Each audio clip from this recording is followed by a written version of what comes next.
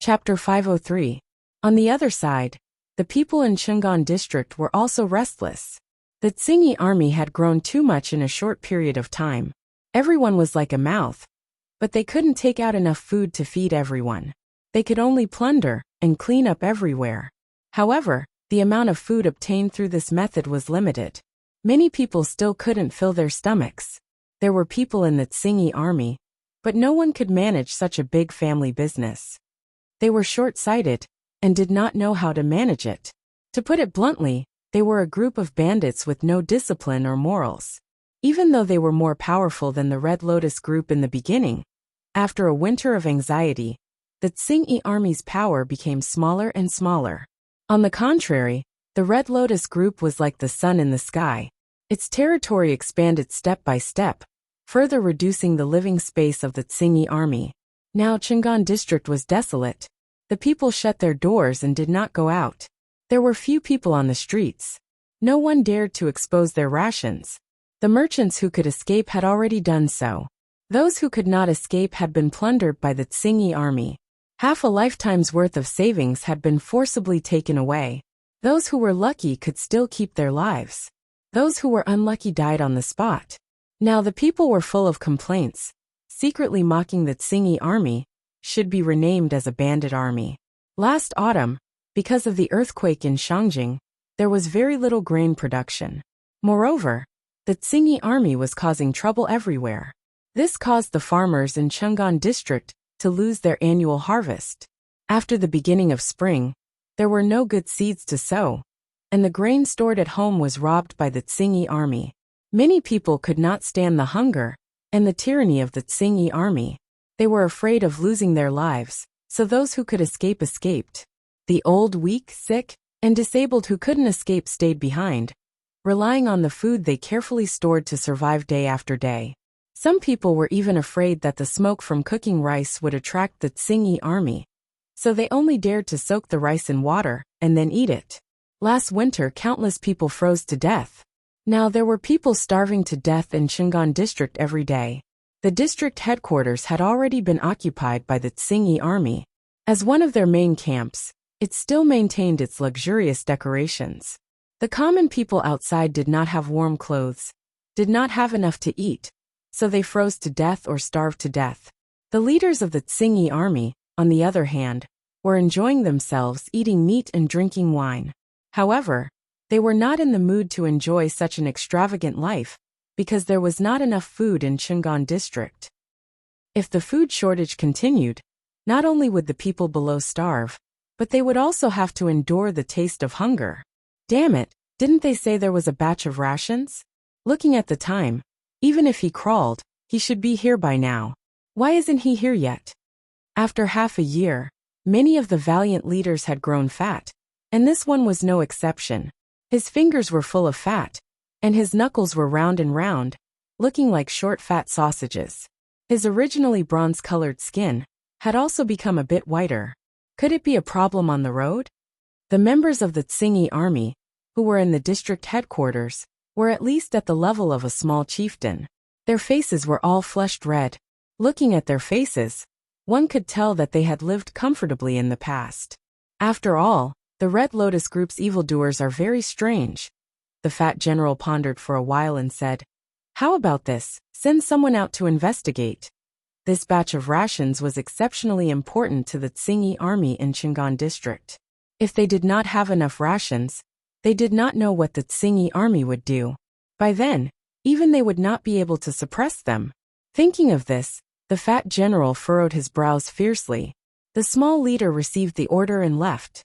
Another shifty-eyed small leader took the opportunity to suggest, "General, didn't everyone say that the neighboring Xiangyang district is overflowing with wealth? If there's really no rations, we can attack them and occupy that piece of land. Do we still have to worry about not having enough rations?" When the small leader said this, the spy's words surfaced in his mind. According to the spy's description, Xiangyang district was a place comparable to the heavenly court. It was clean and tidy, and the houses were all new. It was so beautiful that it did not seem like it belonged to the human world. It was more like it fell from the sky. Every citizen was dressed like a noble, and no one had starved or frozen to death at that time. The small leader scoffed at the words. How could there be such a good place in the world? However, now Chungan district was facing the predicament of running out of ammunition and rations. The promised rations had yet to arrive. This made him anxious. He originally thought that this suggestion would be rewarded. At the very least, it would be able to divert the general's attention, who knew that he would be scolded instead. If Xiangyang district was easy to conquer, I would have done so long ago. Do I need your hindsight? The general said angrily. The fat on his face jiggled, and his eyes were almost squeezed out by the fat. Not long after, a messenger suddenly rushed in from outside. He knelt on the ground and panted. Bad. Bad news. What's bad news? The general's heart tightened. The messenger caught his breath and said heavily, the rations were robbed. What? The small leaders in the hall were shocked. The general directly stood up and grabbed the messenger's collar with one hand. He lifted him up and said furiously, say it again. What was robbed? Which bastard dared to rob my rations? The messenger said with difficulty.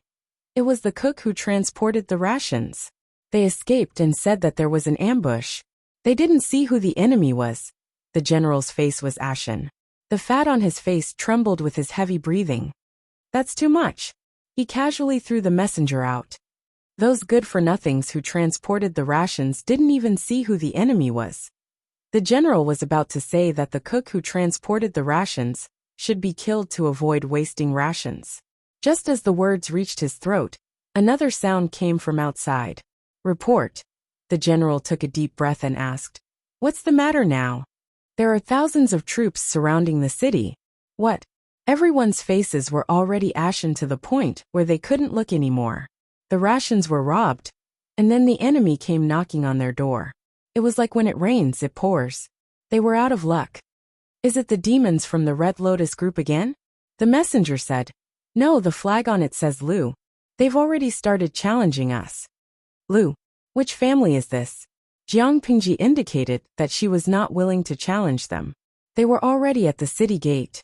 Wouldn't it be better to just start fighting? What if they don't come out? Jiang Pingji turned her head and asked Wei Xi. Don't you think this is very childish? They had to have a war of words with the enemy before they started fighting. They would curse their parents, and it would be like children playing house. Wei Xi's face was cold. He said, this concerns morale. My lord, please don't joke. Jiang Pingji responded with an oh. She behaved herself for a while. She made things difficult for Wei Xi again. She held back her laughter and asked, but some of the soldiers can only speak in the local dialect. They can't speak in the official language, and they don't understand the dialects of other places. If the people challenging us don't speak the same language, wouldn't it be like chickens talking to ducks? Wei Xi was speechless. Su Ku, who had already pacified the logistics and ordered all kinds of siege equipment to be in place, rode over on horseback. When he heard this tricky question, he almost fell off his horse. She could not make things difficult for Wei Zixiao. Even if she asked Master Yuanjing, the old man might not be able to answer. Jiang Pingji muttered to herself. Do both sides have to communicate beforehand and send an interpreter who is proficient in dialects? Chapter 504. Qiaozai Wipabai. To be honest, I really don't understand the thinking of the ancient people. Why did they inform you before the war? You have to be careful. I'm bringing people to fight you. I'll give you time to prepare. Come out and fight it out. Jiang Pingji saw the bullet screen and secretly nodded. She had the same idea. Why did they have to challenge them outside the city? They could just give the order to attack. They had enough siege equipment. It would not be a problem to break through the walls of Anqing district. If Wei Xi knew what she was thinking, he would probably sigh again. Jintian Jieji. To be honest, I don't understand either. But it is reasonable to exist. It should be in line with the national conditions at that time, right? For example, the Western Knights here have a dual format, where two parties of the same type fight each other.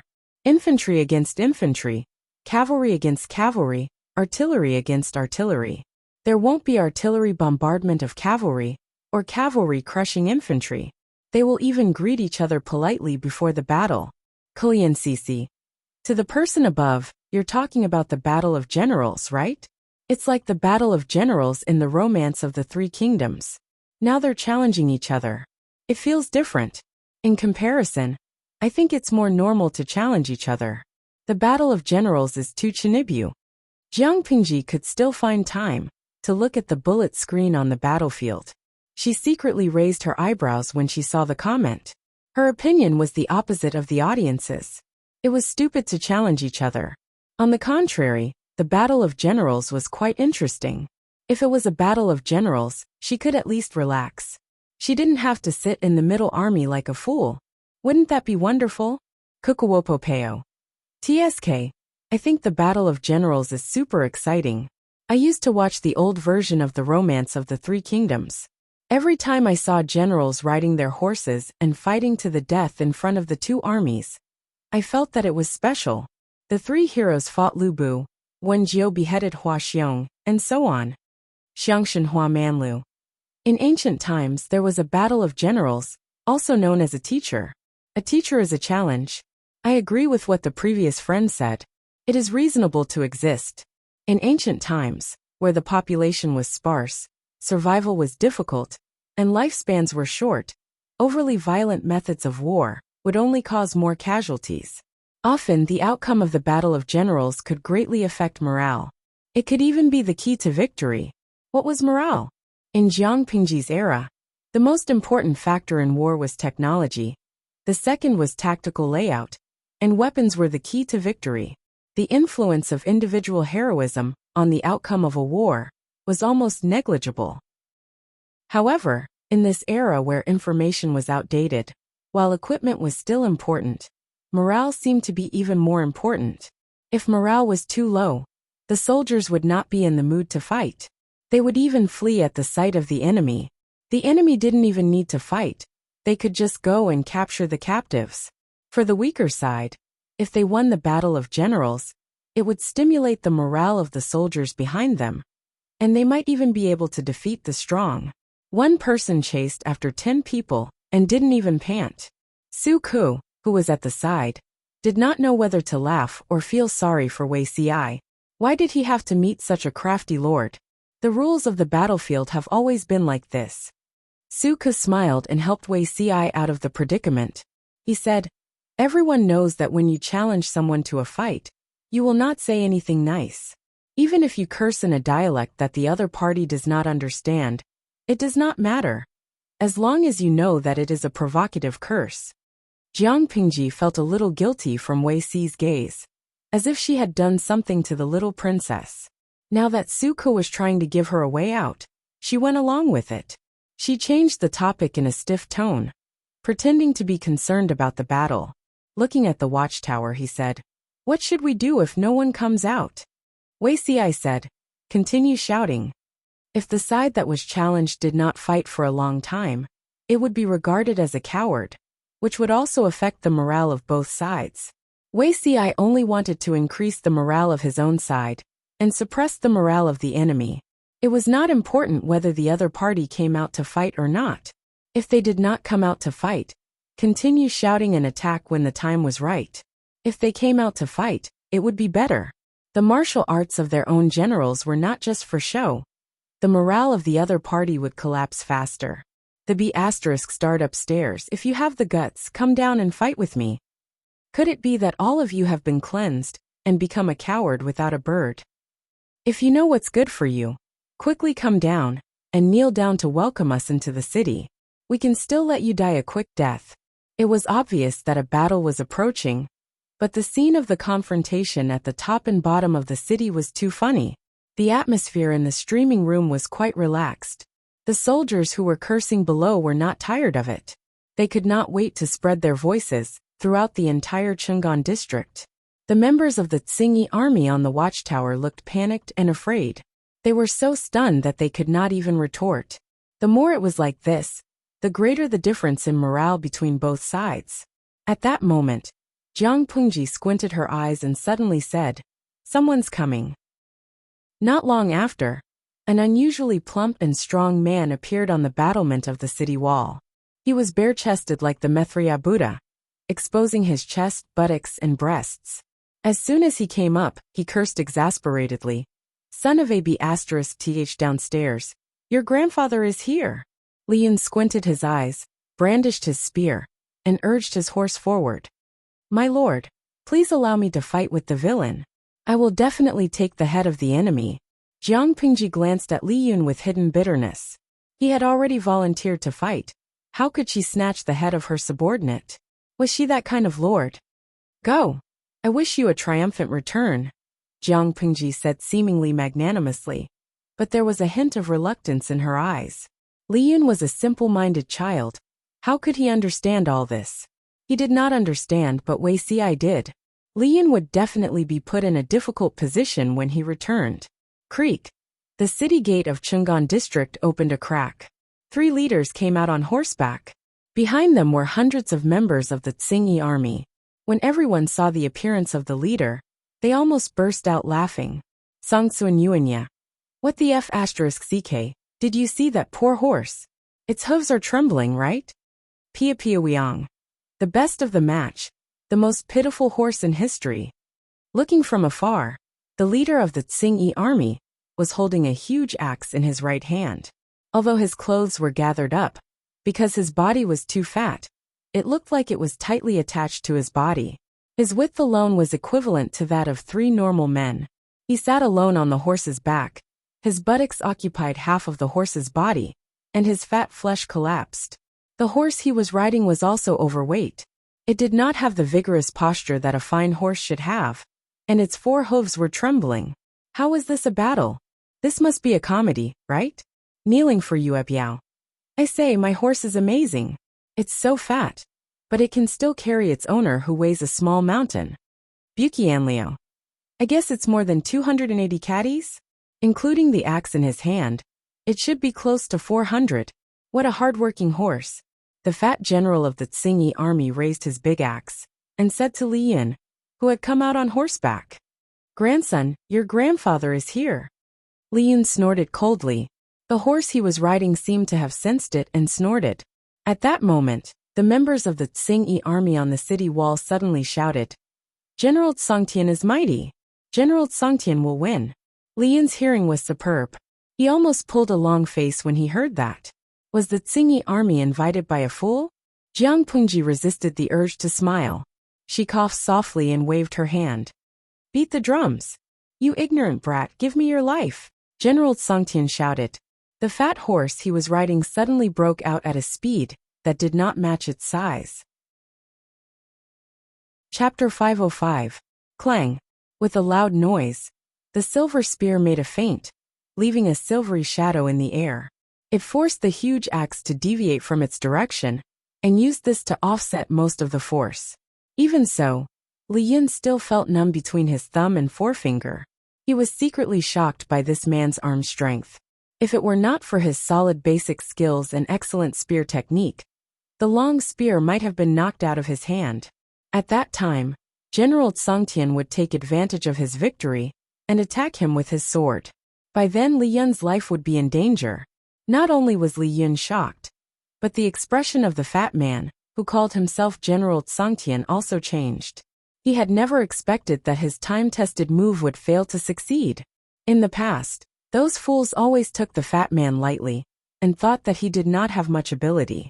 When they really fought, they would either be chopped to death by General Songtian's axe, or their weapons would be knocked out of their hands. Then, they would be beheaded because they could not escape in time. Li Yun's specialty was not strength but speed. No matter how strong General Songtian was, it was useless if he could not hit someone.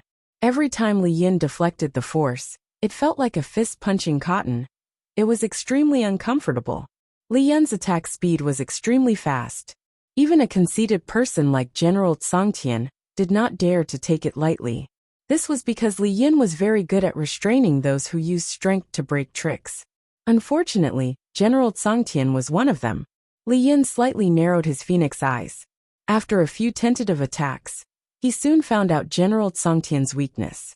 It was true that General Songtian was very strong, and his huge body gave people a strong visual impression, but he also had 2 fatal points.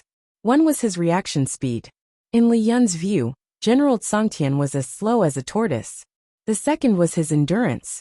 Just now, General Songtian had used all his strength when they met face to face. After missing a move, General Songtian's breathing began to become heavier. As the two fought, General Songtian gradually became anxious, fearing that he would lose to a fair-skinned, beardless boy. Soon an idea flashed through his mind. He suddenly opened his mouth, and his voice was like thunder. "Pretty boy, hand over your life to your grandpa." General Songtian was flustered when he saw that Li Yin was fighting with ease and dexterity like a loach. After fighting for more than 30 rounds, Li Yin was still calm and breathing steadily. His hand that was holding the silver spear did not tremble at all. Obviously, Li Yin was looking for an opportunity to kill him. He shouted loudly, trying to use his voice to disturb Li Yin. At the same time, he found an escape route for himself. Sweat the size of beans appeared on his fat face. Very quickly, the sweat flowed down his thick chin and wet the front of his shirt. The look in Li Yin's eyes changed. He pretended to be shocked and was stunned for a moment. General Songtian was delighted to see this and quickly seized the opportunity. "Die!" There was another angry roar. Li Yin's face turned paler, and his spear was no longer as agile and swift as before. The viewers in the live stream nervously looked at the two people standing together in front of the formation. The bullet screen in the live stream gradually decreased. Obviously, their attention was attracted by the battle, and they were not in the mood to send bullet screens.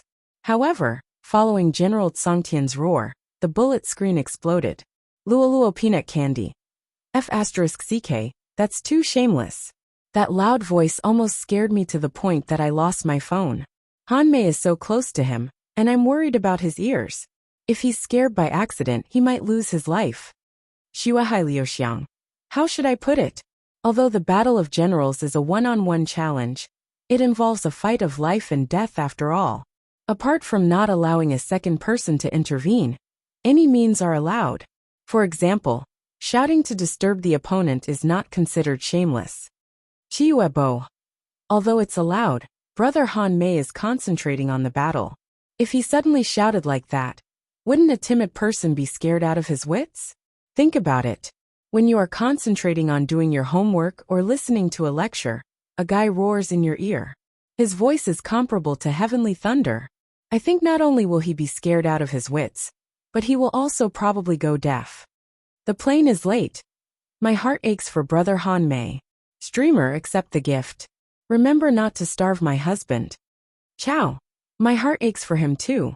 Besides, that's my husband with unparalleled waist strength. How can he be a mistress? Because of the system's little tricks, the user will be kicked out of the streaming room, and his IP address will be blocked as soon as the national forces, or influential organizations, of that dimension appear on the bullet screen. Therefore, most of the audience in the streaming room are onlookers. It's easy for them to deviate from the topic. Unparalleled waist strength. Thinking about it carefully, it's a bit dirty. After a while, the spectators realized that something was wrong. Is Brother Han Mei going to be defeated? It seems that since General Songtian's trick, Brother Han Mei has slowly fallen into a disadvantageous position. Han Mei's husband. Damn it. How can my Brother Han Mei lose? Wuyue Biao. Come on, Brother Han Mei. Get up and defeat that fat man. Catch him and light him up as a sky lantern. Shindazizi. No, I'm too nervous. Brother Han Mei can't lose his first battle. Jiang Pingji looked calm. Wei Xiai smiled. Only Su Ku, who was unaware of the situation, was so anxious that he gripped the reins tightly, fearing that Li Yin would be defeated. On the battlefield, the sound of drums was like thunder. The banners were fluttering and the strong wind was blowing. Li Yin gradually showed signs of defeat. In the last blow, the silver spear in his hand was almost knocked out of his hand. Jiang Pingji suddenly said, "Soon." Li Yin was no match for General Songtian. He could only clench his teeth and turn around to escape. He got off the warhorse and ran very fast. General Songtian laughed and chased after him. He raised his axe high and was about to chop it down. Just at that moment, the door in front of General Songtian was wide open, and there were flaws everywhere. A good chance. Li Yin. who had already patted his horse to escape, had a sharp look on his face. He pulled the reins with his left hand abruptly, and the horse he got off turned around. Li Yun, who was supposed to escape, did not. The weak momentum of his spear was stronger than when he was at his peak. It seemed that the frequent predicament he was in just now was just an illusion of General Tsangtian. Shocked, he wanted to withdraw his weapon to resist, but a dazzling silver light had already struck him like a thunderbolt. Poof! The sound of the spearhead piercing into flesh was heard. The silver light had already sunk into General Tsangtian's body. Li Yun bent his waist handsomely on the back of his horse and sidestepped General Tsangtian's inertia. He went around to General Tsangtian's back, raised his hand, and grabbed the silver spear that had penetrated General Tsangtian's body. Then he pulled it out forcefully. Beautiful! A trace of admiration flashed across Jiang Pingji's eyes. Li Yun had beheaded General Tsangtian. Then he grabbed the head and spurred his horse back to the battlefield. My lord, fortunately, I didn't disappoint you. Li Yun's face was still a little flushed, and his breathing was only slightly rapid. He did not look like the miserable state he had been in just now. The audience, who had been so scared that they did not dare to breathe, and had prepared themselves for Han Mei's death, opened their mouths wide in astonishment. There was a gap of a few seconds in the bullet screen, until they came to their senses. Only then did they start to send bullet screens at a high speed to express their surprise. Xianggu has returned home. What a beautiful sudden thrust. Chapter 506. When Li Yun returned with General Tsangtian's head in his hand, the drumming sounds on their side became louder and louder like raindrops. The drummers were so excited that their cheeks turned red, and their veins stood out. The muscles on their arms bulged and they tightened their sleeves. The morale of the whole army became higher and higher. You won beautifully, Jiang Pingji said. Li Yun did win beautifully this time. His spear technique was excellent, but the battlefield was different from a simple spar. As a newbie, he had such a performance in his first battle with the enemy's general, which showed that Li Yun's talent was indeed impressive. Li Yun resisted the urge to smile. His dark eyes were sparkling, and everyone could feel the joy lingering around him. On the other side, the morale of the Tsingy army plummeted. The Tsingy army on the city wall cheered for General Tsangtian. When Li Yun fell into a state of decline, they became even more arrogant. However, no one expected that Li Yun was just cleaning up his opponents and chopping off the enemy's general's head in an extremely unexpected way. The Tsingy army had high hopes for General Tsangtian, but now they were panic-stricken. General! The two team leaders who went out of the city with General Tsangtian screamed tragically. They looked as if they wanted to ride their horses to avenge General Tsangtian, but they held the reins with their left hands and hurriedly retreated.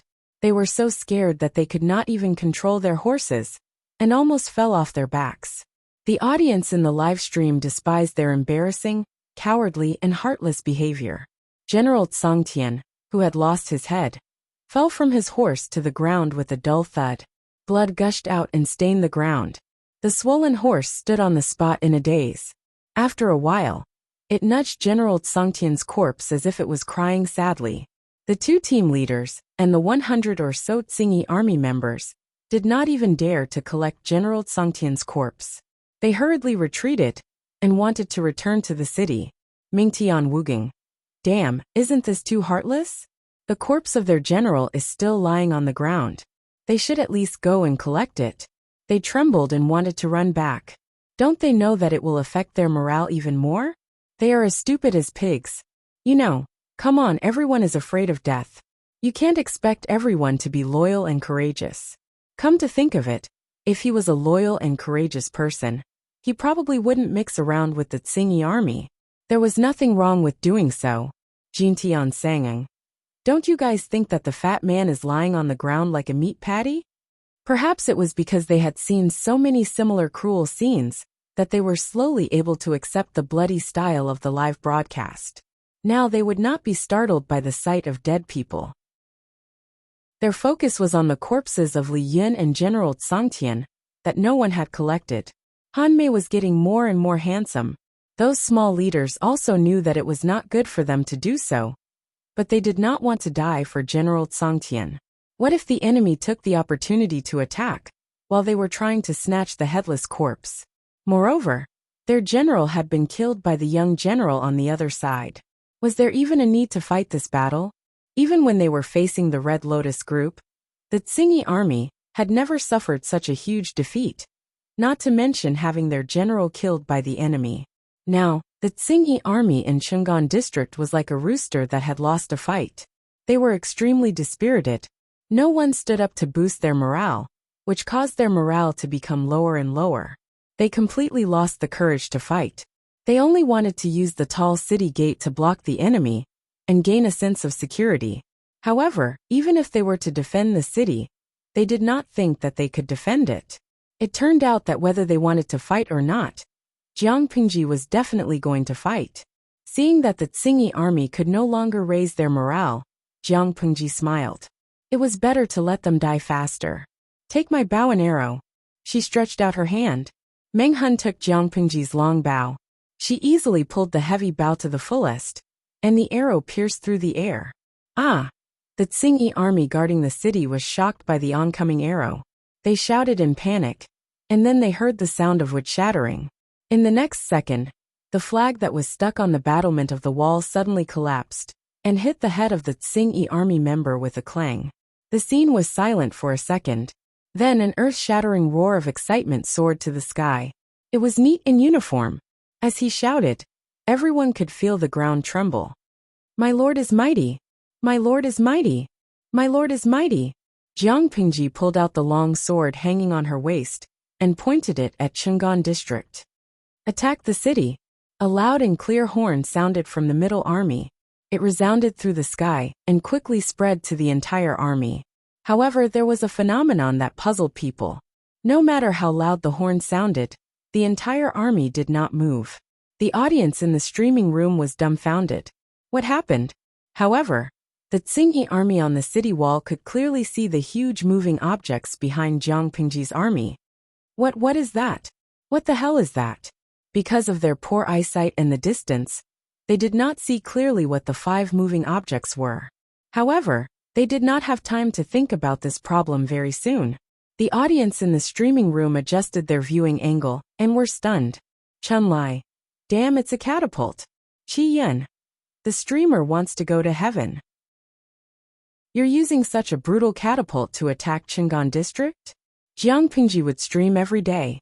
It was no exception when she was busy with the siege equipment. The audience in the streaming room more or less understood how terrifying the catapult she made was. It was a fixed-point attack.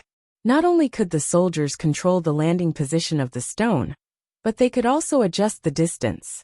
In theory, this kind of catapult could at most bear a stone of 150 kilograms. It could be thrown over a very long distance. When it landed, it could create a pit that was 2 to 3 meters deep. Using this thing to attack Chungan district. Oh my, the streamer was not planning to attack the city. She was planning to be a demolition team and directly tear down the city walls of Chungan district. In reality, she just wanted to let her subordinates witness the results of their lord's play with wood. In the future, technology would play an increasingly important role on the battlefield. However, the era of using human lives to fill the gap would one day pass. Jiang Nongqin commanded the artillery of the catapult to aim at the city walls of Chungan district. She said in a hoarse voice, "Fire!" There was a buzzing sound. 5 huge stones flew toward the city walls like meteorites from outer space. Bang! Bang! Bang! Bang! 5 consecutive sounds rang out. The seemingly sturdy city walls were destroyed like a knife cutting through tofu. Chapter 507. Nowadays, the city walls were not as hard as iron as people thought, and they were not built with regular boulders. They were built with stones, yellow mud, glutinous rice juice, lime, and other materials. Chungan district was just a small and remote district in the north. How hard could the city walls be? It was not a problem to block normal attacks, but it was a little difficult to deal with the catapult that Jiang Pingji had modified. What she used was a giant catapult. Theoretically, it could even make a deep hole in the city wall of Shangjing, not to mention the city wall of Chungan district. Although the city wall was strong, the power of the extraterrestrial emissaries was beyond imagination. Even the demolition team wasn't that brutal. Apart from Jiang Ping, and the audience in the streaming room, no one knew it was so powerful. Jingtian Wugung. Damn, this catapult reminds me of the Xiangyang cannon used by the Mongolians when they attacked Xiangyang City. It's also a type of counterweight catapult. It's said that it's very powerful and can create a 2-meter deep pit on the ground. This is the first gung. Isn't the original model of the catapult the Xiangyang cannon? Yechingzhou. I'm not sure. I watched the live stream for the past few days, and the host made changes based on the current situation. Anyway, a liberal arts student wouldn't be able to understand such a complicated design. They only knew that the streamer and Zhang Ping from the Mo family had a long discussion. Jiang Nongqing calmly directed the catapult to throw 5 rounds. The city wall was already riddled with holes. The Tsingy army on the wall had suffered heavy casualties. They lacked sufficient bows and arrows, and had lost the high ground. They were unable to mount an effective resistance to the subsequent assault. Jiang Pingji ordered the catapult to stop throwing stones. She issued a few military orders in succession. More than 10 elevator ladders were pushed out from the military formation. The ladders of this era were only sturdier and longer ladders. They did not have the function of protecting the vanguard of a siege. In a siege battle, the attacking side would usually suffer more losses than the defending side. This was because if the attacking side wanted to get close to the city walls, they would have to put themselves in the attacking range of the defending side. The other side had the geographical advantage, so the attacking side would often have to pile up the lives of the soldiers, set up ladders, and then forcibly attack the city walls or break the city gates. Naturally, the casualty rate was very high. Of course, if the attacking party chose to dig a tunnel and sneak into the city, it would be a different story. She was planning to destroy the city with brute force, so she was too lazy to let people dig tunnels like field mice. When Jiang Pingji was building the ladder, she referred to the existing information and literature in this world, and built her ladder on this basis. There were circular rollers made of hardwood at the bottom of the elevator ladder, which could be used as solid tires to facilitate the movement of the entire ladder. As for why there was a lift function, she had 2 considerations. Firstly, the scale of the ladder was too large, which could easily alert the enemy scouts and reveal the secret of their armaments. If she could fold the ladder, it would greatly reduce the possibility of exposure. The defenders would think that she did not prepare any siege weapons, and they might let their guard down. Secondly, the height of the city walls throughout the era was not the same. Some of the city walls were majestic, such as the former Shangjing city. Some of the city walls were just mounds of earth that were slightly higher than the earthen walls. The elevator could adjust the height according to the situation of the city walls. Apart from these details, the biggest breakthrough was the structure of the base of the ladder, which could hide people. When the soldiers pushed the ladder, they could hide inside or under the ladder. They could use heavy shields to resist the attacks on the city walls. With a shelter, even if the enemy shot a rain of arrows, the soldiers pushing the ladder could still successfully put the ladder on the city walls. The Tsingyi army on the city walls had already been wiped out, and the successors had not had time to replenish, so the danger of climbing the city walls was the lowest. She gave a military order, and the horn sounded again with a different rhythm. The infantry of the vanguard battalion, who had suppressed their fighting spirit, climbed up the ladder first. They jumped up faster than monkeys, which man did not want to make contributions, especially when they saw that the female battalion was more agile than them. If the male soldiers did not live up to expectations, how could they look at their faces? When the Tsingyi army sent people to support them, it was already a little late. The soldiers in leather armor pulled out their broadswords and slashed people. There was a chaotic battle on the city walls. More and more soldiers climbed up the city walls with the help of the ladder. They gradually gained the advantage of numbers. Although the Tsingyi army was a group of dragons without a leader, there were still many small leaders. Now it was too late to escape. They could only try their best to defend the city gates and block the enemy outside as much as possible. Only then would they have a chance of survival. Anyone with a discerning eye could see that in a short period of time, the number of soldiers that could climb up the ladders was limited. As long as they guarded the city gates and did not break, and concentrated their forces to deal with the people on the city walls, it was not impossible for the Tsingy army to defend Chang'an district. While they were dreaming, dozens of soldiers carried a round log that required 3 people to hug it. They were prepared to break open the tightly shut city gates. 1, 2, 3. 1, 2, 3. 1, 2, 3. The soldiers silently recited the number. When they counted to 3, they exerted their strength together. Previously, the catapult had smashed the city walls and more or less affected the city gates.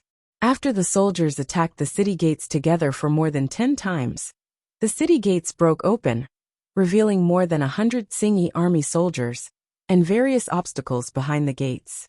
The troops from both sides fought at the city gates, and the sounds of killing were incessant. Fresh blood splattered, and broken limbs and bones were everywhere. The blood that flowed out converged into a gurgling stream, like a meandering red snake. In the battle at the city gates, the Tsingy army was utterly defeated. They were simply unable to form an effective defense and attack. The troops attacked the city gates. Dozens of peculiar-looking rolling chariots were put to use. The chariots looked very simple. They lifted the cover hanging on them and revealed the true appearance of the chariots. There were 21 spears that were 7 to 8 feet long stuck in the front of the chariots. The tips were extremely sharp, and the sides were full of sharp short blades. The troops saw the situation and retreated. They ordered their comrades at the back to push the chariots to the front of the troops and rush into the city.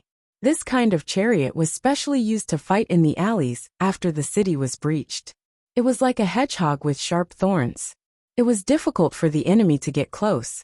The Tsingy army was like a group of dragons without a leader. The small chieftains did not even have time to escape. How could they organize an effective defense on the battlefield? The troops on Jiang Pingji's side first broke the high walls outside. They pushed into the inner city, as if they were cutting vegetables and tofu. They left a bloody path along the way. The Tsingy army fled when they saw people. They even squeezed into a corner and trampled on them. Their faces were full of fear and despair. Compared to the Tsingy army, who had not eaten their fill for a few days, Jiang Pingji did not treat her troops harshly. Not to mention how good the food was. At least it would not make anyone tighten their belts and go to the battlefield with hunger. Meng Hun had not seen blood for a long time. When the city was breached, he led his men and rushed to the front. Li Yin was not to be outdone. He rode his horse and rushed into the city gates of Chang'an district. Relying on his dexterity, he killed many members of the Tsingy army, who could not escape in time. He waved his silver spear countless times. Dazzling blood splattered everywhere. The blood even dyed the white horse he was riding on red. Chapter 508. Jiang Pingji heaved a long sigh. If she could, she really did not want to bring these little princesses into battle in the future.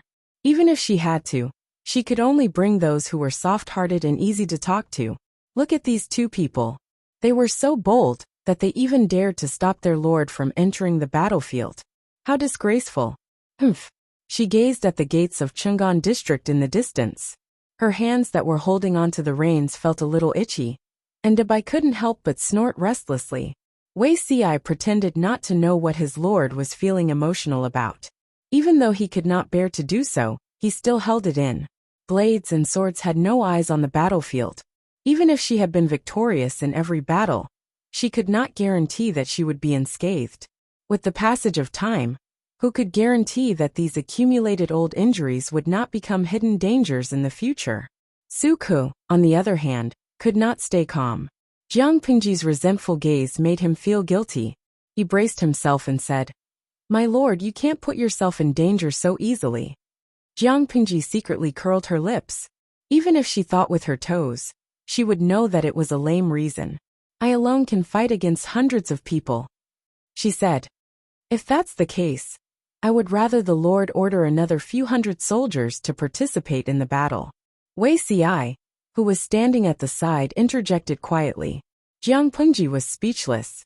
This Wei Ci was exceptionally vengeful. So he really had a grudge against her? In terms of combat power, she could break the gates of Chung and County all by herself. There was no need for dozens of soldiers to carry the huge logs. Looking at the strenuous posture of the soldiers banging on the door, Jiang Pingji wished she could chase them aside and let them see what absolute strength was. However, Wei Xiai and Su Ku, the two scholars who had no strength to truss a chicken, stared at her from both sides and did not allow her to act rashly. Her resentment seemed to be able to pass through the live broadcast screen, and the audience could not help but laugh. Some audience members could still give her some face and just smiled. Some audience members were more mischievous and directly sent bullet screens to mock her. Mian Mian. Ha ha ha, Beauty Ci and brother Suku did a great job. The streamer is so unrestrained that she needs to be disciplined. Ginseng Kuei. Sigh, even through the screen, I can feel the host's resentment rising to the sky. The two strategists were cruel enough to make someone who couldn't sit still obediently stay in the middle of the army. It was like me locking up my husky and not taking it for a walk. Sure, Yuka. Ha ha ha, that's a metaphor. You're really ruthless. Huskies are so cute. Why do you treat them so cruelly? Durian Cake. Husky, his nickname is gone. This was so fitting with the host's image. The two strategists must not let the host succeed. Once she was released into the battlefield, who knew if they would be able to catch her again? Once he was soft-hearted, there would be countless times in the future. Jiang Pingji's fan group was given the nickname Husky, after the nickname Jiang Bapi. But thinking about it carefully, there was nothing wrong with this nickname. Both of them liked to play around. The pitiful Jiang Pingji could not enter the battlefield. The people on the battlefield kept chasing after the Tsingyi army for military merits. Because of the Tsingyi army's rampage and cruelty, the people of Chungan district who could leave had all left. Those who could not leave were the old, the weak, the sick and the disabled.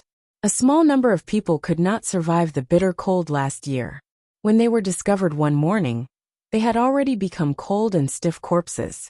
The people who survived the winter still had to endure the threat of hunger and the harsh treatment of the Tsingyi army. Their lives were extremely difficult. If it was not necessary, these people would not easily open their doors. Therefore, when Jiang Pingji's troops attacked Chungan district, the doors of the houses on the streets were tightly shut. Some houses had collapsed during the earthquake in Shangjing. No one repaired them. The entire street was deserted. Not only there, but other places as well. The entire Chungan district was like a dead city. It made people feel cold. Of course, this was the best situation for the troops. Why? Because there were military orders in the military camp. Every soldier had to memorize them by heart and recite them fluently. Among them, there was a ban that said, all soldiers are not allowed to disturb the people, plunder the people, rob the people, or kill the innocent when attacking the city. There were hundreds of them. According to the content of the ban, there were different degrees of punishment after violating it. Although there were special ways to deal with it during special times, it also gave people the opportunity to fish in troubled waters. It would be difficult to deal with if things got out of hand. Now that the streets in the city were quiet, it was very convenient for the troops. Very soon, they pushed into the inner city and killed the Tsingyi army, who were living a drunken life. Many of them were still intoxicated by their gentleness. Before they could react, they had already fallen to the ground. The Tsingyi army liked to enjoy themselves. They burned, killed, and looted many times. If that was all, it would be fine. They even forcibly recruited prostitutes in the camp. They let women from good families enter the brothel to serve the Tsingyi army. This brothel was set up in the inner city. When the troops broke into the place, they were immediately stunned by the scene inside. The brothel, in front of them, was made up of more than 10 rows of small thatched huts. There were more than 20 thatched huts in a row. Each thatched hut was independent. A naked woman was tied to each hut. A thick hemp rope was tied around their necks. In another corner there were dirty plates. Mosquitoes and flies were hovering above the plates. Most of the women were curled up in the corner of the thatched hut, like dogs in a kennel. Jiang Nongqin's cold and hoarse voice carried a chilling anger. All male soldiers leave. Those who disobey will be punished for violating the ban. As soon as she finished speaking, more than 10 blood-stained female soldiers quickly took over the brothel. Each of them held a long spear in their hands. Their expressions were cold. They cleaned up the drunken members of the Tsing army. They mercilessly threw their corpses aside and chased away their male comrades. It was not that Jiang Nongqin did not trust her comrades. She just did not trust the men. Some of the soldiers were indeed infuriated by the women's bodies. However, the flames of war had not been extinguished. There were also female soldiers eyeing them covetously at the side. The commandant of the female battalion, Jiang Nongqin, was still holding the fort. Everyone shuddered at the thought of the ban in the military camp. They were no longer charming. At that moment, a shout that sounded like a pig being slaughtered caught everyone's attention. An extremely tall and strong man came out of a thatched hut. There were more than 10 heads of the Tsing army on his waist. They were tied together with a string of things and piled up together. The sight of them made one's scalp tingle. Not only that, everyone also noticed that his palm, which was as big as a cattail leaf fan, seemed to be grabbing something. Everyone stretched their necks to take a closer look. It turned out to be a soldier who had taken off his pants, revealing his penis. Jiang Nongqin's face darkened. The strong man threw the soldier out like he was throwing trash. The soldier's body rolled on the ground a few times before he stopped. He felt that all the bones in his body were about to be broken. This person has committed the felony of adultery. He should be beaten to death in front of the entire army, the strong man said in a deep voice. Jiang Nongqin clenched the knife on her waist tightly. If not for the military order, she really wanted to hack the soldier to death. I didn't. Chapter 509. Jiang Nongqin sneered and glanced at the filth below him. No. Who would believe that? The soldier reacted to her glare. His little brother seemed to raise its head. He was about to enjoy the beauty, and did not expect the strong man to come in. He was shocked. Not only did the strong man come in, but the strong man even pulled him down from the beauty. He was so scared that he shriveled. Really didn't. The soldier glanced at his little brother in embarrassment, and hurriedly pulled up his pants that had fallen to his calf. Then he said, "It's obvious that this fool deliberately framed me. I know that it's forbidden by the military order. Why would I do such a thing?" The soldier spoke confidently, but the marks on his body were obviously wrong. Jiang Nongqin shifted her gaze to the strong man and questioned him with her eyes. The strong man pulled a long face and said embarrassedly, "This person did violate the military order. However, the person in the house is not a woman but a man." The soldier heard this and immediately became confident. He said, "Officer Jiang, did you hear that? I really didn't violate the military order." Jiang Nongqin sneered and walked forward quickly. She lifted her leg and kicked the soldier's face, pressing him to the ground. "Arrest him. He violated the military order. We'll wait for the Lord's decision after the war." Hearing this, the soldier showed a desperate expression and could not help but cry out. He did not do anything to the women here. He just saw a good-looking man and could not help it. Was this considered a violation of the military order? Jiang Nongqin looked down, and there was a penetrating chill in her eyes. The military order states that one must not rape the people. What are the people? Do you think that only women are the people and men are not? You still don't repent for violating the military order, and still want to argue. Drag him out. 2 female soldiers stepped forward. The soldier still wanted to struggle and resist. It was at this moment that he felt a sharp pain coming from his shoulders. His arms felt like they were broken, and he lost control and feeling. He couldn't even move his fingers, let alone struggle with his hands. His lower jaw was dislocated by one of them. Jiang Nongqin looked at him in disgust. Drag him out. She was in a bad mood when she encountered such a thing. However, she secretly nodded at the 2 female soldiers' skillful methods. Although they were still a little immature, they didn't have much strength in their hands. It was already pretty good that they could do this. The soldier who made a mistake was dragged away like a piece of trash. Jiang Nongqin finally had the time to look up at the burly man who caught the soldier. "What's your name?" Her gaze was focused on the head hanging on the man's shoulder and waist, and she frowned. "I am Dian Yen, a recruit from the 3rd Battalion." The burly man lowered his head in a respectful manner. However, he was much taller than Jiang Nongqin, so he looked like he was looking down at her. Dianyan? This name was somewhat familiar. Jiang Nongqin thought about it, and finally remembered who Dianyan was. Li Yin was particularly concerned about this new recruit called Dianyan.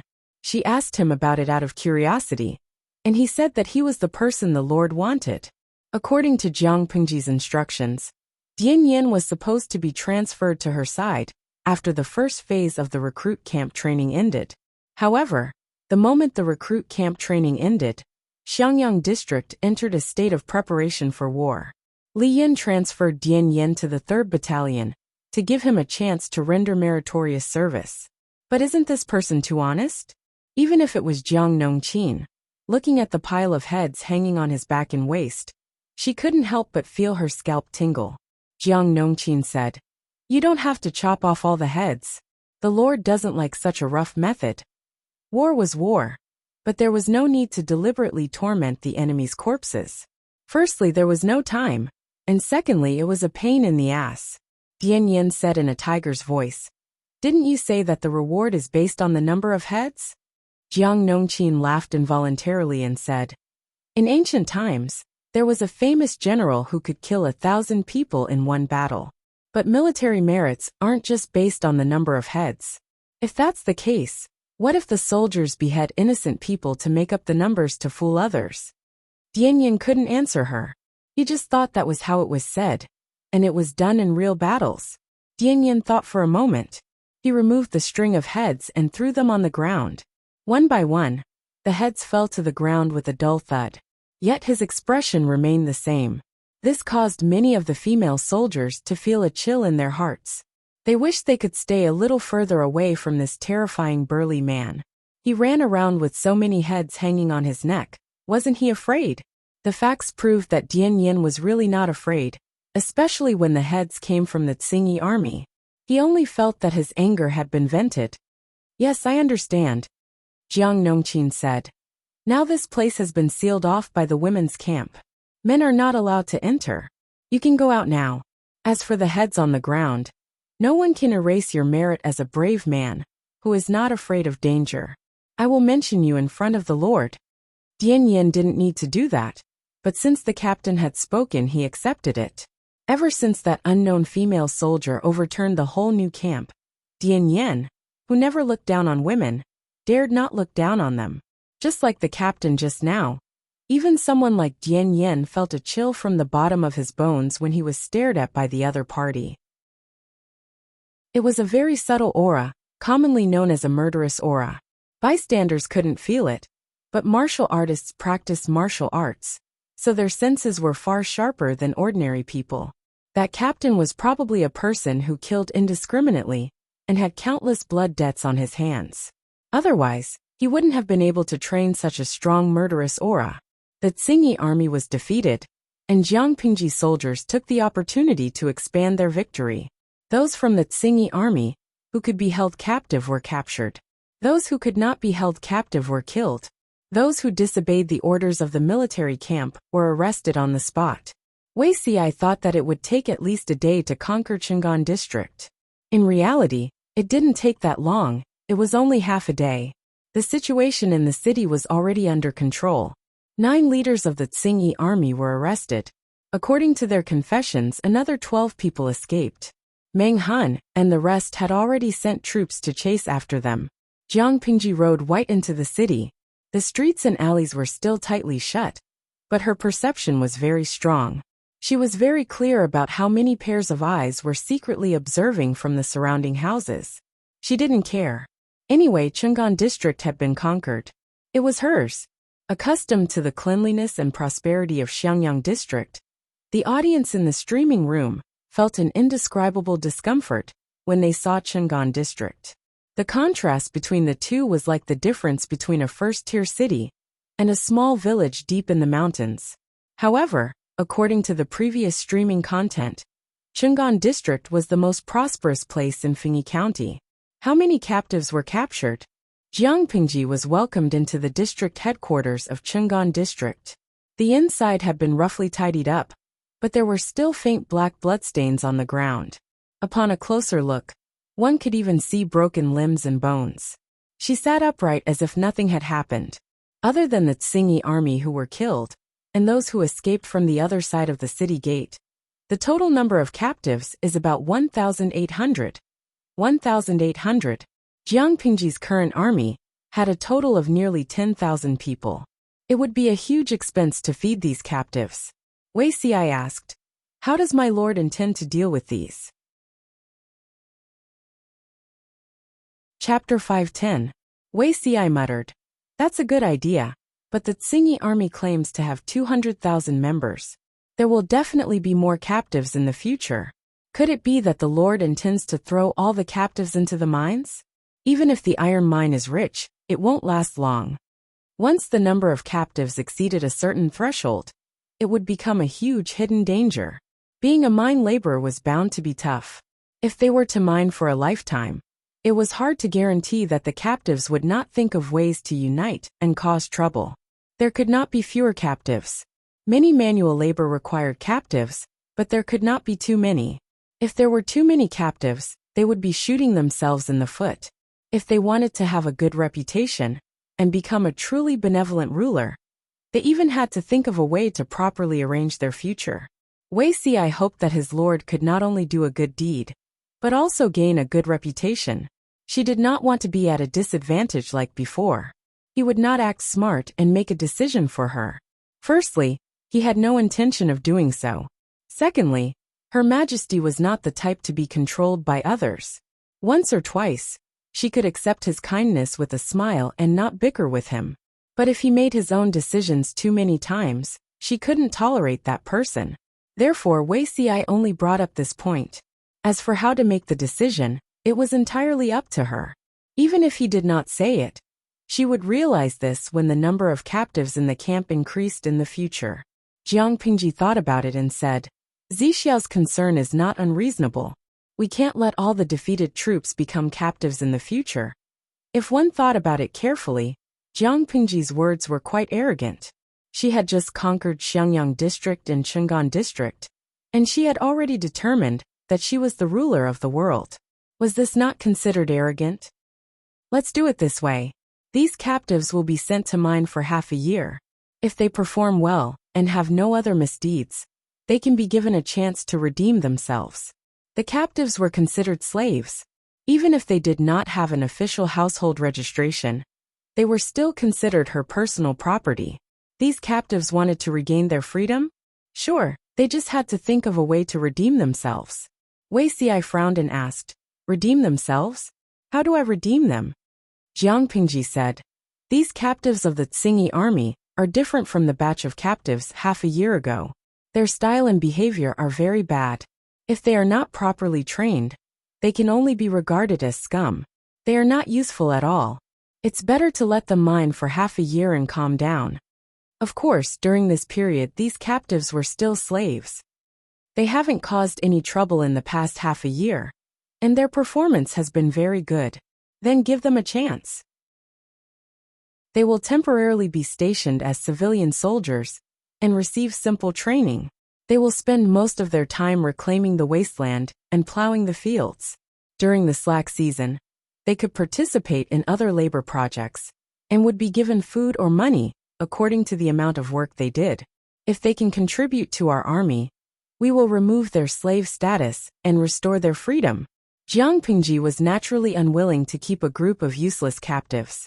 If he squeezed their labor, it would also become a hidden danger. It was better to tighten and loosen them, giving them some sweetness and hope. This was not the final verdict, but it gave everyone a general direction for how to deal with the captives. There were too many abandoned fields in the north. Last year, there was such a huge earthquake. Many fields were uncultivated. Because of the Tsingy army, Cheng'an District missed last year's autumn harvest and this year's spring plowing. This meant that there was almost no harvest for 2 years. There were many fields but little food. Who knew how many people were still suffering from hunger? Jiang Pingji had a lot of points of popularity at the moment. She could create a lot of food, but she did not rely on this channel.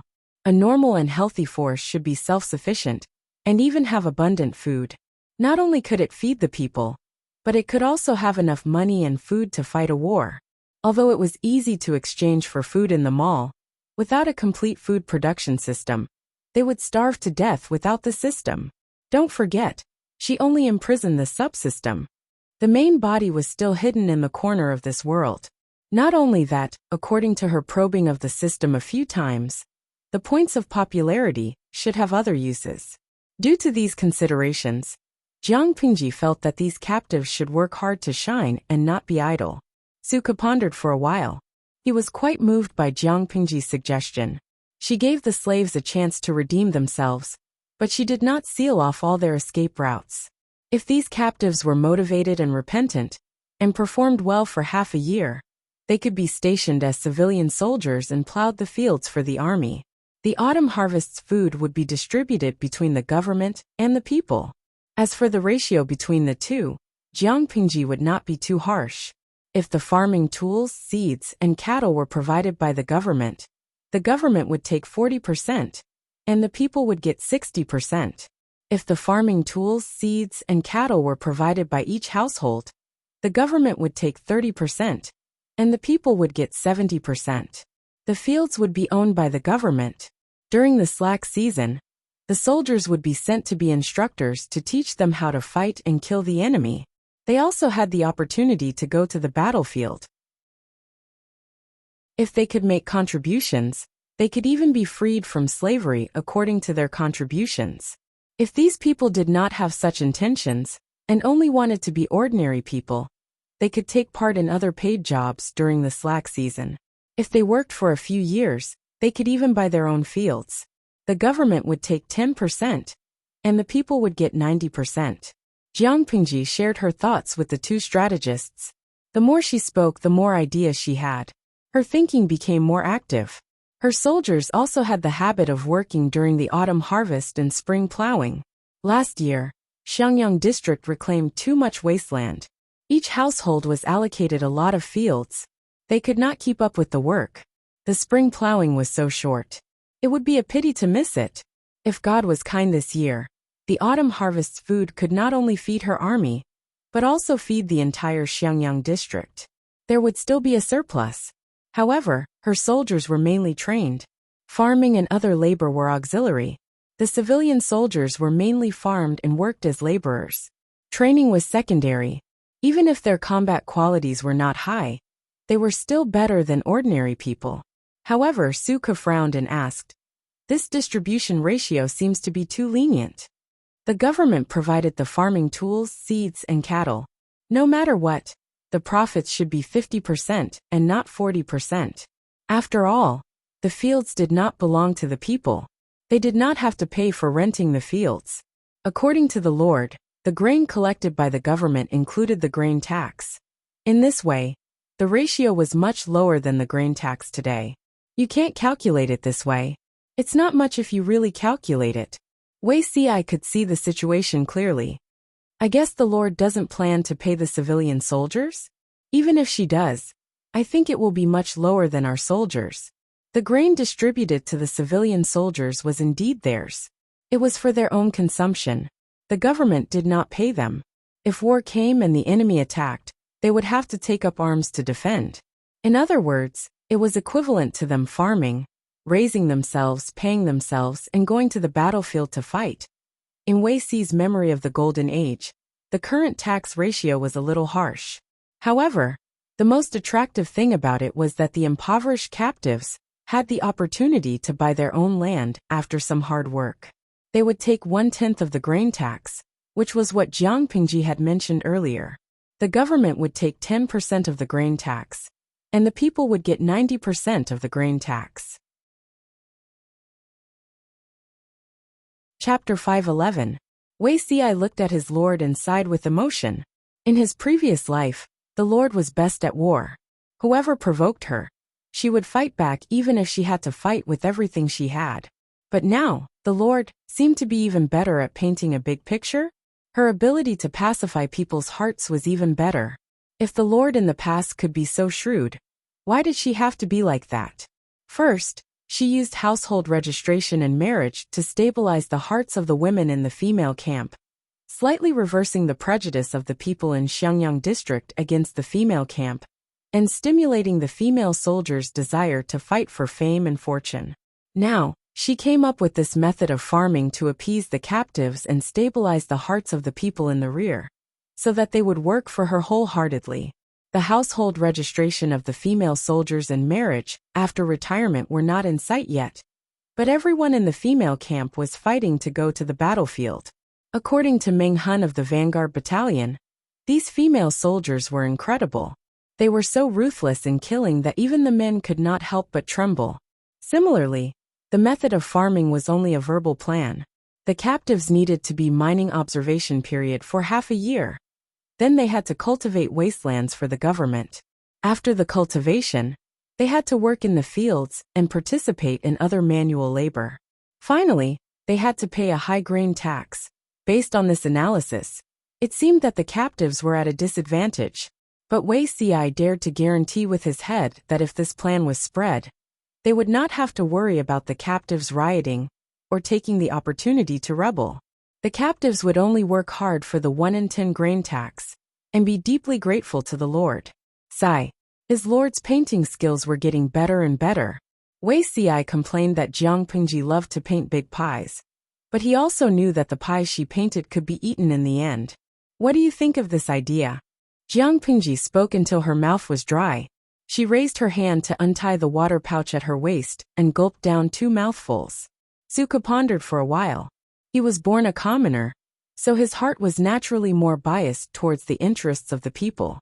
However, he was also Jiang Pingji's strategist. He had to always put her interests as the first standard. His lord had already spoken about the well-being of the people. Under such circumstances, Suka naturally would not propose to increase the proportion of grain harvests.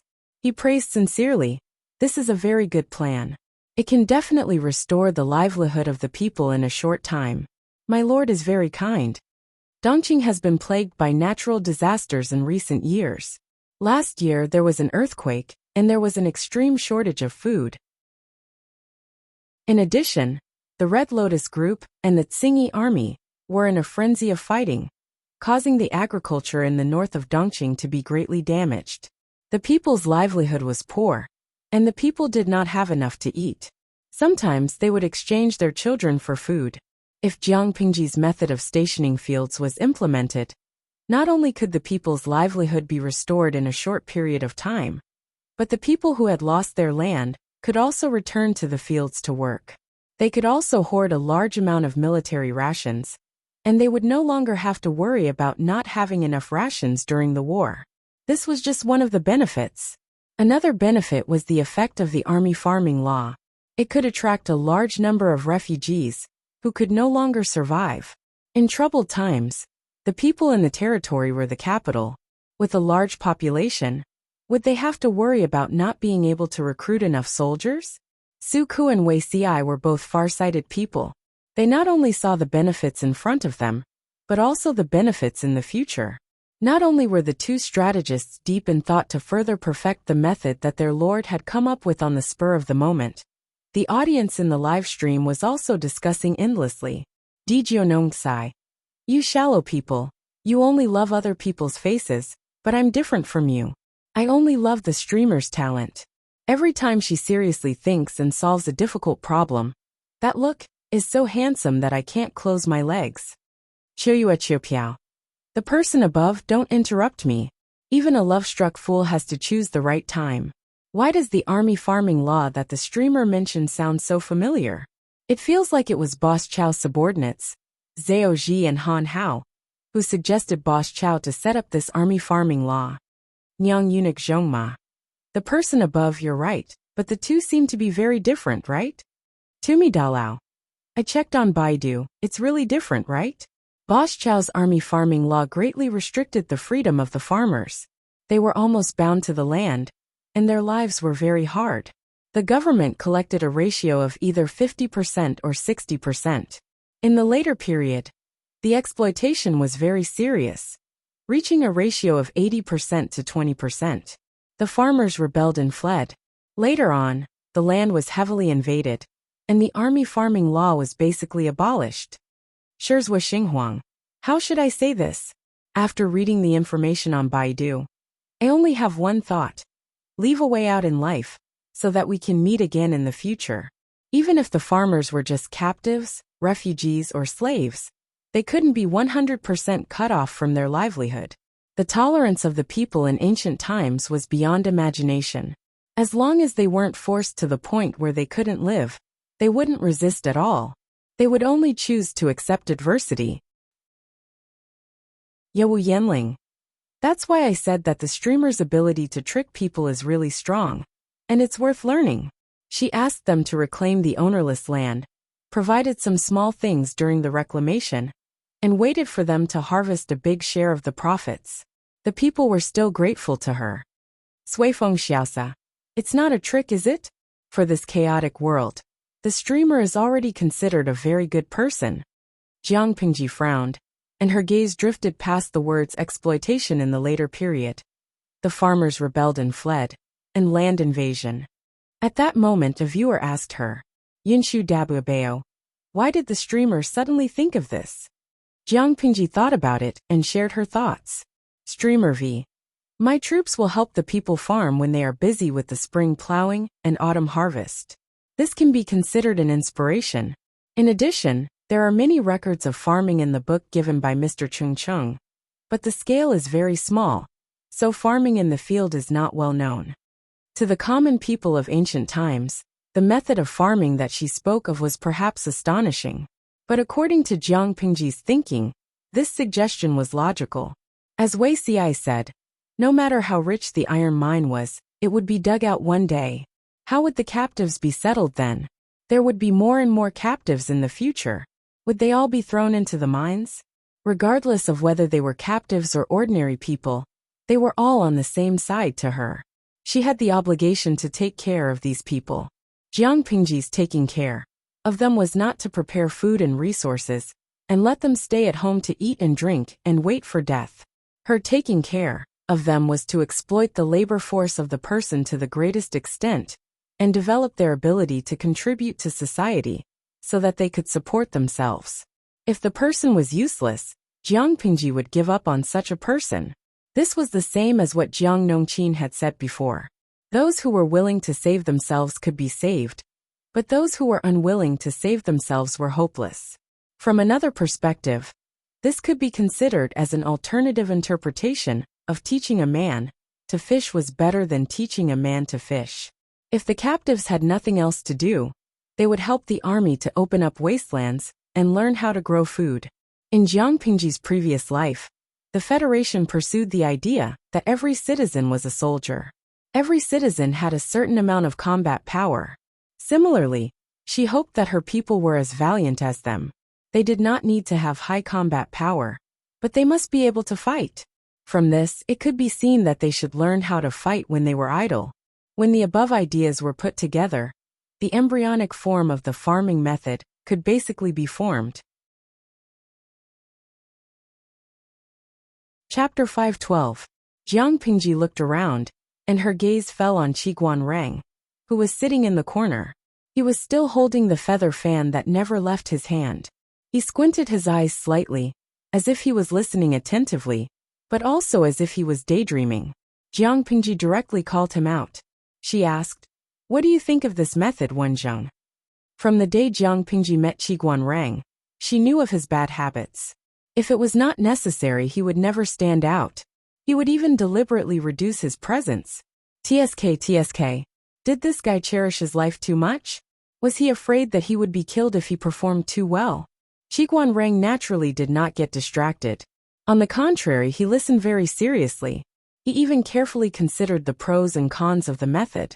Obviously, the implementation of this method today definitely had more pros than cons. However, after a long time, it was hard to say. The land belonged to the government, and the proportion of taxes was completely decided by Jiang Pingji alone. To put it blasphemously, if she was no longer in this world, and her successor had a bad temperament, what if he recklessly increased the proportion of taxes? This was one of the reasons. The other was the aristocratic families. They had absolute wealth and power. Even if the people found a way to buy their own land, could they keep this family business? Not to mention the distant past. Now that Dongqing's land annexation was serious, how many people sold their land under the coercion of others and became tenant farmers? A bloody lesson was in front of them. However, even though he thought of this, Qiguan Rang did not want to bring it up at this time, because there was not much meaning in bringing it up. The Lord needed to become stronger in a short period of time. The people also needed to recover from the heavy blows as soon as possible and live a stable and prosperous life. The drawbacks of the method would only be revealed in the later stages. He had not even learned to crawl. What was the point of thinking about things after running? Jiang Pingji did not give him the opportunity. She said, "If you have anything on your mind, just say it. I won't laugh at you. You don't have to hide it from me. Just say whatever you have on your mind. If you can't come up with anything, don't even think about taking a break when you go back." The corners of Qiguan Rang's mouth twitched slightly. After a while he spoke of his previous thoughts.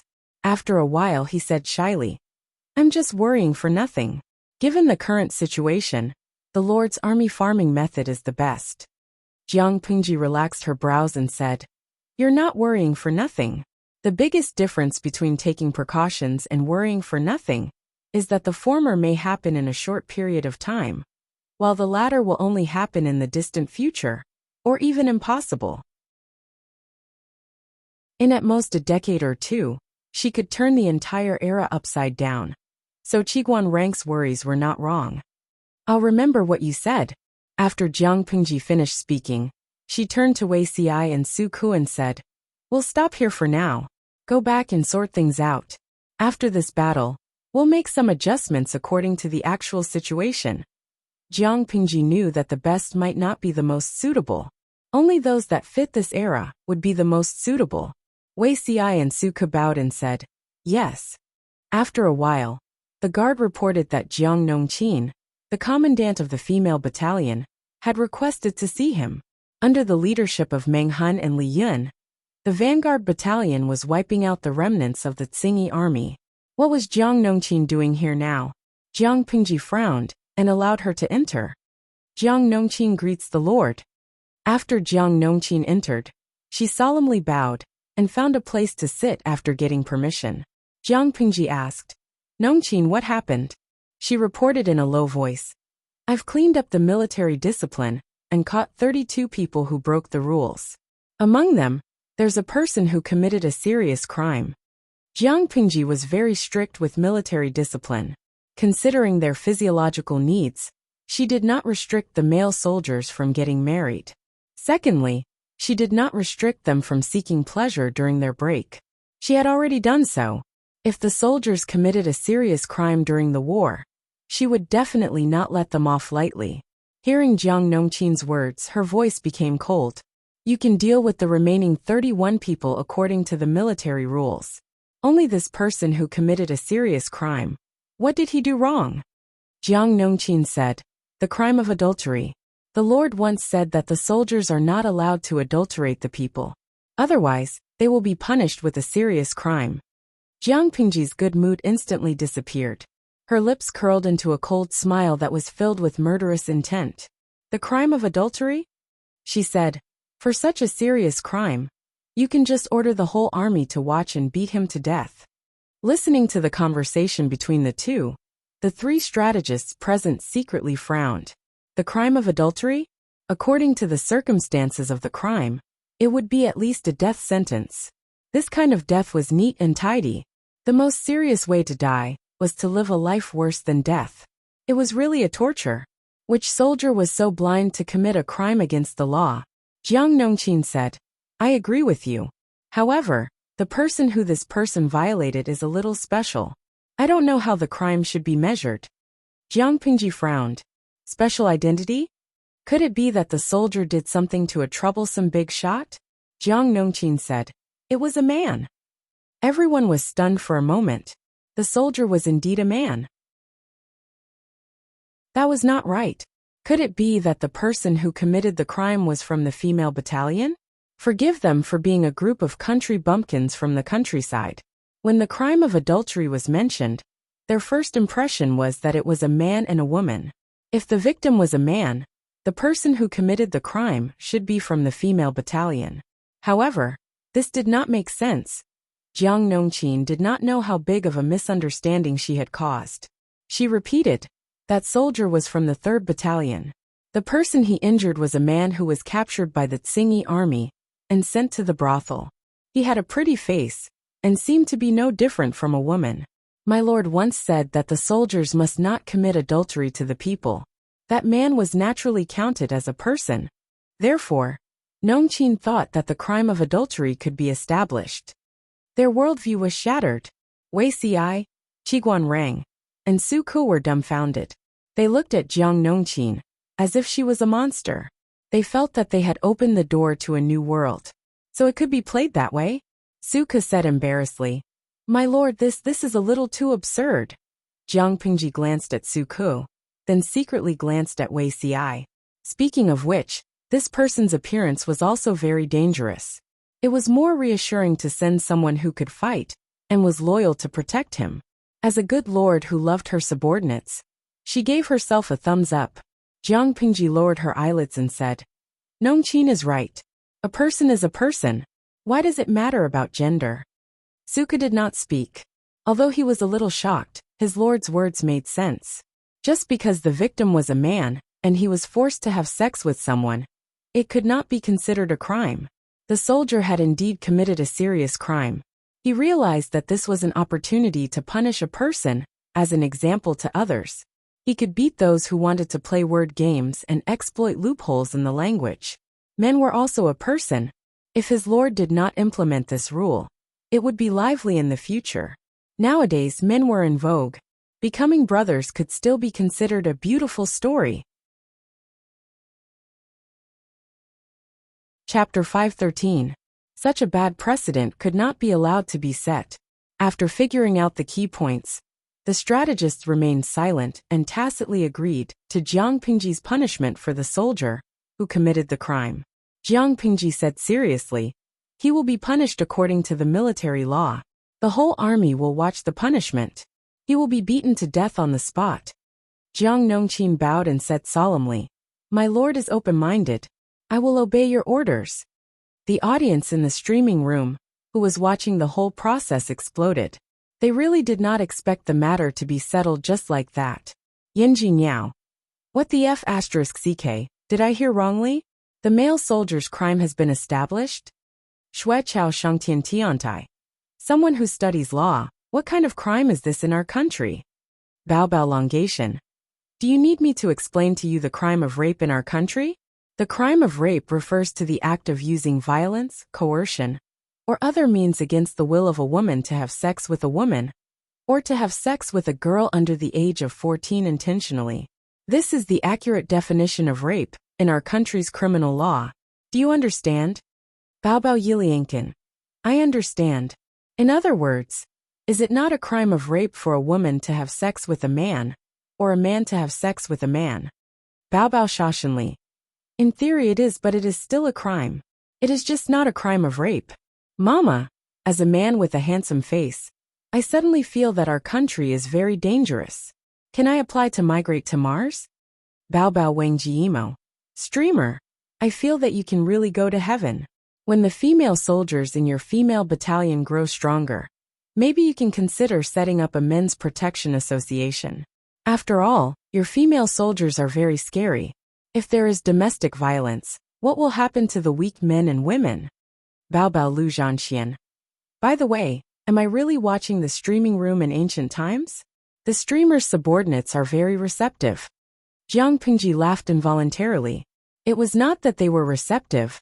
It was obviously to prevent any loopholes in the language. Nowadays, men were prevalent in the world. The soldiers were ordered not to lay hands on civilian women.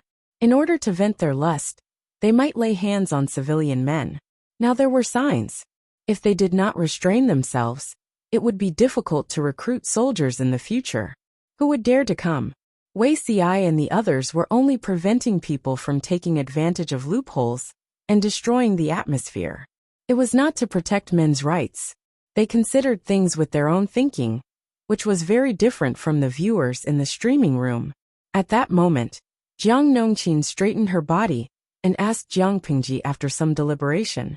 Does the Lord still remember a recruit named Dian Yan? Dian Yan? Everyone present was no stranger to this name. After all, Dian Yan was either staying in the military camp or temporarily staying at Wei Si's house. Jiang Pingji said, Of course I remember. I even told Han Mei that if Dian Yan completes his recruit training, he can be transferred to my side. After Wei Si heard this, he secretly glanced at his lord and sighed to himself that the fate between his lord and Dian Yan was indeed destined. What's the matter with the recruit? She asked. Jiang Nongqin told him what she saw. She said, The soldier who committed a serious crime was caught by this person. When I saw him, I saw dozens of human heads hanging on his shoulders and waist. He was very brave. I think this person is a promising talent. Jiang Pingji's fingers tapped on the table. She originally wanted to wait for Dian Yan's training to end before transferring him to her side and nurturing him. This person was born to be a general. If he was properly nurtured, he would definitely become a talent. Now that he had made a name for himself on the battlefield, it was indeed time to promote him. Thinking of this, Jiang Pingji said, I'll remember this. Conquering Chang'an district required people everywhere. Dian Yan came forward himself. If she did not get a strong man to work for him, it would be a disgrace to her nickname of Jiang Bapi. Although there was a general idea of the army farming strategy, it was not easy to carry it out. Jiang Pingji planned to throw this matter to Li Yun, Dian Yan, and Su Ke. Li Yun had experience in reclaiming wasteland and was more familiar with farming. Dian Yan and Su Ke assisted him. While they were discussing, the sound of powerful footsteps came from outside the door. Jiang Pingji knew who they were. Wasn't it Meng Han and Li Yin? My lord, I have failed in my mission. I did not capture all the leaders of the Tsingy army who escaped. Meng Han apologized. Li Yin also looked ashamed. They sent people to chase after them, but they were not as familiar with the terrain as the Tsingy army. Many of the leaders escaped. Wei Si glanced at Jiang Pingji. Her expression was very calm. He could not tell whether she was happy or angry. He asked Meng Han, Officer Meng, do you know which direction those thieves ran to? Meng Han thought for a while and said, It should be the southwest. The southwest. Wei Si frowned. Su Ke and Qiguan Rank's expressions changed slightly. It seems that we won't be able to rest for a while. The southwest was Malan district, which was also the territory of the Tsingy army. Now that they had taken over Chang'an district and Xiangyang district, it was equivalent to the two districts separating Malan district in the southwest and Jiaoping district in the northeast. It made it difficult for the Tsingy army in Fengyi County to look around. They were unable to gather their troops in one place. It was very easy to break through. There were a total of 4 districts in Fengyi County. With Chang'an district as the center, Malan district was in the southwest and Jiaoping district was in the northeast. Xiangyang district, which was owned by Jiang Pingji, bordered these 2 districts. It was located in the southeast of Chang'an district. From the map, it directly cut off the Tsingy army in Fengyi County. Regardless of strategy or deployment, the Tsingy army had the motive to attack Chang'an district or Xiangyang district. If they attacked Chang'an district, it was equivalent to returning to the original state. However, Chang'an district had been ravaged by the Tsingy army for a whole winter. There was not much to be gained. Instead of attacking the dilapidated Chang'an district, it was better to gather their troops and attack Xiangyang district. Xiangyang district was the largest district among the 4 districts in Fengyi County. Now that Jiang Pingji had governed it in an orderly manner, the people were rich and the products were abundant. How could the Tsingy army not be envious? Taking advantage of the opportunity when the main force was still in Chang'an district, it was very likely that they would launch a sneak attack on the weaker Xiangyang district. Su Ke asked, My lord, are we sending troops back to assist now? Jiang Pingji suddenly sneered and said, Why should we send troops back to assist Xiangyang district? We left quite a number of troops there. The siege equipment used for defense is also very sufficient. With Huaiyu and Luoyue guarding it, what do you think the possibility of losing the city is? Qiguan Rang tapped his feather fan leisurely and said, My lord, are you thinking of giving them a taste of their own medicine? Jiang Pingji squinted her eyes. Some malicious glint flashed in her eyes. If Jiaoping District and Maolin District really send troops to attack Xiangyang District, we'll go all the way. We'll directly split up our troops and destroy their lair. Everyone was speechless. That's amazing, my lord. Wuxia chuckled helplessly. It seemed that he really could not restrict her from going to the battlefield in the future. Seeing that she had nowhere to vent her anger, the Tsingy army became her punching bag. Her idea was quite good, but it was more conservative. She could only launch a sneak attack on either Jiaoping District or Maolin District. In order not to be obstructed by the strategists, she stubbornly chose to split up her troops to attack the city. The troops would be split into two. She would lead one group to launch a sneak attack, while the others would go to the other group to launch a sneak attack. Chapter 514. As it turned out, Wuxia knew Jiang Pingji's temper quite well. It was as he had predicted. Send scouts to observe the movements of the Tsingy army in Jiaoping District and Maolin District. Report to me immediately if there are signs of sending troops. Jiang Pingji squinted her eyes. She originally wanted to gradually encroach on the 4 districts of Fengyi County, step by step, steadily and surely. However, the Tsingy army courted death and gave her such an opportunity. As long as they dared to attack Xiangyang District, she dared to make them lose their nest. Yes, Meng Hun accepted the order. I will obey. Most of the scouts were in the vanguard battalion. This task naturally fell to him. Suka said, My lord, we don't have enough troops now. If we split our troops to attack Maolin District and Jiaoping District, I'm afraid we won't be able to do it. After he finished speaking, he secretly glanced at Qiguan Rang and Wuxia, hoping that they would come forward to persuade their lord. However, Qiguan Rang also liked to take risks. Jiang Pingji's unconventional way of sending troops was more to his liking. As for Wuxia, he knew that it was not easy to persuade his lord. If he dared to dissuade her this time, she would stir up more trouble next time. If the Tsingy army wanted to attack Xiangyang District, based on the previous battle situation, they would definitely mobilize a lot of manpower. When Jiang Pingji first came to Xiangyang District, the Tsingy army had 10,000 men stationed there. Didn't they still get wiped out by her? Therefore, if they went to Xiangyang District, they would just be sending themselves to die. They were not a threat at all. If they wanted to see the hope of breaking through Xiangyang District, they would have to mobilize most of their troops. The Tsingy army's rear would definitely be weak. It was not impossible to occupy Jiaoping District and Maolin District at the same time, but it required courage and strong judgment. Suka saw that they refused to speak, and immediately understood their intentions. He could only sigh faintly. He could not do anything alone. It was impossible to change his lord's decision. Jiang Pingji sat on the seat of honor and said, This matter is temporarily settled. If the Tsingy army in Jiaoping District and Maolin District sends troops, we will send troops to destroy their nest. If they know their place, we will allow them to be free and unfettered for a while. Whether to mobilize troops again depended on the actions of the Tsingy army. Currently, Jiang Pingji was still facing the reconstruction of Chang'an District. Because of the experience of Xiangyang District, it was not difficult to rebuild Chang'an District. However, there were still many problems in front of her.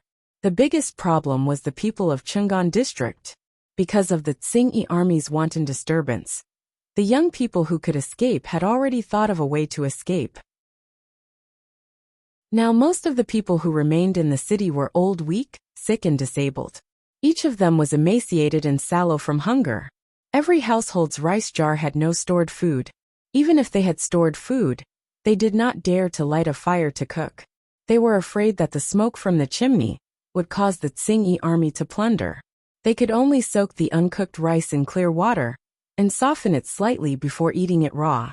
Hearing the news from Suku and the others, Jiang Pingji's slightly cheerful mood became heavy. How many people are there? Jiang Pingji asked. It is estimated that there will be no more than 3,000 people, Suku replied. What was more serious was that the 2,000 people were physically weak due to the long-term lack of salt intake. Even if Jiang Pingji provided them with food, not many of them could be used as effective labor force. In this way, The situation in Chungan district was much worse than that in Xiangyang district. Now that they haven't figured out the movements of the Tsingyi army in Jiaoping district and Malan district, they can't easily mobilize their troops, in case they can't return in time to help. Jiang Pingji said, "I'll go and take a look myself." In another place, 31 troops who broke the law were punished. Fortunately, the circumstances were not very serious. They were just taught a harsh lesson. According to the military camp's rules, the only remaining soldier had to be beaten to death in front of at least one battalion of troops to serve as a warning to others. The person who carried out the punishment was Jiang Nongqin. The soldier was tied up and sent to the military training ground that was temporarily cleared. Jiang Nongqin read out the soldier's crime with a cold expression. All the troops were in an uproar. They had only heard that raping a woman was a crime, but they had never heard that raping a man would also be punished according to military law. However, the military law clearly stated that one could not rape a commoner. The victim was a commoner, so naturally, the soldier had broken the military law. Of course, the soldiers didn't say anything about the verdict, but they were still doubtful and opposed it in their hearts. The man was originally a member of the Tsingyi army's brothel. Was it considered a violation of military law to touch him? It couldn't be, right? However, they didn't dare to voice out their doubts. Instead, they silently remembered it in their hearts, in case they accidentally stepped on a mine in the future. According to military law, he'll be beaten to death. Jiang Nongqin read out coldly. Execute. There were a total of 4 people executing. 2 female soldiers held the soldier's left and right shoulders to prevent him from moving and escaping. The other 2 female soldiers held rods in their hands and beat him to death. Naturally, the soldier refused to accept his fate. He used all kinds of methods and strength in an attempt to break free. The veins on his face bulged and his face turned red. He looked extremely ferocious, and his eyeballs even looked like they were about to pop out of their sockets.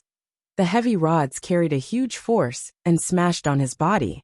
It was so painful that his internal organs were about to shift positions. However, his mouth was blocked. Even if he had a stomach full of resentment, he couldn't shout out. Very soon, a metallic smell gushed out of his mouth. That day, the wind was not noisy.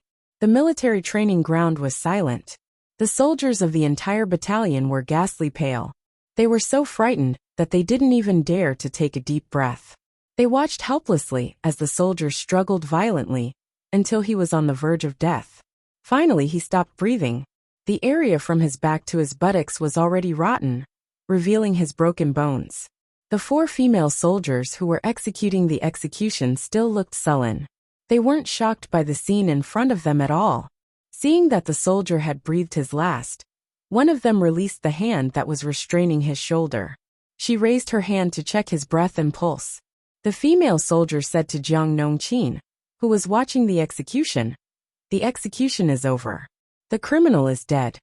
Jiang Nongqin waved her hand. "Keep this person's corpse. It's the last mercy." She was punishing the chicken to warn the monkeys, and to warn the impetuous soldiers. This was the consequence of violating the military order. Since then, the atmosphere in the military camp was solemn. They were always talking about the military rules, for fear that they would follow in the footsteps of others. Of course, there was another benefit besides that. When the soldiers of the male battalion saw the female soldiers of the female battalion, who dared to flirt with them, when they saw them on the road, their legs turned to jelly. They wished they could walk around them. The food that Jiang Pingji brought was very sufficient. Su Ke and a few others were busy sorting out the paperwork of the district headquarters of Chungan district. Meng Hun and a few others led 2 battalions of soldiers to slightly repair the damaged city walls and gates. Jiang Nongqin led the remaining people to set up porridge stalls everywhere. After about 3 or 4 days, a few uninvited guests came to Malan district and Jiaoping district. "General, our General Tsangtian died tragically. You have to avenge him." After experiencing a life and death escape for 3 or 4 days, how could the leaders of the Tsingyi army, who had lived like princes for more than half a year, bear it? Each of them was battered and exhausted. Their clothes were ragged. When they recalled the past few days, they felt that their mouths were full of bitterness. Chapter 515. Jiaoping District. Don't worry. Speak slowly. You're a man. Why are you crying? You're so girly. The leader of the Tsingyi army in Jiaoping District called himself General Ping Tian. He was one of the leaders of the Tsingyi army. When he received a message from a soldier saying that there were companions from Chungan District outside the district, and they kept repeating the news of General Tsangtian's death, he was horrified. He quickly asked his men to welcome the members of the Tsingyi army.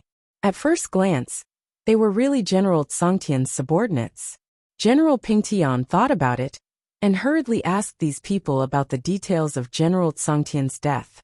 Who would have thought that as soon as he opened his mouth, these people were already crying their eyes out. Their faces were smeared with snot and tears. In addition, they hadn't washed themselves for many days, so their faces were stained with something. They looked very dirty and pathetic, and anyone who saw them would feel disgusted. General Tsangtian was killed by a group of people. They even snatched Chungan District and swaggered in. They drove our brothers out. General Tsangtian died unjustly. The crying leader of the Tsingyi army was the subordinate who had previously flattered General Tsangtian.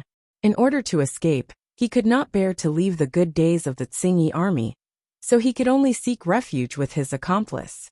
Has Chungan District been breached?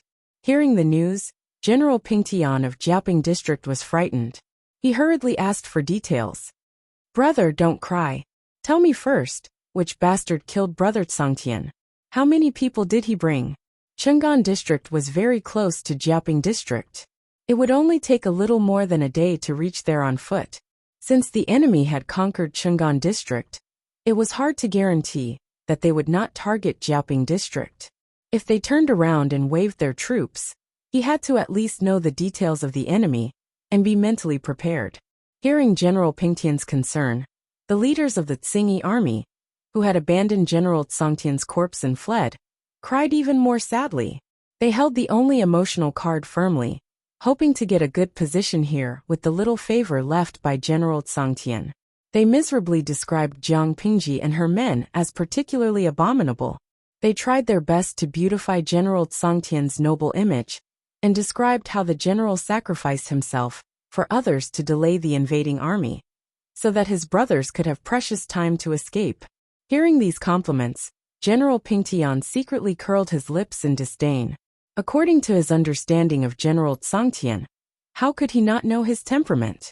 If he could abandon his subordinates in exchange for his own life, he would definitely do it by hook or by crook. How could he sacrifice himself for others? However, it was not appropriate for him to say this out loud. He also revealed a rather moved and sad expression, matching the other party's acting skills.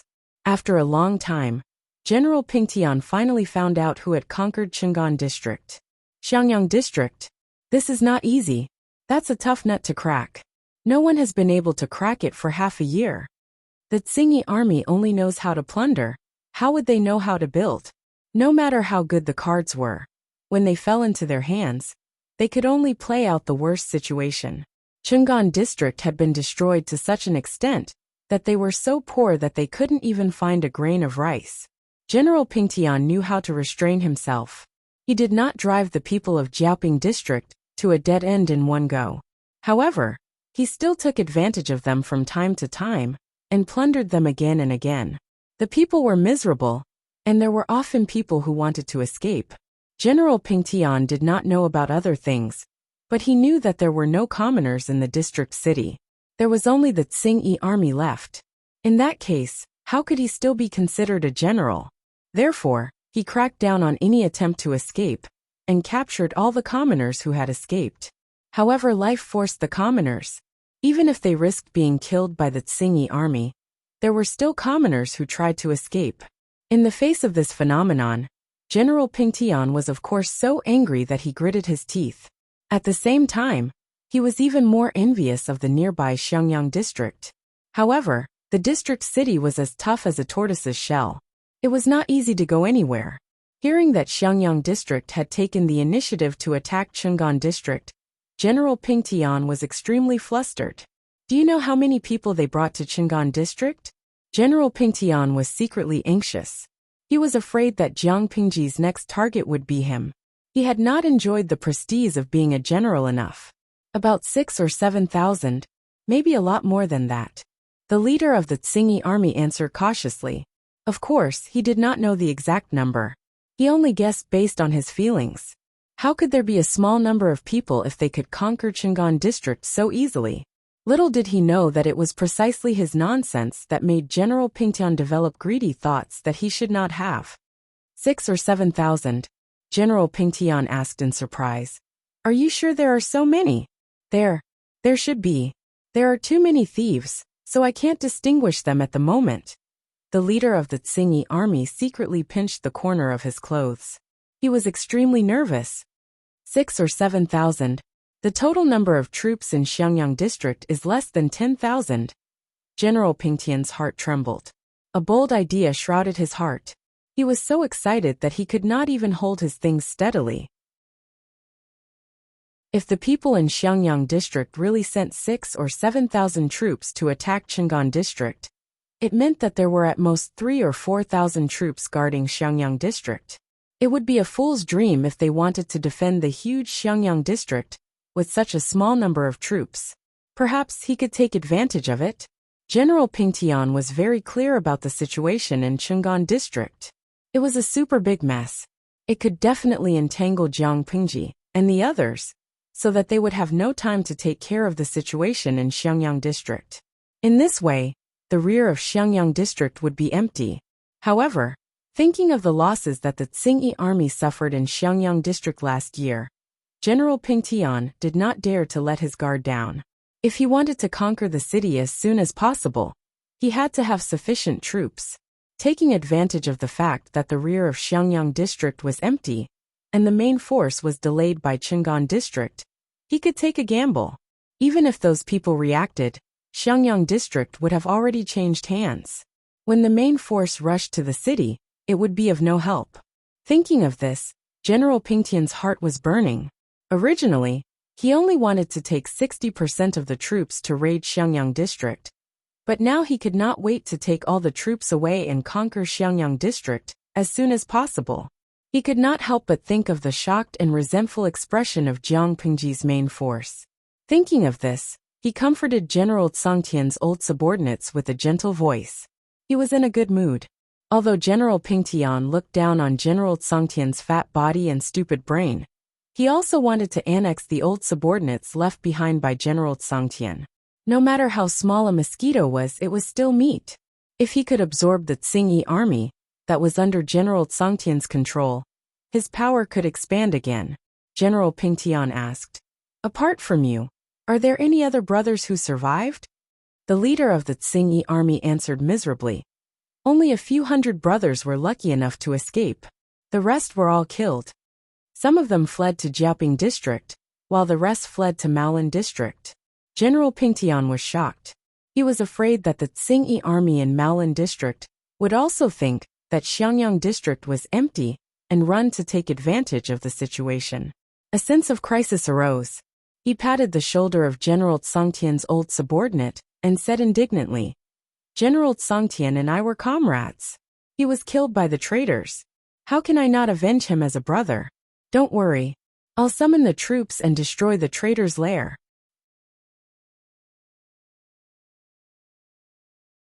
Chapter 516.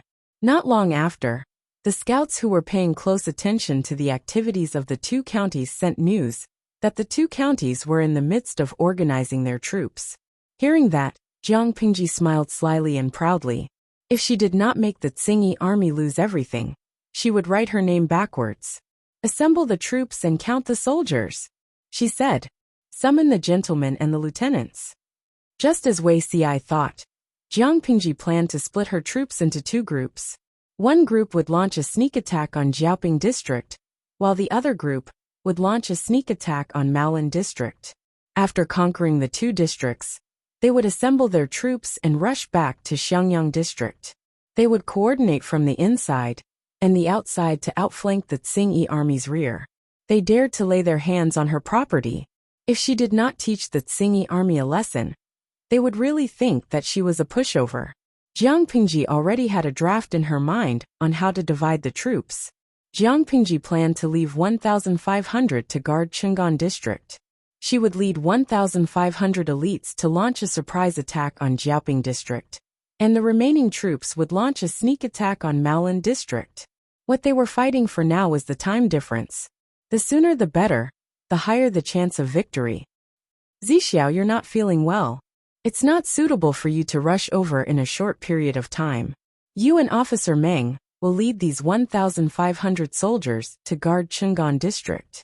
The damaged city gate had already been partially repaired, and together with the city defense equipment, it should be able to resist for a period of time. Wenzheng and I will attack Jiaoping district. Han Mei, Nongqin, and Xiaoyu will lead the remaining soldiers to attack Maolin district. We must conquer it as soon as possible. Wei Xi secretly cried and laughed. She had indeed chosen Qiguan Rang. Qiguan Rang would not stop her from having fun at all. But he had no choice but to accept the order along with the others. Jiang Pingji said decisively, "We'll set off after nightfall." It was hard to guarantee that no enemy scouts would discover their intentions during the 100-day march, but it was much safer at night. At the same time, far away in Xiangyang district, Feng Jin was still wandering in the sea of documents. Feng Jin's recent daily life could be summed up in 11 words. Very busy, extremely busy, super busy. Everyone's work pressure was piled on him, and he said that he should spend more time with his wife. It was all a lie. How busy were they exactly? Ever since the army set off for war, he had not stepped foot into his house. Currently, there were only 4,000 soldiers left in Xiangyang district.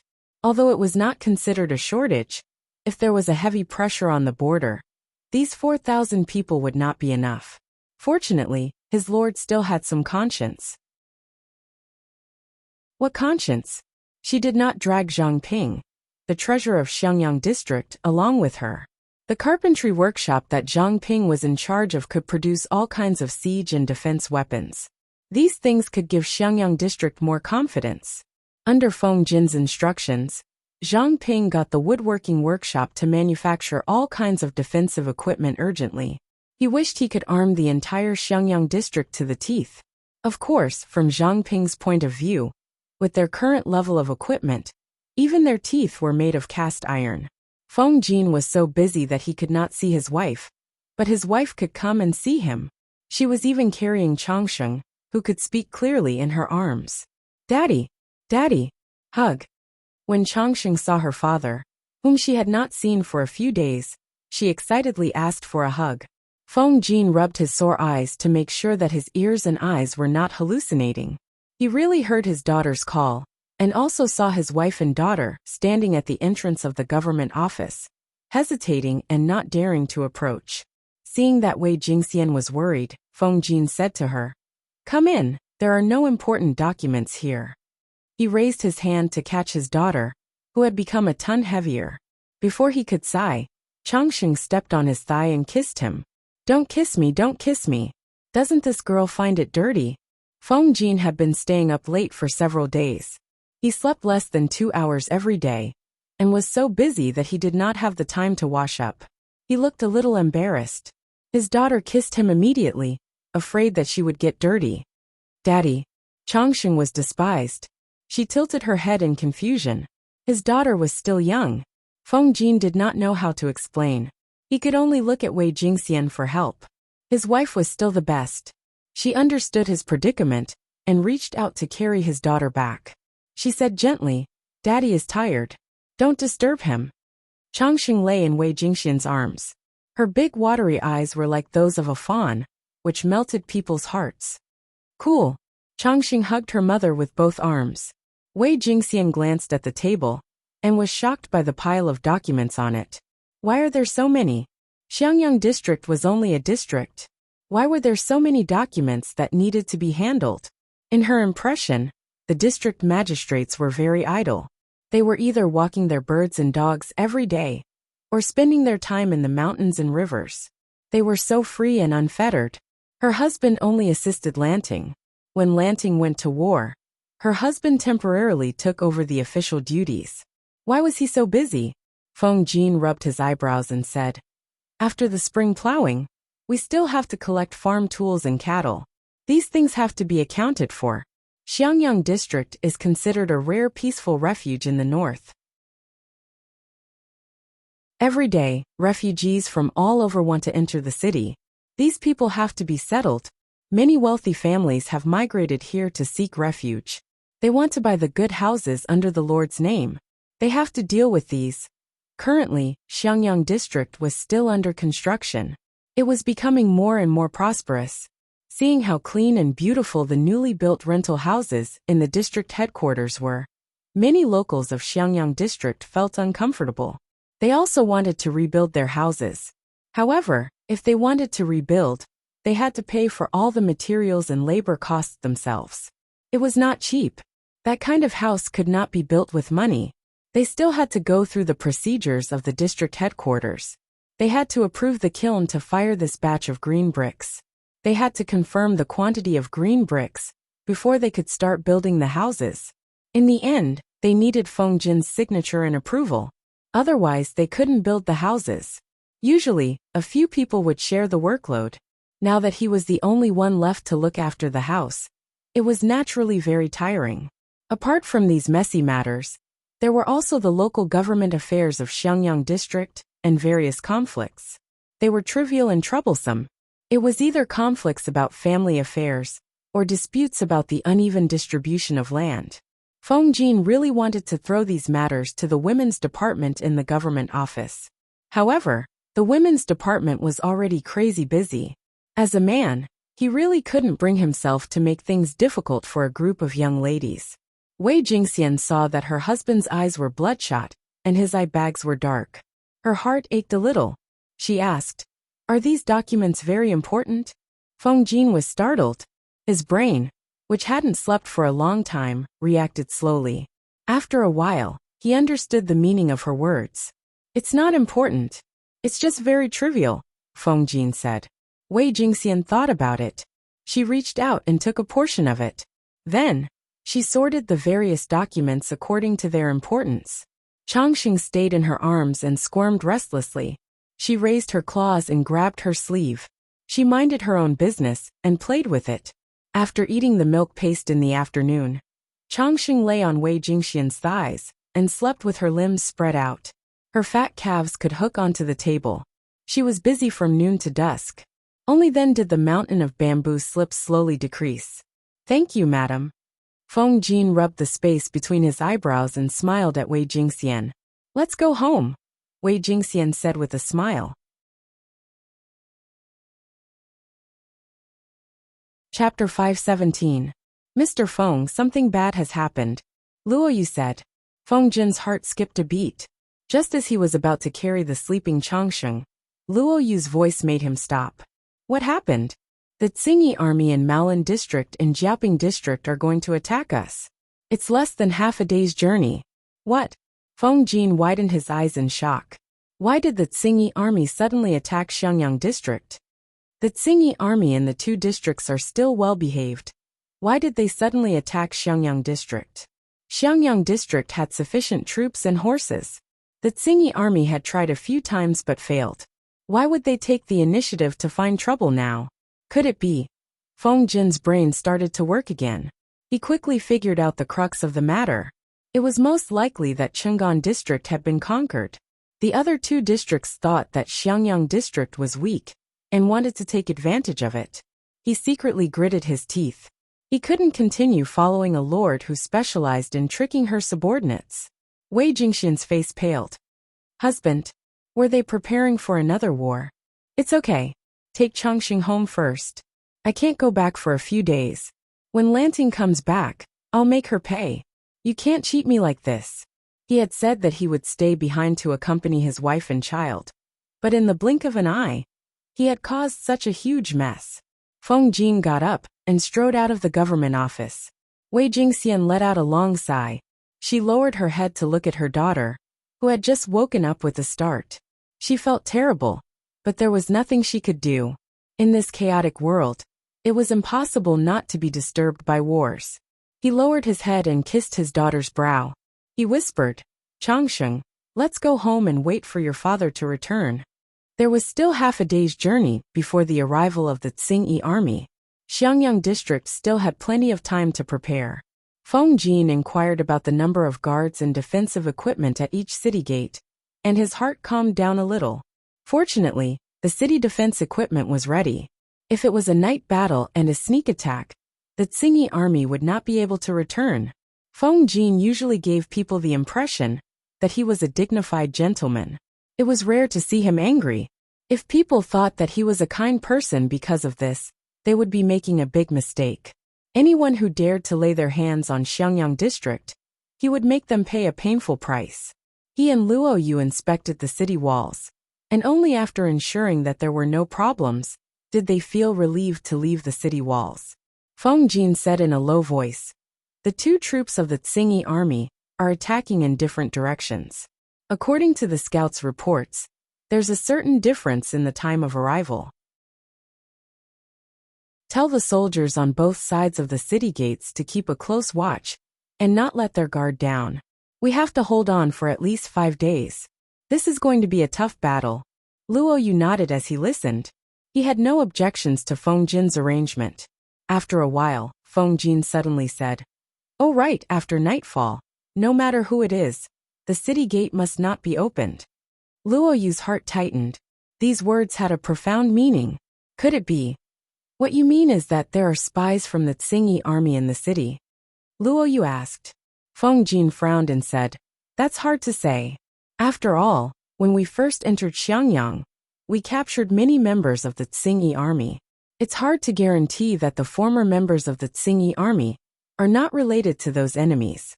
It's always better to be cautious." Luo Yu looked indifferent on the surface, but he remembered these words in his heart.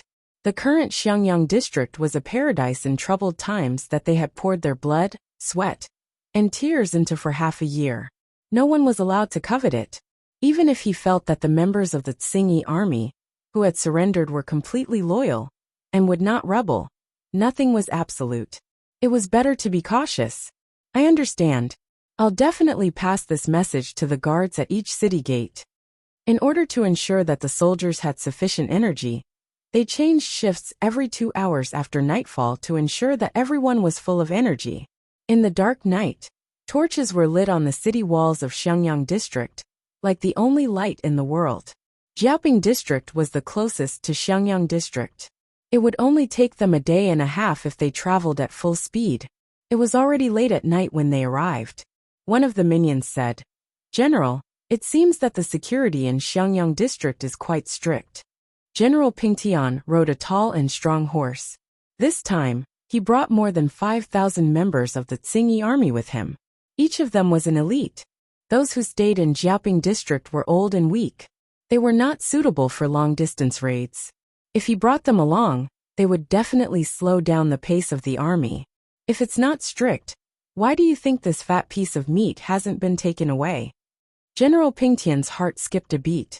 He said coldly, "I've sent people to investigate the situation in Xiangyang district in the past. The guards are 2 to 3 times weaker than they are now. Now that they're so solemn, it's obvious that they're not confident.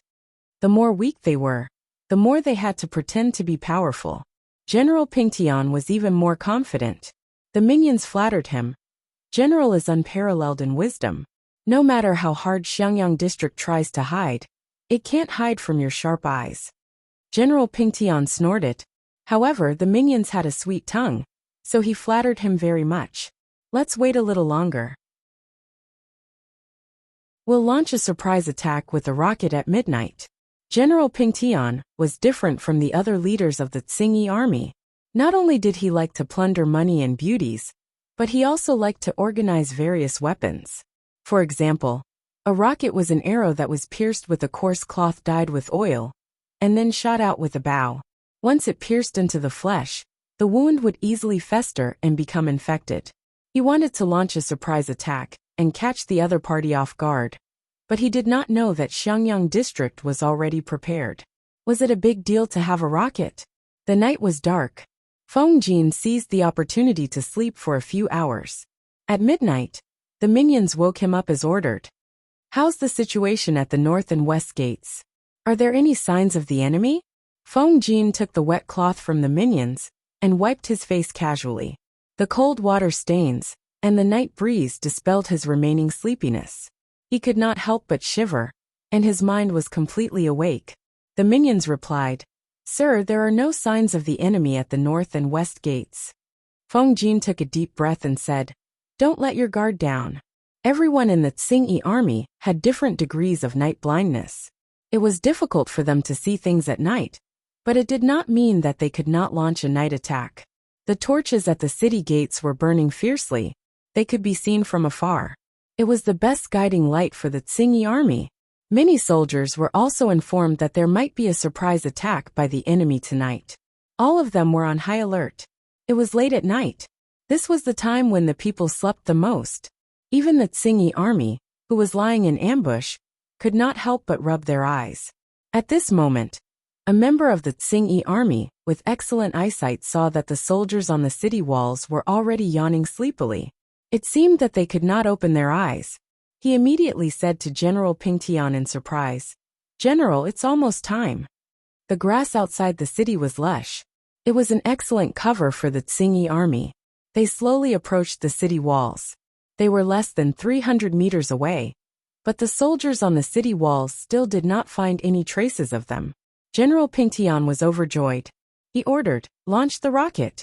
Because the shooting range was not enough, the archers needed to move forward further.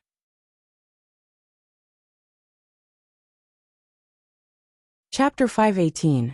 The archers of the Tsingyi army crouched down and passed through the dense grass. They were getting closer and closer. General Pingtian's heart was in his throat. The distance between them was gradually shortened from more than 300 meters, 250 meters, 200 meters, 150 meters.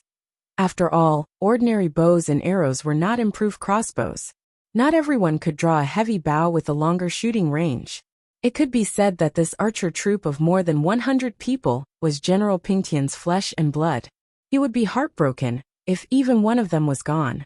As they got closer and closer, General Pingtian felt that the atmosphere was getting more and more solemn. He commanded the Tsingyi army to move forward slowly. The night became their best camouflage. The Xiangyang district seemed to be within their reach. Finally, the archers entered the shooting range. One by one, they took out their bows and arrows from the quiver at their waists. The arrowheads had been wrapped in a layer of coarse cloth that was stained with oil. They only needed to use a flint or a match to ignite it, and it would be instantly ignited. It would pierce into one's flesh and cause great damage. The sound of flint rubbing against each other was heard. Some sparks splashed on it, and a cluster of flames appeared. General Pingtian stared fixedly at the soldiers on the city wall. He was still yawning sleepily.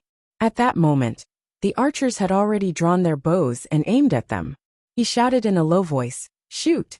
However, a second before the archers released their bowstrings, the soldiers who were yawning lazily suddenly squatted down and hid under the battlements. Black shields rose from under the battlements, and the arrows pierced directly into the shields. General Pingtian widened his eyes in astonishment. "What's going on? What's going on? They've already discovered it. They're just cooperating with you." The shields blocked the first wave of arrows. The soldiers hiding under the battlements hurriedly pushed the ballistae to the edge of the city wall. The arrows were already loaded. The ballistae could be used for both sieging and defending a city. According to Jiang Pingji and Zhang Ping's research, they further improved the known ballistae so that 6 heavy bows could be placed on them. They twisted the reel at the back, loaded the arrows, and used the combined force of the heavy bows to shoot special long arrows. The shooting range was 600 steps, and it was extremely lethal. The shaft of the crossbow was made of wood, the head of the spear was made of iron, and the tail of the arrow was made of iron. According to Jiang Pingji's previous experiments, ordinary ladders, giant shields, and wooden curtains could be easily penetrated. It could be said to be as easy as crushing dry weeds and smashing rotten wood. The members of the Tsingyi army were also within shooting range. Wasn't that courting death? The arrows left the bowstring and buzzed incessantly, as if carrying the roar of the crowd. The arrows rained down on the Tsingyi army like the tide. When the shield on the city wall was raised to block the fire arrow, General Pingtian was stunned. The vanguard troops of the Tsingyi army had already carried ladders to the city walls, but they were greeted by tyrannical arrows. The arrows easily penetrated 2 or 3 people's bodies, and blood splattered everywhere. Their bodies tumbled due to the inertia of charging forward, and then they stopped breathing. The enemy was prepared. When General Pingtian realized this, he was extremely shocked. He did not know where the news had leaked out. The soldiers on the city walls were obviously very sleepy. It did not seem fake at all, but reality slapped him hard in the face. After the first wave of arrows rained down, the members of the Tsingyi army who were shot were either dead or no longer had the strength to fight. A strong smell of blood permeated the air. General Pingtian gritted his teeth. He bet that Xiangyang district's defense was weak. As long as they climbed up the city walls, they would definitely win. They must not be scared off. Thinking of this, he roared, "Attack the city!" The ladders were placed on the city walls, so the crossbows could not reach them. The members of the Tsingyi army would die faster if they escaped. No matter how fast they escaped, could they run 600 steps in an instant. In contrast, the city walls were closer to them. All of this was within Feng Jin's expectations. He raised his hand and covered his curled lips with his long sleeve. He also covered the bloodthirsty and fierce glint in his eyes. Prepare the rolling logs and stones. The city walls of Xiangyang district were not too high. The remaining members of the Tsingyi army had already approached the city walls, after leaving 700 to 800 corpses behind. The archers stood in the blind spot of the crossbows and shot. On the other side, members of the Tsingyi army had already climbed up the ladders. The people who climbed up first were hit by the rolling logs and huge stones. They screamed and fell to the ground with a dull thud. Although the members of the Tsingyi army fell miserably like dumplings, there were still people who approached the height of the city walls. Below them, they carried the heavy logs and hit the city gates. Each sound seemed to hit the hearts of everyone. Feng Jin continued to command calmly. Among the troops, there were experienced veterans. Naturally, there were also new recruits who had yet to see blood. They were so nervous that their hands were trembling. However, under Feng Jin's loud and calm command, their trembling hands and rapidly beating hearts gradually calmed down. Their brains could not think of anything else at all. Their bodies followed Feng Jin's command to move the equipment or load the bows and arrows. The wooden shield was very heavy. It required 3 people to hold it together, to be able to stand steadily. It blocked the mini rocket attacks of the members of the Tsingyi army. Load the rocket, Feng Jin continued to command. The troops picked up the improved crossbows and lit the arrows.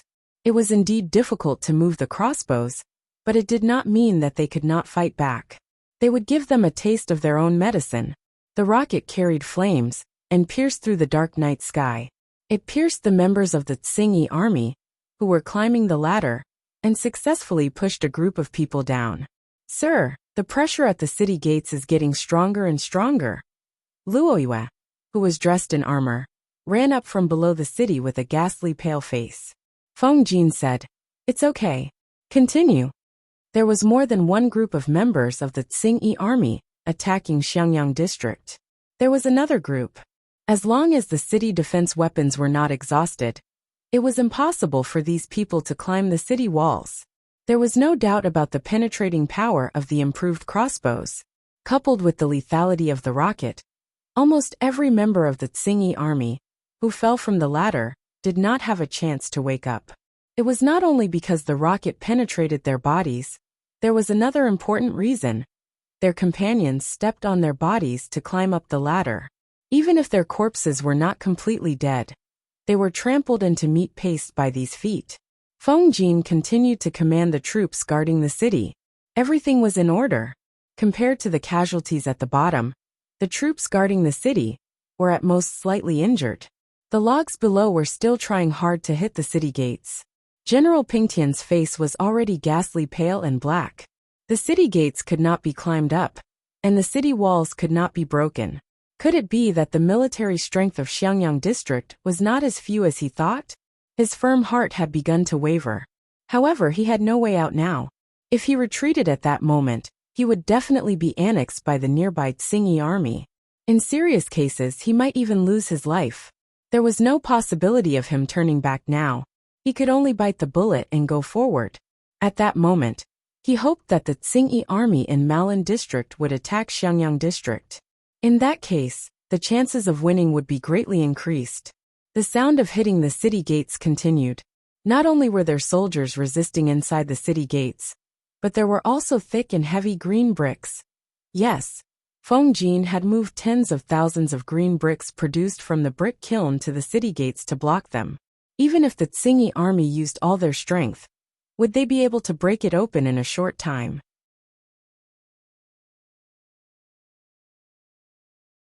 Chapter 519. Shang Guanwan had been living in the district headquarters for a while. Jiang Pingji originally wanted to arrange a 2-level house for her, but she felt that she should not receive a reward without doing anything. She would only receive a reward after she had accumulated a certain amount of experience in the district headquarters. Otherwise, she would be dissatisfied and be criticized by others.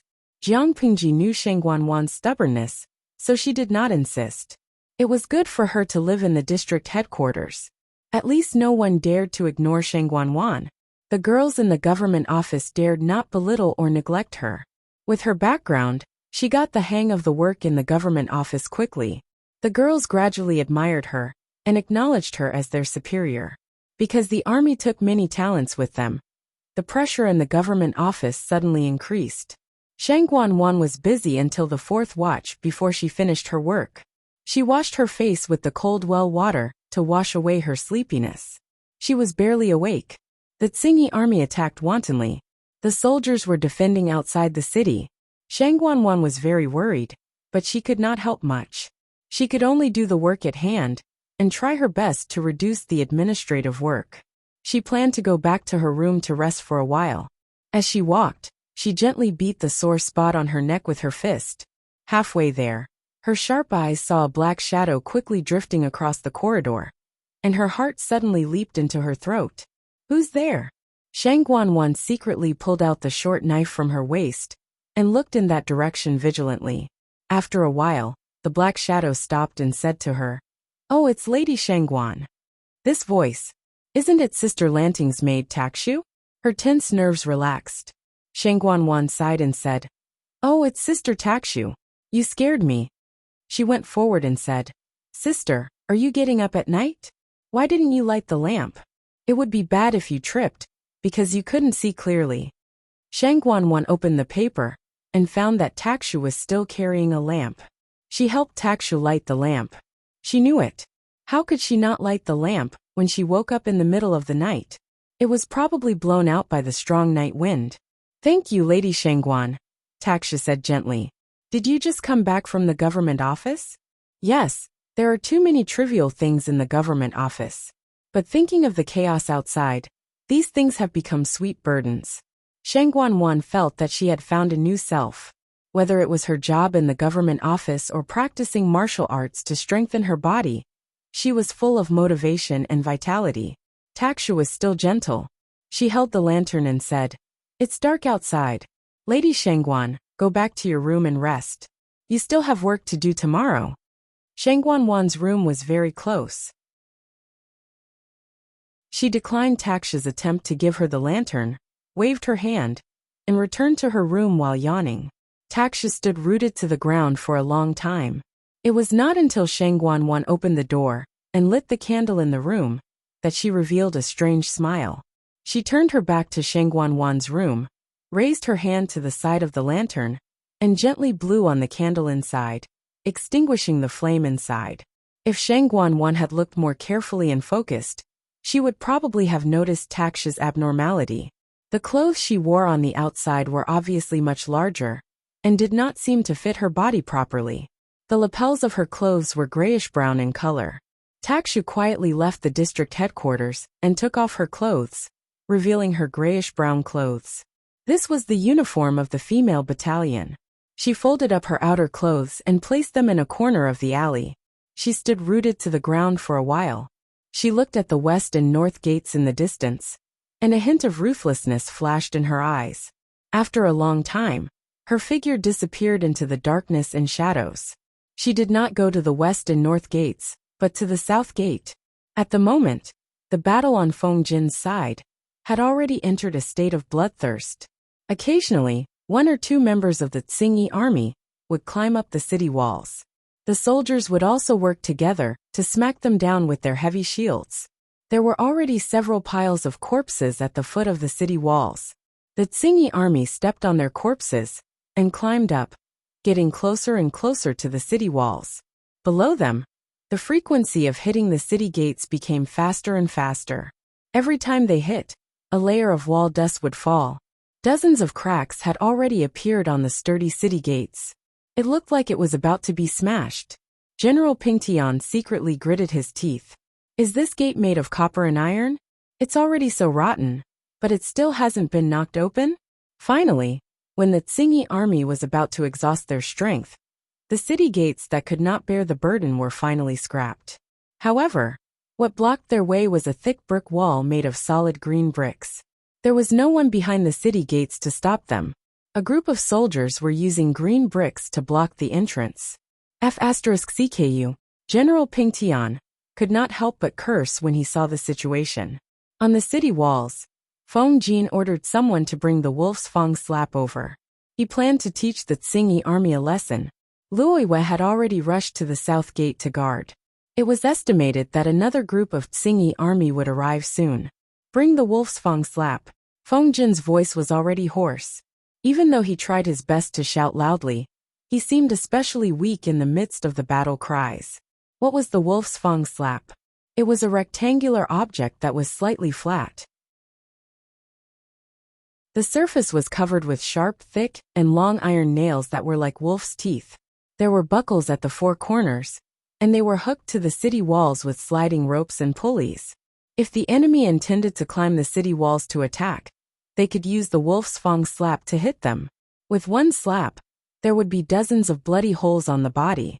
There were still plenty of weapons to defend the city, but the Tsingyi army was already showing signs of defeat. In particular, the Tsingyi army was filled with joy. They spent a lot of effort to break through the city gates, only to discover that the entrance had been blocked by countless neatly arranged green bricks. Breaking through them was no different than breaking through a city wall. That kind of feeling was simply terrible. Initially, they thought that they would be able to attack and take them down very quickly. They never expected the other party to be so well prepared and use all kinds of methods. General Pingtian was stunned. He never knew that defending a city could come up with so many tricks. Now he was in a dilemma. After fighting for nearly 4 hours, the Tsingyi army had lost many men. Occasionally, some soldiers on the city walls were injured due to carelessness. They only had ladders and bows and arrows to attack the city, but the other party had ballistae, improved ballistae, wooden shields and fire arrows. If they were so capable, why were they holed up in the small Xiangyang district? Why couldn't they just go straight to heaven? General Pingtian was so angry that he almost vomited blood. He felt as if he had F***ed countless sows. He originally thought that he was there to F***ck the world, but he didn't expect that he would end up being the one to F***ck the world instead. After a while, the soldiers told Feng Jin that they had used up all the rocks and rolling logs, and there were not enough arrows in the quiver. Feng Jin gritted his teeth as he watched the Tsingyi army gradually climb the city wall. Although they were killed, their numbers had obviously increased. Move the green bricks up. If there were not enough rocks, he would make up for the green bricks. He did not believe that he could not defeat the Tsingyi army. Yes. Elsewhere at the south gate, Luoyue hurried to the south gate and found that there was no special situation there. It was also the soldiers' turn to change shifts. He asked the guards carefully, but he could not calm down.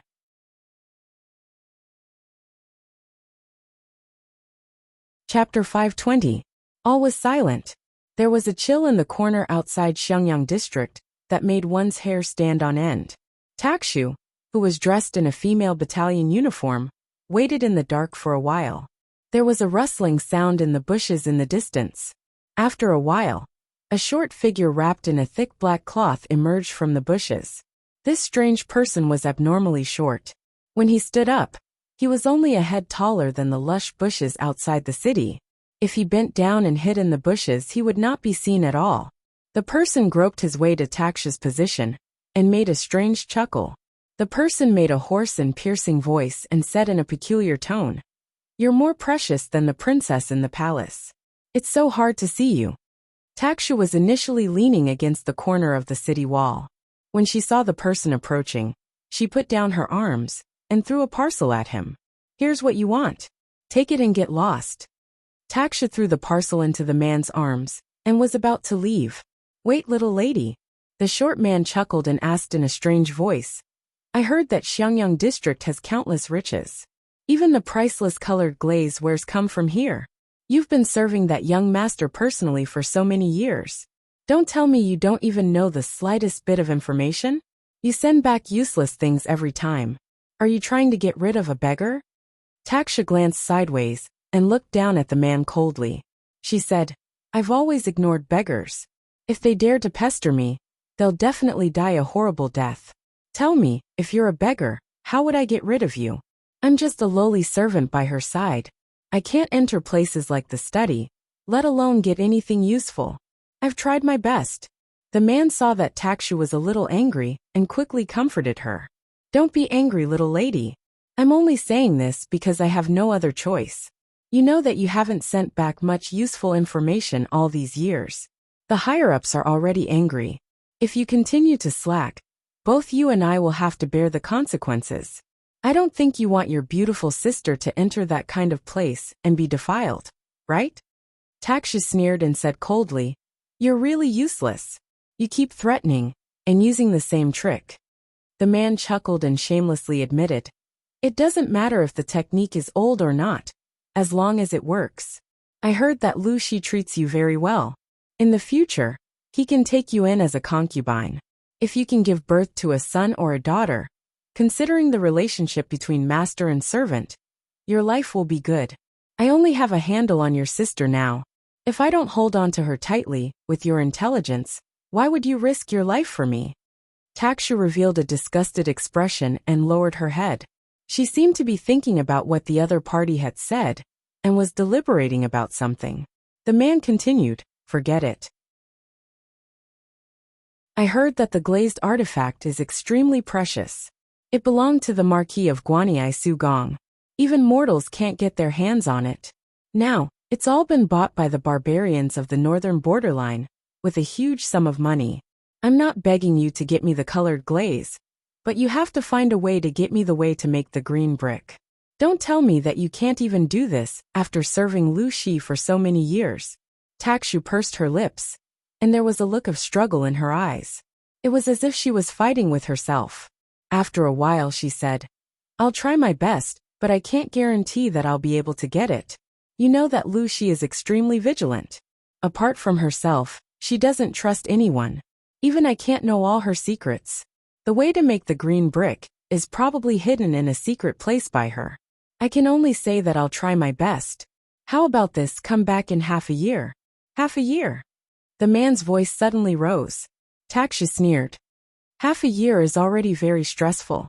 Lu Shi is no longer the young man who can be easily fooled. Now he's as shrewd as an old fox. Even the slightest abnormality will be suspected by her. If I'm exposed, the last pawn that you've placed by her side will be useless. Who will pass on her news to you in the future? Xuanmei has already defected. Don't expect her to be useful." The man hesitated and struggled in his heart. He still felt that half a year was too long.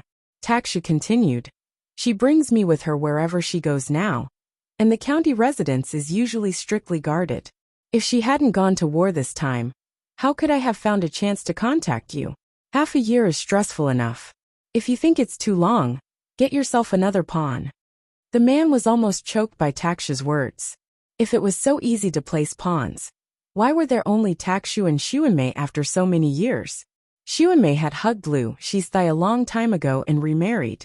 Fortunately, Xuanmei did not know any confidential information. Otherwise, how could she be alive? Taksha was different. She was cruel and merciless, but she had helped them do many confidential things. It was not easy to raise a talent, and it was even more difficult to raise a talent who could avoid Lu Shi's eyes and ears. Although Lu Shi had been depressed for a while because of the death of his beloved wife, he was still very strict with his supervision and cleanliness of the backyard. He had quietly gotten rid of all the spies he had planted.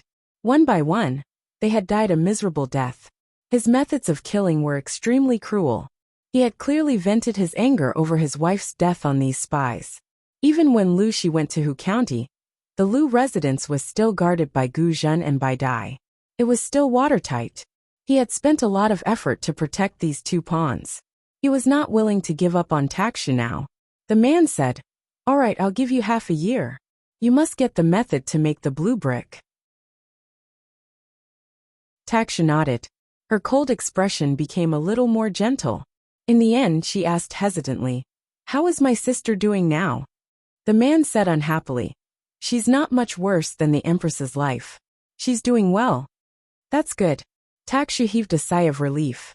Before she left, the man asked again, "Are there really no other daughters in the Lu residence?" Takshu's expression did not change. "No. Isn't the only daughter of a mistress married into the royal family?" The man muttered to himself, and left with the small bag that Takshu had given him. Before he left, he did not forget to remind her. "Takshu, we've known each other for more than 10 years. You and I both know that don't be as silly as Xuanmei. We have to be loyal to our master, so that we can have a good life in the future. Remember, we are the most obedient dogs of our master. We can only bark when she asks us to bark. Otherwise, we'll be barking wildly. That's mad dogs. Don't be won over by Lu Shi." After the man finished speaking, he went back into the bushes. The night wind blew, and the darkness of the night covered Takshu's strange and cold expression. "Who said that I'm loyal to your master or Lu Shi?"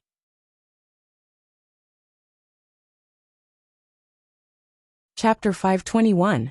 Seriously letting a bunch of weak women guard the city gate. Is there something wrong with the higher-ups' brains? At the south gate, the soldier guarding the gate yawned and squeezed out 2 drops of tears from the corner of his eyes. He complained lazily. His companion, who was patrolling with him, lowered his voice and said, "Don't talk nonsense. We can't afford to offend those women." "What's wrong?" The soldier raised his right eyelid lazily and said disdainfully, "I used to be a bandit. Although I've turned over a new leaf, it's not like I haven't tasted women before. They only know how to scream when they encounter something, and they're as weak as a kitten." Before the soldier turned over a new leaf, he was a bandit who robbed houses. It wasn't that he was bad by nature, but that life was too harsh. Like the youths in the village, he had no choice but to become a bandit. Otherwise, he wouldn't be able to survive. There were many bandits like him, who were recruited to turn over a new leaf. Now that he had become a good person and stopped committing crimes, it didn't mean that everything in the past could be written off, nor could it be treated as if nothing had happened. His companion lowered his head and thought for a while. The other women are like that, but these, it's best not to say that. Seeing his companion's secretive look, the soldier was surprised and asked curiously, "What's so special about these women?" His companion thought for a while and said, "In short, they're different from those who only know how to cry and drag us down. The spears in their hands aren't just for show. They're all used to kill people, and they know martial arts too. Unfortunately, I heard that the higher-ups have decreed that these female soldiers can only retire from the army at the age of 24, get married, and have children. Otherwise, I really want my mother to propose marriage." The soldier almost burst out laughing. "You blockhead, you're really strange. You don't want a fragrant and soft woman, but a female worm? You're really young and don't understand the taste of women. When you're older and more knowledgeable, you'll know what a real woman is." His companion blushed at the soldier's teasing. How could he not understand the meaning behind the soldier's words? However, he still shook his head honestly and lowered his voice with a hint of embarrassment. "I think a female worm is pretty good. Let her be fierce," his companion said a little uneasily. "But isn't the world different now?" He heard from his brothers that the man-eating beasts of the north borderline coveted Dongqing. Say, if the wife he married met those beasts and only knew how to cry and scream, wouldn't she be pinned to the ground and gang-raped in the end? At least I have a life. But what if I get eaten? The soldier was taken aback, as if he hadn't thought of this. While they were talking, There were two female soldiers patrolling opposite them. "What's the matter?" the other side asked. The soldier replied, "Everything is normal." The two sides continued patrolling. Watching the two female soldiers leave, the soldier muttered, "They're quite decent." At this time, the battle between North and West Gate had reached its climax. After the rubble was used up, pieces of green bricks faced the Tsingy army and smashed them down one by one. By the time the extra bricks were used up, there was already a mountain of corpses and a sea of blood beneath the city walls. Both parties were already in a killing frenzy. More and more members of the Tsingy army climbed up the city walls, while more members of the Tsingy army were sleeping under the city walls. The soldiers on the city walls defended the territory of the city walls with their flesh and blood. They fought for every inch of land, and the sounds of killing resounded through the clouds. Tonight was destined to be a bloody night. No one could sleep in peace. Fortunately, the previous bloody battle had depleted most of the main forces of the Tsingy army. In the end, only 600 or 700 members of the Tsingy army could climb up the city walls. Under Feng Jin's orderly command, they used the remaining defensive equipment to stubbornly defend. They advanced or retreated, making use of the geographical advantage of the city walls to slowly whittle down the strength of the Tsingy army. In terms of defensive equipment, Shenyang district did not lack it at all. However, they were fighting on two fronts, so half of the equipment was allocated to the other side. Feng Jin was tense all along. Even though he was standing at the back and commanding, there were still members of the Tsingy army who rushed to him. Fresh blood dyed his wide sleeves and cloak red. Occasionally, severed limbs and broken bones, or the heads of strangers rolled to his feet. There was almost no place on the entire city walls that was clean. Dawn had just broken. There were a few sparse stars in the dark sky. The orange morning sun shone on the world and broke through the night sky. The killing cries at the west and north gate gradually subsided. General Ping Tian did not even step down the stairs of the city walls. He was stabbed to death by a long spear. The stairs were filled with corpses. Most of them were the enemies. Occasionally, there were their comrades. At this moment, the battle at the south gate had just begun. The Tsingy army in Malan district was also aggressive. However, they did not launch a sneak attack in the middle of the night. Instead, they chose to launch a strong attack when the night was about to break. The number of Tsingy army troops they brought was 2,000 more than the number at the west gate. As the soldiers at the city gates were already prepared, the first wave of sneak attacks did not cause any casualties with the wooden shields. As the leader of the Imperial Guards, Luoyue had excellent abilities. It was just a battle to defend the city. It was not enough to make him flustered. Different from Feng Jin's meticulous arrangements, Luoyue's commands were more rigid. If Feng Jin was said to be a seemingly soft but dense net that did not leave a single gap, Luoyue was a thick and strong shield. The former was more meticulous, while the latter was more steady. Jiang Pingji took away most of the elites, but the female battalion only took away 500 to 600 people. The number of female soldiers who stayed behind was almost a quarter of the garrison in Shenyang district. Luoyue heard them say that the strength of the female battalion was not bad, but he did not witness it with his own eyes. However, the reality was far better than what Luoyue had imagined. He initially thought that they had not seen blood before. Faced with such a large battle formation, they would panic or scream in fear. In the end, they did not. He secretly lamented that Jiang Nongqin and his lord were good at training people. In his impression, the female soldiers who only knew how to cry actually had courage that did not lose to the men. They used the improved crossbows well, and their shooting accuracy was not the least bit inferior. Indeed, who would care about gender at the juncture of life and death? The female and male soldiers cooperated to load the crossbows and shoot at the attacking enemy. The soldiers who raised their shields blocked wave after wave of arrows that were shot from below the city. However, there were always stray arrows that passed through the wooden shields and injured people. They pierced into the flesh. Although it was not fatal, the injury was not light. At such a time, naturally, no one could bring the injured down for treatment. They could only use brute force to pull the arrowheads out. Then, They used a torn piece of cloth to bandage the wound tightly to prevent it from bleeding too much. Compared to the west and north gates, the south gate had more resources to defend the city. The crossbows stopped the enemy at a distance of 500 steps away. The Tsingy army tried to approach the south gate with their shields, but the penetrating power of the crossbows was far more terrifying than they had imagined. However, although the crossbows were powerful, there were only more than 30 on the city walls. It was impossible to stop all the Tsingy army.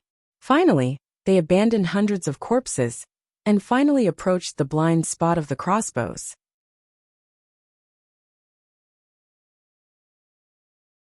Chapter 522. When General Pingtian left Jiaoping district with his troops and horses, intending to launch a sneak attack on Xiangyang district, Jiang Pingji was leading 1,500 elites to deviate from their marching route and quietly sneak toward his lair. She even brought a lot of siege equipment. Looking at Jiang Pingji, who was eager to fight and excited, Qiguan Rang could only smile bitterly and say, "My lord, I don't want to go back and be scolded by Xiaoyu and Zixiao. If you're injured, it'll be hard to explain when you go back." In other words, if Jiang Pingji had the ability to ensure that she would be unscathed, she could do whatever she wanted. Jiang Pingji could not help but laugh when she heard that. She said, "What you mean by that is interesting. You make it seem like I'm going to do something bad." Qiguan Rang raised his eyebrows and asked Jiang Pingji with his eyes, "Isn't that considered doing something bad? If she brought Su Ku or Wei Xiai, she would definitely be stopped. However, since she brought Qiguan Rang, he would not stop her." Fine. I'm doing something bad, all right?" Jiang Pingji could not help but laugh. She lowered her voice and said to Qiguan Rang, "According to what you said, I'm doing something bad by rushing in front. Then aren't you Qiguan Rang, a servant who watches the door for me?" As she spoke, a black shadow appeared in her line of sight. Jiaoping district was lying on the horizon, like a ferocious beast in deep sleep. It made people feel nervous for no reason. These troops were basically elite veterans with rich experience in battles. They were very familiar with how to approach their target without batting an eyelid. After about an hour, they finally approached Jiaoping district. There were very few guards on the city wall. Each of them yawned continuously. Qiguan Rang was a scholar. He could not care less about how dirty the ground was. He could only learn to hide in the dark. After looking for a long time, he realized that there were very few people on the city wall. It was obvious that the security was not strict. Jiang Pingji lay in the grass. Her eyesight and night vision were far better than ordinary people's. She asked Qiguan Rang, "Do you think there's a trap up there?" Qiguan Rang secretly rolled his eyes. If he said there was a trap, would his lord obediently guard the rear? Definitely not. The Tsingy army led at least 5,000 people out of the city. According to the news, there are at most 7,000 Tsingy army soldiers in Jiaoping district. In other words, there are only about 1,000 to 2,000 Tsingy army soldiers in the city. There are so few of them, it's not even enough for one bite. Qiguan Rang said carefully. Jiang Pingji's facial expression did not change. The leader of the Tsingy army in Jiaoping district is an extremely magnanimous person. He doesn't have any abilities, yet he dares to bring so many people with him. Isn't he afraid that his nest will be destroyed? Jiang Pingji clicked her tongue and said sarcastically, "Wenjing, don't you think so?" Qiguan Rang indicated that he could not answer this question. In terms of magnanimity, who could be more magnanimous than the lord beside him? If Su Ku and the others hadn't stopped her, she might have left a few soldiers guarding the gate and left with all her belongings. Qiguan Rang heaved a long sigh as he thought of Feng Jin, who had brought 4,000 soldiers to guard Xiangyang district. He sympathized with his brother very much. When his lord had just entered Xiangyang district, Qiguan Rang had guarded Xiangyang district. At that time, there weren't so many city defense weapons. They relied entirely on tactics and ruthless schemes, as well as the soldiers' bravery and fearlessness. Only then did they manage to repel the Tsingy army.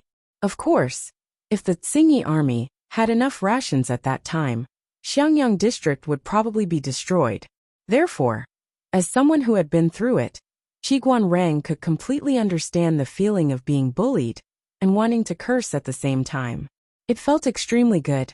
There were hundreds of thousands of viewers who had the same opinion as Qiguan Rang. Ximbang. Trash streamer. How can a crow laugh at a pig? Reflect on yourself when you criticize others for being magnanimous. Jintian Bougie. Streamer. You're a typical example of a magistrate being allowed to do whatever he wants. But the people aren't allowed to light up the lamps. She's too overbearing. Nenjiujing. Dear friends, you have to know that the outcome of a protagonist courting death and a cannon fodder courting death is different. Obviously, Jiang Pingji was the protagonist. Not only did she have the halo of a protagonist, but she also had powerful abilities. If she courted death, others would die. If the cannon fodder courted death, they would die. General Ping Tian was obviously such a cannon fodder. He was thinking about the delicacies in other people's pot and completely forgot that he was cooking porridge in his own pot. You're right, my lord. Qiguan Rang abandoned his moral integrity and chose to go along with Devil King Zhang's words. I have a novel idea. I don't know if I can give it a try. Jiang Pingji hid in the bushes and held a meeting with her strategist. The troops waited silently for further instructions. Qiguan Rang's heart skipped a beat when he heard that. He was afraid that his lord would cause trouble again.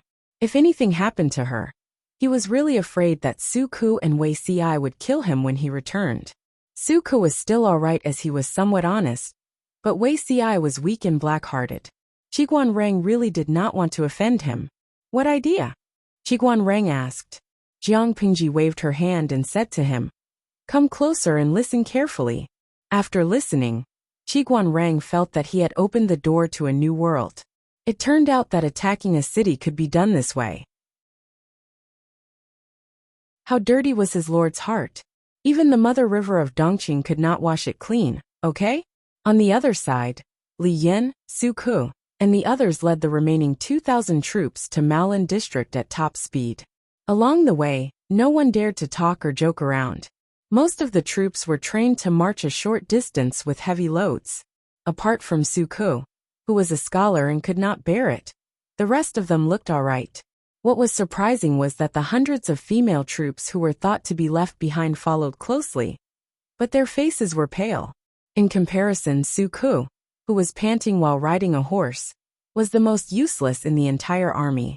Because they deliberately took a detour to avoid the Tsingy army in Maolin district, the entire 2,000 troops rested and reorganized in a call in the mountains. They were prepared to attack Maolin district after the Tsingy army left. Su Ku moved his legs uncomfortably. His face was ghastly pale. Li Yun, the honest lad, saw that Su Ku's movements were a little strange, so he opened his mouth to ask, Your inner thighs are torn? It hurts a little when you walk, but it will be fine after applying some medicine. I have something for you, sir. Do you want it? Su Ku's face darkened. He noticed that the surrounding people were looking at him suspiciously. He rejected them awkwardly. No need, I'm fine. Li Yun adjusted his breathing while showing concern for Su Ku. Sir, you don't look well. Su Ku's mouth twitched. Silence was golden. Faced with such an honest lad, how could a normal person look well? I'm just worried about the Lord's side. Will there be any changes? Su Ku casually changed the topic. Because of her willfulness, Jiang Pingji only brought 1,500 elites and a few siege weapons. It was impossible for Su Ku not to worry. But thinking that the Lord had also brought troops to occupy Xiangyang district, he felt that he was worrying too much. Reality proved that his Lord's thinking was not something that ordinary people could understand.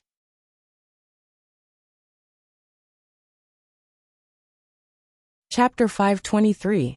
Qiguan Rang had always thought that his heart was dirty enough, but he did not expect his lord to be even dirtier.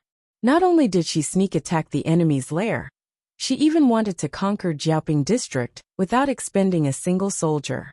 With such capabilities, why didn't she ascend to heaven? Jiang Pingji glared at Qiguan Rang. Why are you looking at me like that? I'm just giving it a try. Anyway, there's still plenty of time. He silently shut up, then passed an order to the soldiers behind him. He asked them to find a soldier who was fluent in the northern dialect. Not long after, an ordinary-looking soldier who could not be found in a sea of people was brought over. Qiguan Rang glanced at him. Are you usually quick-witted? Although the soldier looked very ordinary, his eyes were exceptionally spirited. One look, and one could tell that he was quick-witted. The soldier was a little puzzled, but it was rare for him to speak to someone above him. He must have performed well. The soldier smiled foolishly and said, "Clever. I'm very clever. I'm not stupid at all." Qiguan Rang asked again, "How clever are you?" The soldier was puzzled, but he said, "Very clever.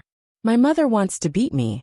No matter how angry she is, she will calm down as long as I speak." Qiguan Rang frowned and thought for a while. He waved at him. "Come here. I have a task for you. Do it well. If you do it well, you'll be rewarded." When the soldier heard that there was a reward, his eyes lit up. He hurriedly replied, "Just tell me, sir. I'll definitely do it well." Qiguan Rang said, "Come closer and tell me in detail." Jiaoping district was located in a remote area. There were only 1,000 Xingyi army soldiers in the city. It was extremely stressful to guard the 4 city gates with such a small number of people. The Xingyi army was not a regular army. Those who stayed were old and weak, disabled, or those who liked to cheat. It was late at night. Many of them hugged their spears and leaned against the pilings of the wall to sleep. It was not difficult for those who were slightly better at martial arts to climb over the wall. Spring plowing had just ended, and the weather was erratic. It was slightly warmer on the whole. At night, the night wind was still bone-chilling. The people of Jiaoping district were having a hard time. They were like sheep reared by the Xingyi army, and they would come and pluck a layer of wool from time to time. Unfortunately, the Xingyi army did not treat the people well, and they did not know how to govern. They just blindly prevented the people from leaving Jiaoping district, and their methods became harsher and harsher. This caused the people's lives to become more and more miserable. Once night fell, the people would try to escape. In the beginning, the Xingyi army used forceful methods to deter and intimidate the people in Jiaoping district. The people were afraid that they would be in trouble, so the number of people who escaped gradually decreased. However, the increasingly difficult life tormented the people, causing them to rather risk being discovered and executed to escape. However, the city gates were tightly shut. How were they going to escape? Little did they know that in this world, money could make the devil push the millstone. And even the devil pushed the millstone. As long as he gritted his teeth and took out his belongings to bribe the Xingyi army that guarded the city gate that day. If he was lucky, he could still get out. The Xingyi army was just a motley crew, and they were all commoners. Who wouldn't be willing to turn a blind eye and let 1 or 2 unimportant commoners go to earn some extra money? Of course, when doing this business, he couldn't let the higher-ups know. For the Xingyi army that guarded the city gates, this was a lucrative job. The trivial matters in Jiaoping district had long been reported back to Xiangyang district by the spies. Jiang Pingji had been unhappy with the neighbors around her for a long time. Only by knowing oneself and the enemy could one emerge victorious in 100 battles. She understood Jiaoping district very well.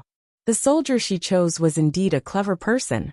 He found a secluded place and climbed over the city wall. Then, he squatted near the northeast corner gate that Jiang Pingji mentioned for a quarter of an hour. As expected, he saw a few sneaky figures. He hurriedly waved his hands to stop them. They also wanted to smuggle out, but they were discovered by the soldier. How would they dare to make a fuss? Each of them was scared out of their wits. They were worried that if they were caught by the Xingyi army, their whole family would be beaten to death. "Brother, I want to ask you something." The soldier had changed into the linen clothes of the commoners. He spoke with a northern dialect, and it was obvious that he was a local nearby. However, he lowered his voice, and it sounded a little strange. "Are you also prepared to fork out money to leave the city?" There were a total of 9 people in this group. There were 2 old people, 3 adult men, and 2 emaciated women. They were all carrying children who were sleeping soundly in their arms. "What do you want?" The leader, a strong man, glared at the soldier fiercely. He looked like he would take action if the soldier dared to make trouble and steal their money. The soldier said calmly, "Hey, don't be anxious. I don't have any bad intentions. It's just that your family is quite pitiful. Most of your life savings have been given to those Xingyi bastards. I feel pity for you. Who are you?" The strong man did not relax. He used his body to block the soldier's line of sight. I'm from Xiangyang. Look, I'm wearing real woolen clothes. As he spoke, the soldier rolled up his sleeves slightly and pulled out the cuffs of the layer of woolen undershirt that was used to keep out the cold. He sized up the crowd with a disdainful look. This outfit costs a few hundred coins. Do you think I care about your little money? To be honest, I escaped from here last winter. At that time, I was short of money, so I didn't bring my mother with me. This time, while the Tsingy army is about to collapse, I sneaked in ahead of time and brought my mother to Xiangyang to enjoy a comfortable life. The soldier's words were convincing. He was also a complete actor. He did not even blush when he lied and boasted. Most of the people in Jiaoping district had heard of woolen clothes, but they had never seen them before. However, the strong man's attention was not on the snow-white woolen sleeves, but on something else. What do you mean the Tsingy army has collapsed? The soldier was startled and said, You don't know? The Tsingy bastards took the people to war. We don't know when they'll return. There are thousands of bastards in the district now, but most of them are still sleeping like pigs. I reckon that even if we cut off their heads now, they probably won't wake up. Otherwise, how did little brother crawl in? I think it's easy for you guys to flirt with the Tsingy bastards at the city gate. There's no need to pay. I stopped you to ask where the people in Dogtail Alley went. I couldn't find my mother for a long time. The strong man thought for a while and asked his wife. He said to the soldier, The houses in that alley have been requisitioned by those bastards. The people living there have been driven to the north of the city. Your mother should be in the north of the city. The soldier nodded happily. All right, thank you, big brother. I'll bring my mother to Xiangyang to enjoy a comfortable life. However, before he could take a step, he was stopped by the strong man. The man asked, Little brother, you said those Tsingy bastards were taken to war.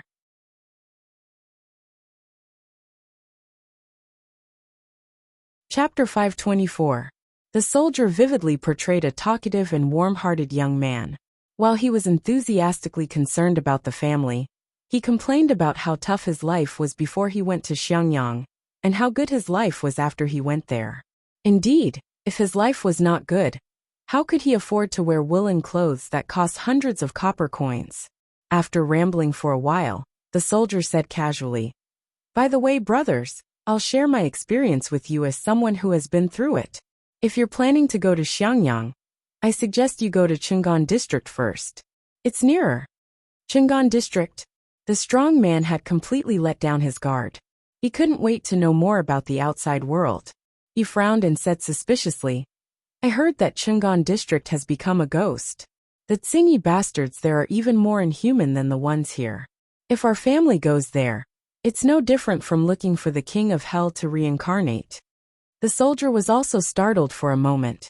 Then he let out a hey, and slapped his forehead with his hand, smiling awkwardly. Look at my bad memory. I forgot to tell you that the bastards in Chang'an district have been taken care of. The soldier lowered his voice, and there was a tinge of excitement in his words. The person who took care of these bastards is the one in Xiangyang district. He's amazing. He took care of them in half a day. The few men's eyes lit up when they heard that. They squeezed the soldier's hand excitedly. Really? The soldier nodded heavily and said, It's true. How can it be fake? It's not easy to get a household registration in Xiangyang district. Those newly built houses can't be bought no matter how hard they try. Brothers, go to Chang'an district and wait. Imagine what Xiangyang district looked like in the past. It was also occupied by the Tsingy bastards. Now it's like a paradise on earth. It's so beautiful.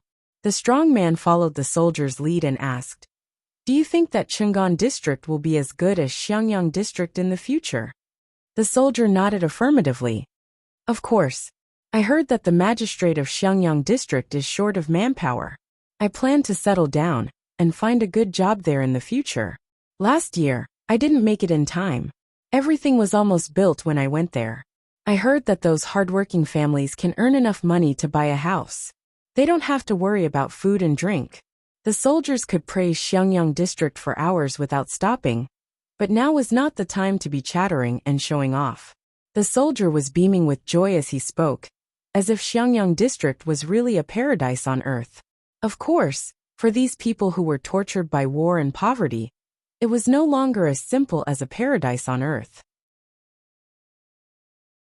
The soldier said a lot of things and muttered regretfully, "It's a pity that I don't know when the magistrate of Xiangyang district will come here. If he comes here, maybe I don't have to take my mother away." Sigh. Look at my mouth, I can't stop talking. Brother, please don't laugh at me. It's getting late. I have to take advantage of the dark to pick up my mother. The soldier's careless words struck the hearts of a few strong men. No one would want to leave their homeland unless they really couldn't live anymore.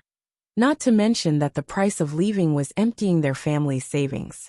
Now that there was a great opportunity in front of them, if they could grasp it, they would prosper in the future. The rumors of Xiangyang district that they had heard in the past surfaced in their minds, and their hearts thumped wildly. The few brothers looked at each other and saw the determination in each other's eyes. "Big brother, what do you think? Do you want to do it?" "I want to do it. My parents are old. My wife just gave birth to a baby, and the baby is still young. How can they withstand the torment? Why don't we do it and capture all those bastards? Then send someone to Qing'an to invite those lords over. Otherwise, how are we going to live?" The third person also agreed, but one of the women was carrying a child who was sleeping soundly and looked worried. "But what if those Tsingy bastards come back?" The soldier's heart skipped a beat. He secretly thought that this woman was going to ruin things. He looked as if he had just understood and smiled sheepishly. "Sister-in-law is right. You guys better not take the risk. Run away if you can. We're not saints. It's enough as long as we can control ourselves. I see that the uncles and aunties aren't young anymore.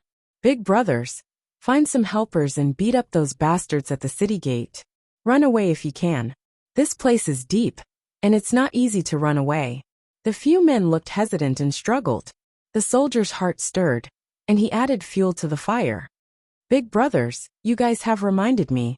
The man in the prime of life asked, "Remind what?" The soldier said matter-of-factly, "Offer the city. If I persuade the villagers and this matter succeeds, won't it be a great merit?" As soon as he said this, the three men's expressions changed abruptly, and the greed in their hearts gained the upper hand. Yes, if they were to offer Jiaoping district, it would be a great merit. Why didn't they think of it in such a short time? They were almost delayed by their own women, and pushed away such a good thing for no reason. Thinking of this, he glared fiercely at the woman who spoke, causing her to shrink her neck in fear. Fearing that this merit would be taken away by the soldier, the three men first said with embarrassment that they had left something at home, and asked him to take care of it. Of course, to be on the safe side, the two older brothers left, leaving the youngest brother to delay the soldier. The soldier secretly heaved a long sigh of relief. It was not easy to fool people these days. His master Qiguan said that if there was no movement in the city at dawn, the elites outside would attack Jiaoping district. Now that it was night time, if they moved quickly, they should be able to catch up. Seeing the family return, the soldier who was hiding in the dark frowned, and secretly rejoiced that he was lucky. Looking at the big brother who held him back, the soldier's heart skipped a beat. He pretended to be an enthusiastic and simple-minded fool. Outside the city, Jiang Pingji sleepily yawned. Qiguan Rang looked up at the moonlight, and he was somewhat uncertain.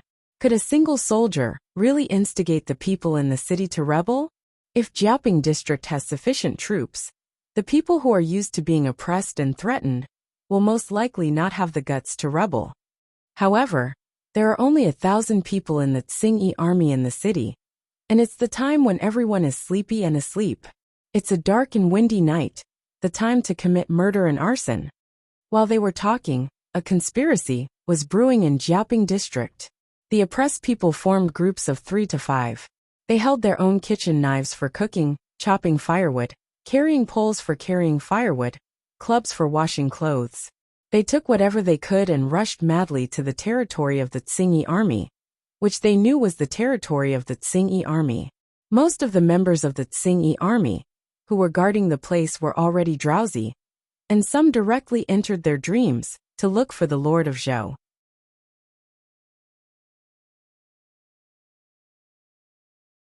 Chapter 525.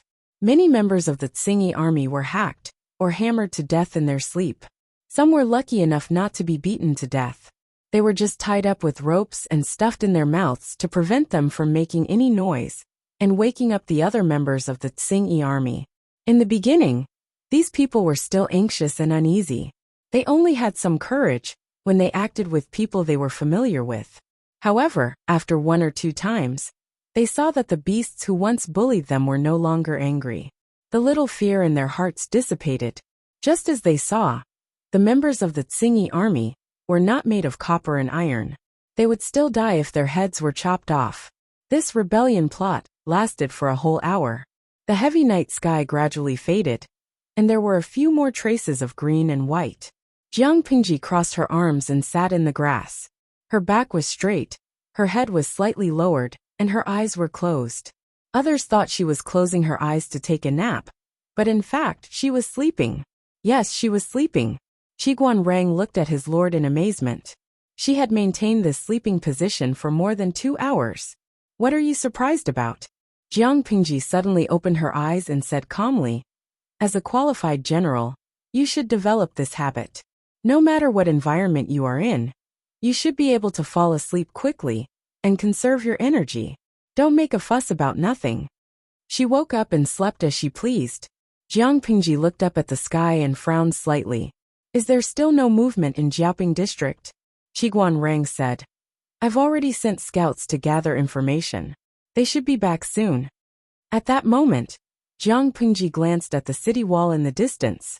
The guards who should have been standing on it had disappeared. She said, it should be about time. Let's put on an act until the end.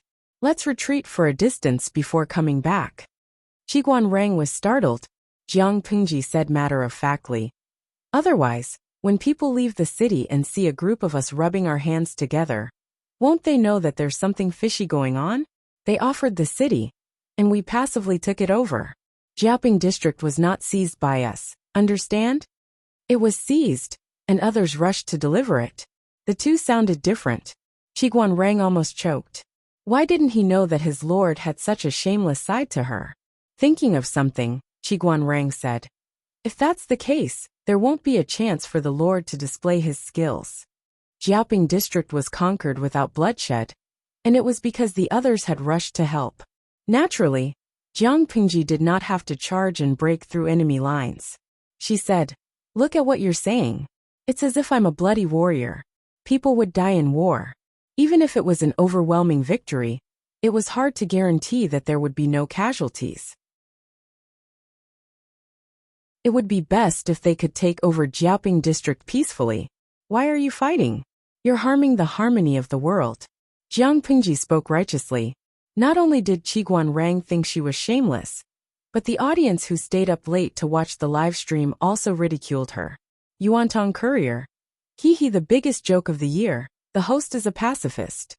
Zhongtong Express Post. I think there's nothing wrong with the host's words.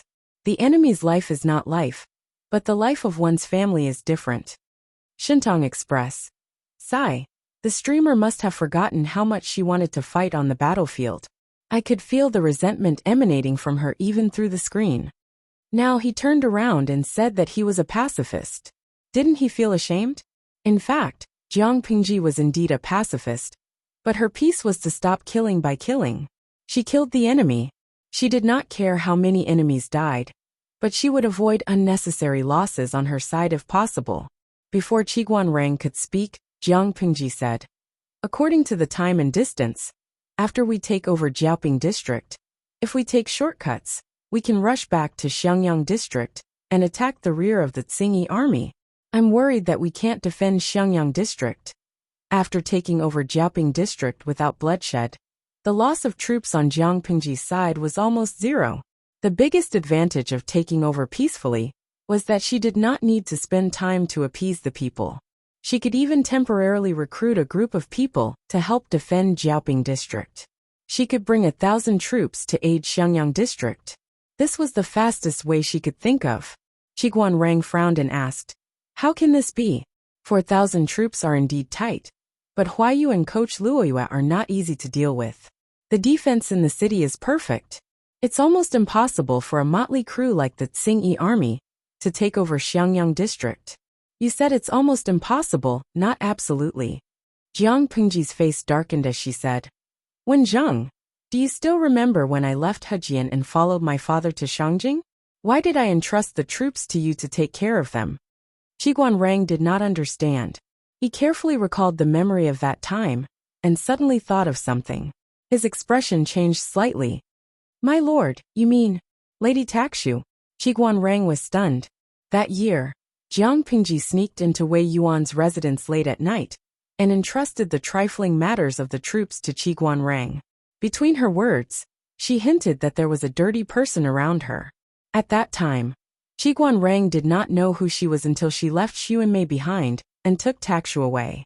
According to his understanding of Jiang Pingji, the more dangerous something was, the more she liked to keep an eye on it.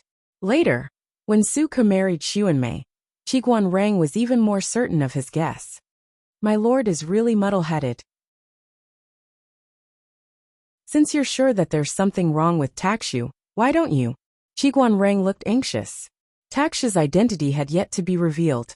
If she did something in Xiangyang district, it would be hard to guard against it. Jiang Pingji raised her eyes lazily and said, Wen Zheng, don't worry. Although I'm a little risky, I'm not fooling around. There's something wrong with Takshu, and it's a big problem. Do you understand that she has more than one master behind her back? After so many years, I've found out about one of them, but I've never had a clue about the other. It's better to keep her by my side than to plot in the dark. But if she takes advantage of this crisis and lets the Tsingyi army enter the city, she won't do that. Jiang Pingji sneered and said with absolute certainty, before achieving a certain goal, she won't do anything to hurt me.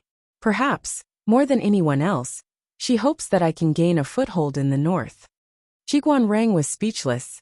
His intelligent brain felt inadequate. Suddenly, he said irritably, Isn't Lady Takshu the personal maid that the old master prepared for you? How could she be taken advantage of? Jiang Pingji said meaningfully, Yes, my father prepared her, but she can't handle her long hands. If she told Qiguan Rang that there was something wrong with Xuanmei, he would probably go crazy. What kind of luck does my father have? There's something wrong with the two people he arranged. TSK. As they were talking, the tightly shut city gate of Jiaoping district opened. A group of more than 100 people sneaked out of the city before dawn. About half an hour later, the two groups of people met on the way. The people were trembling with fear. Jiang Pingji looked solemn and reported her origins in a low voice. I'm the district magistrate of Xiangyang district, Lu Shi. Who are you and where are you from? Lu Shi, the district magistrate of Xiangyang district? The people were in an uproar, and they discussed animatedly. At that moment, a rather old leader slowly stepped out of the ranks and bowed with his hands folded in front. We are the people of Jiaoping district. The people of Jiaoping district? Why are you here?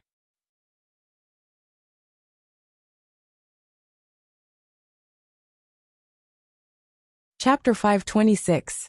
As the old man knelt, the hundreds of people behind him also knelt on the ground, begging. Each of them was sallow and emaciated, and their skin had an unhealthy color to it. It was as if they would faint if they said two more words. The audience in the streaming room could not bear to see this. They could not help but send bullet screens to advise Jiang Pingji to stop putting on a show and quickly accept these people. Yibio. Streamer, they look so pitiful. Didn't you say that the common people are like duckweed in troubled times? They're begging you so much, just accept them. Anyway, this is also one of your plans. It's not good to let them kneel. Jiaging Yizhang. Tisk, that's why I said the streamer's heart is really dirty. It's obvious that she covets Jiaoping district. She secretly instigated people to kill the Tsingyi army, who stayed behind, and begged her to accept Jiaoping district. TSK, she gets all the good things. Is there any justice? Wu to Wuxia. This scene reminds me of a TV series I used to watch. The situation was similar. The refugees were begging the protagonist. At that time, he felt that it was a little funny. After all, the extras didn't act well. The refugees didn't look like refugees, nor did they look like they were begging. It was more like they were watching the protagonist's monkey show, which made people feel awkward. Looking at this scene, to be honest, I felt that I needed to calm down and calm down. Qitian Shuangbi. You guys are thinking too much. Is the streamer the kind of person who likes to put on airs? The facts proved that Jiang Pingji was not. At least she would not make the people kneel on the ground and kowtow until their heads were broken.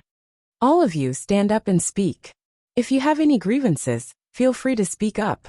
If I, Lu Shi, can help everyone settle it, I will definitely not refuse. Jiang Pingji dismounted from the horse and helped the few people who were kneeling in front of her up. It's deep in the night, and the ground is moist. Get up and talk. The leading old man had a high EQ. Naturally, he wouldn't kneel on the ground and say things like, "If you don't listen to us, we won't get up." This wasn't begging for mercy, it was another form of blackmail. So when Jiang Pingji helped him up, he stood up. This old man was quite prestigious in Jiaoping district. When the other commoners saw that he had gotten up, they helped each other up from the ground. The old man bowed again and said, "Magistrate Lu, where are you preparing to go with your troops?" Jiang Pingji said, "I heard that Cheng and Jiaoping and Maolin districts are plagued by bandits from the Tsingy army. The people have no way of making a living, so I came over to clear them out. The members of the Tsingy army in Cheng'an district have all been killed. They originally wanted to reorganize in peace. Not long ago, they heard that the Tsingy army in Jiaoping district had gathered their troops and horses and left in full strength. They did not know what their purpose was. That's why I brought some troops over to check out the situation." The old man was overjoyed. His eyes brimmed with tears as he said excitedly, "What a coincidence! Magistrate Lu didn't know that the bandits in black had indeed left Jiaoping district, leaving only about 1,000 people to guard the county. I've heard that Magistrate Lu is noble and righteous. He led the villagers to get rid of the evil bandits in green. I'm about to rush to Cheng'an district to look for Magistrate Lu. If those evil bandits find out about this, I'm afraid they won't let the people of the city go." Jiang Pingji seemed to have finally understood. "Is it because of this that the old man asked me?" Jiang Pingji asked. The old man raised his hand to wipe the hot tears from the corners of his eyes. He said, "Exactly. I only hope that Magistrate Lu is benevolent and righteous. He can protect the innocent people of Jiaoping district, so that they won't be harassed by the evil bandits in green. If the county magistrate agrees, this old man can die in peace." Jiang Pingji looked hesitant. The old man's heart was in his throat. Not long after, her eyes became very determined. "Since the villagers love me so much, how can I let you down?" Jiang Pingji said.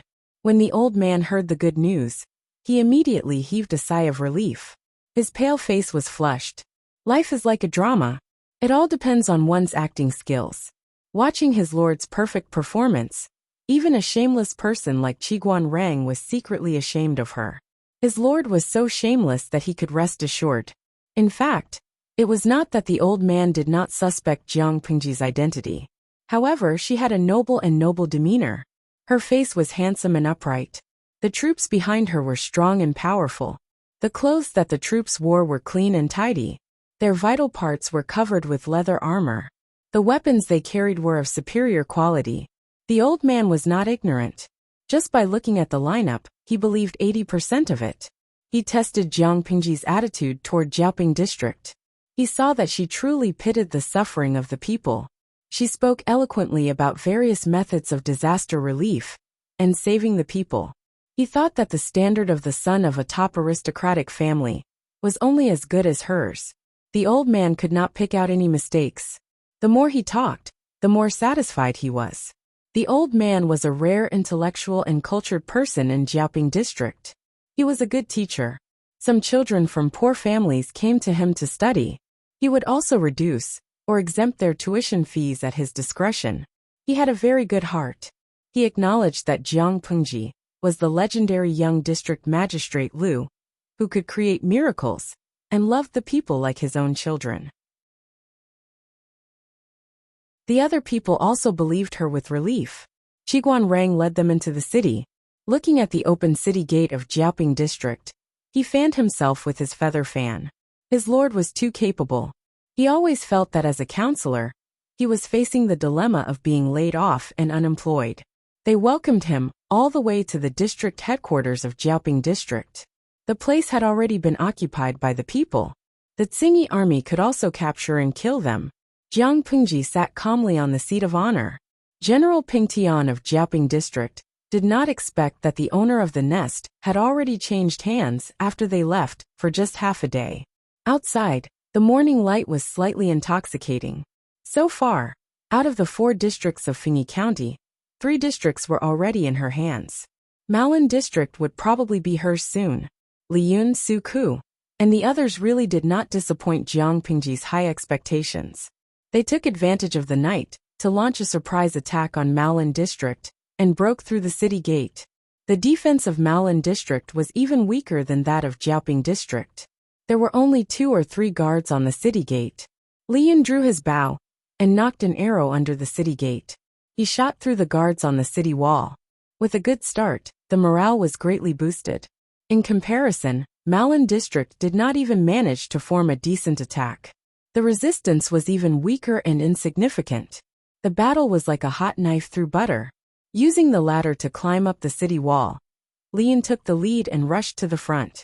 Wherever his silver spear passed, the enemy's corpses were strewn on the spot. Su Ke was well versed in the ways to strike the local morale. Perhaps it could be said that he had become shameless after hanging out with Jiang Pengji for a long time. He ordered the troops to attack forcefully while shouting loudly, "The Tsingy army's destiny is near. The entire army is defeated and fleeing." During this period, reinforcements arrived one after another. However, faced with the tyrannical siege chariots, improved crossbows and ballistae, the Tsingy army charged in batches and died in batches. In addition, the words shouted by the troops caused the Tsingy army's morale to hit rock bottom. They no longer had the will to fight. The Tsingy army was just a motley crew. They had lost their backbone and their morale was low. The number of Tsingy army in Maolin District was pitifully small. The combat power that they could exert as a whole was even more pitiful. In just half a day, they had already occupied the entire Maolin District. Compared to the crisis in Xiangyang District, the sneak attack and siege battle in Jiaoping District and Maolin District was like a small game.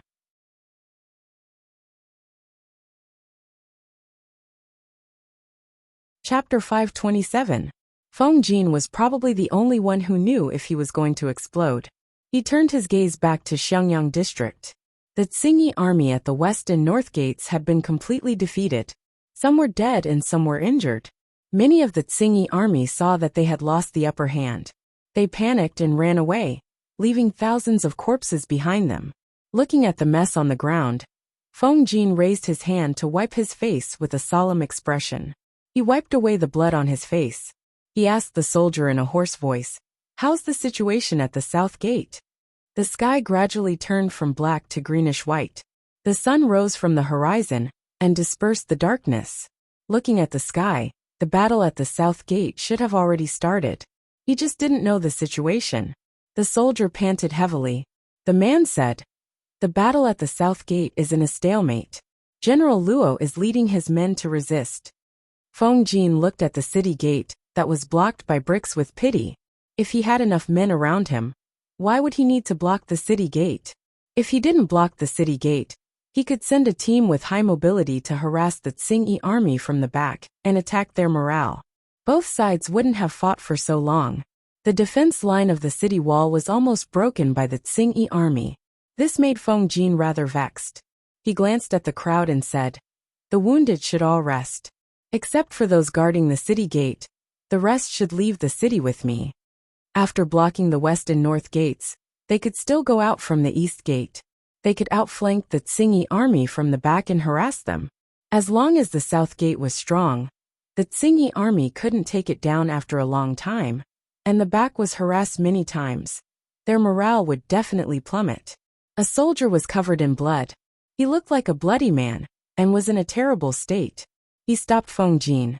"Sir, you mustn't. You just need to tell us what to do. There's no need to risk leaving the city." Feng Jin said resolutely, "I'm not powerless. I can protect myself. Soldiers, there's no need to say more." The soldiers were physically strong. The high-intensity training in the military camp was not just for show. After a night of fierce fighting, they still had energy. However, Feng Jin was the son of an aristocratic family who lived an exquisite life. His body was better than ordinary people, but compared to these rough men, he was still a lot weaker. Now, even he could grit his teeth and say to continue fighting. The other soldiers naturally had high morale and were eager to fight. The situation at the South Gate was slightly better than Feng Jin's side. Relatively speaking, it was easier to defend. Even though the Tsingyi army at the South Gate had more people than the North and West Gates, they did not have as many siege weapons. Without sufficient siege weapons, the losses of forcibly attacking a city would be quite terrifying. Luoyue was also an experienced person. His defense was airtight. It made it difficult for the Tsingyi army below to move an inch.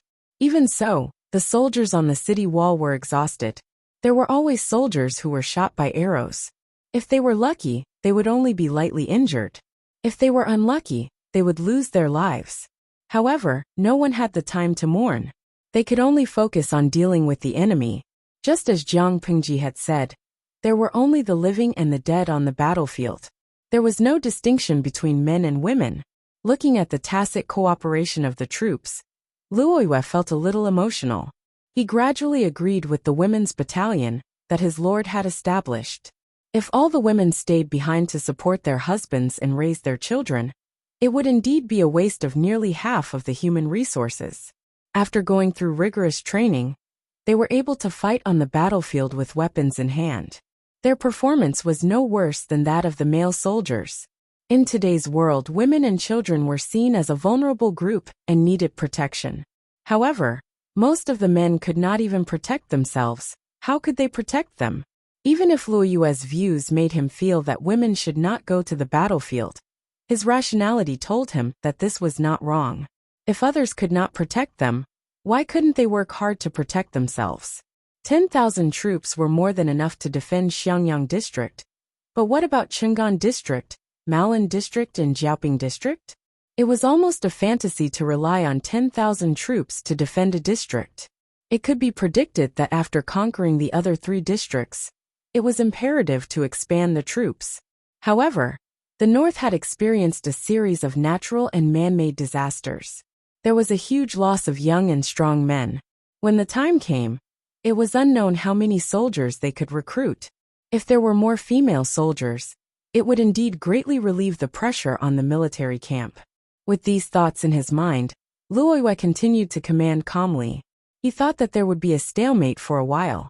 Unexpectedly, there was a sudden commotion from the rear of the Tsingyi army. The originally orderly attack instantly became a mess. Using the height of the city wall, Luoyue could see the movement from afar.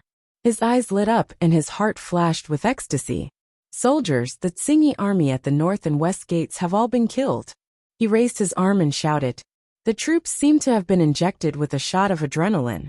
Joy flashed across their originally tired faces. The north and west gates had already won? Everyone knew that Xiangyang District was attacked from both front and back. While the troops at the South Gate defended against the Tsingyi army, they were afraid that their rear would be breached by the enemy. Now Luoyue told them that the rear was safe. They only needed to defeat the enemy at the front. How could they not be excited? The morale of their troops rose again and again. The Tsingyi army's morale continued to decline. Feng Jin led the troops to charge forward and make a detour to harass them. The city gate was impregnable. The Tsingyi army attacked for a long time without success. Behind them, there were cavalry harassing them. After a few times, the morale of the Tsingyi army had already plummeted. They were not in the mood to fight at all. Their defeat was irreversible. No matter how their leader shouted, the Tsingyi army still fled in all directions. The attack below the city gate became weaker and weaker. They were unable to pose a threat to the city gate. Feng Jin originally wanted to lead the troops to chase after them. However, when he thought of the current defensive strength of Xiangyang District, he could only give up this tempting idea. Luoyue wiped the bloodstains on his face. He bowed to Feng Jin and said, "Thank you for rushing over to help." The battle at the South Gate lasted for more than 2 hours. However, The battle at the north and west gates started at 4 in the morning. Moreover, it was a battle at night. It consumed a lot of energy. Looking at Feng Jin, he must have led the troops to help the south gate, right after the battle ended. If not for that, even if Luoyue had the confidence to defend the south gate, he would have to use up a lot of defensive equipment. Feng Jin took some time to catch his breath. He raised his hand to help Luoyue up. He said, "Coach Luoyue, you don't have to thank me. This is what I should do." Luoyue looked at the direction in which the Tsingyi army fled in resentment. He said fiercely, "It's a pity that they escaped." Generally speaking, when the defeated side fled and lost the will to fight, it was a good opportunity for the victorious side to expand their victory. Now that he saw the remnants of the Tsingyi army leave, Luoyue naturally felt bad. Feng Jin said, "It's okay. This debt will be repaid one day." Little did they know that the Tsingyi army that they said escaped by luck were very unlucky.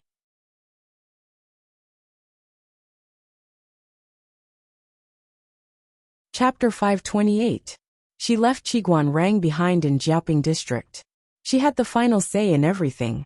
At his command, Debai sprinted off into the distance, taking the lead as fast as he could. The Tsingyi army in Malan district lost their morale. They fled pathetically and were utterly defeated. After they ran for a distance, a few chieftains began to organize their men. Naturally, they moved slowly. When they managed to organize more than half of the defeated soldiers, they would face a new disaster. A small chieftain spat on the ground and said unhappily, "What do you mean by Shenyang district is empty of troops? F***CK, does this look like it's empty of troops? It's harder to chew than a bone. Not only is it hard to chew, but it's also hard to chew. We suffered a huge loss this time." The accomplice beside him sat on the ground and wiped his face with both hands. He said fiercely, "We'll remember this today. We'll make those people in Shenyang district pay the price in the future. They made us suffer such a huge loss. We can't let it go easily." There were also some who looked into the distance dejectedly. No one knew what they were thinking. In the distance, the Tsingyi army gathered in 2s and 3s. Each of them was hunchbacked and had ashen faces. They looked like defeated roosters. There was no valiant and high-spirited aura on them. It made people feel unhappy and secretly scolded them for being a bunch of good-for-nothings. Some of the small chieftains were very unhappy with these soldiers who swayed according to the situation. It was just a defeat. Was there a need to be like this? Weren't they still alive? As long as they were alive, there would be a day when they would make a comeback. These useless people ran away faster than anyone else when they saw that the situation was not good. "Now we'll organize our men and return to Malan district first before making plans." They originally wanted to take advantage of the situation. Who knew that not only did they not take advantage of the situation, they were also counterattacked. It was really embarrassing. They could not covet the fat piece of meat that was Shenyang district. Now they had to bring their men back, first to prevent the rear from being empty for too long. The leader of the Tsingyi army then remembered that there was a shortage of manpower in his backyard. However, he was not very worried. Anyway, Malan district had been exploited cleanly. There was no profit to be reaped. The nearby Tsingyi army did not even look at it. Why would they covet it? However, they all forgot that the other Tsingyi army would indeed not covet it. However, it did not mean that Jiang Pingji was not tempted. Now the 4 districts of Fengyi district were in her hands. She was now the district magistrate of Shenyang district in name, but in reality, she was the chief of Fengyi district. Not to mention Dongqing. Even in other countries, was there a county chief younger than her? Jiang Pingji was completely confident that within a year, Fengyi County would be revitalized and prosperous once again.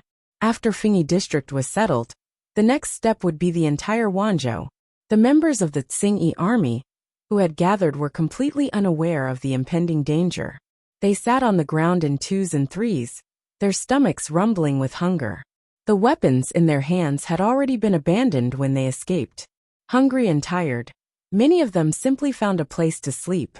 Looking at the disorderly Tsingyi army, a few leaders were so angry that their faces and necks turned red.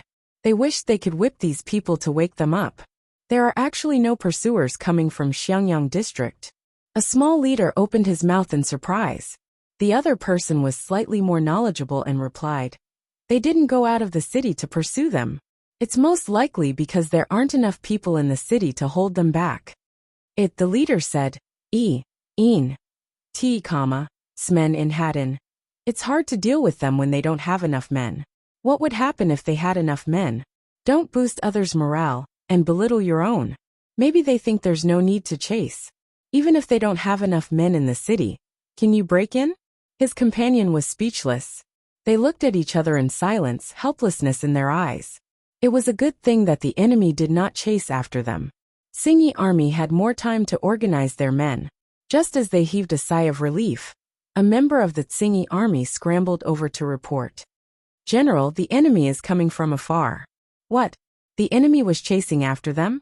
The leaders of the Xingyi army were shocked. One of them, a strong man with a dark face, asked, enemy? How many? The pitiful member of the Xingyi army stuttered. The enemy is moving very fast. We can't be sure of their numbers. Useless. What's the use of your eyes? The strong man with the dark face angrily grabbed the man's collar. He lifted him up and threw him on the ground.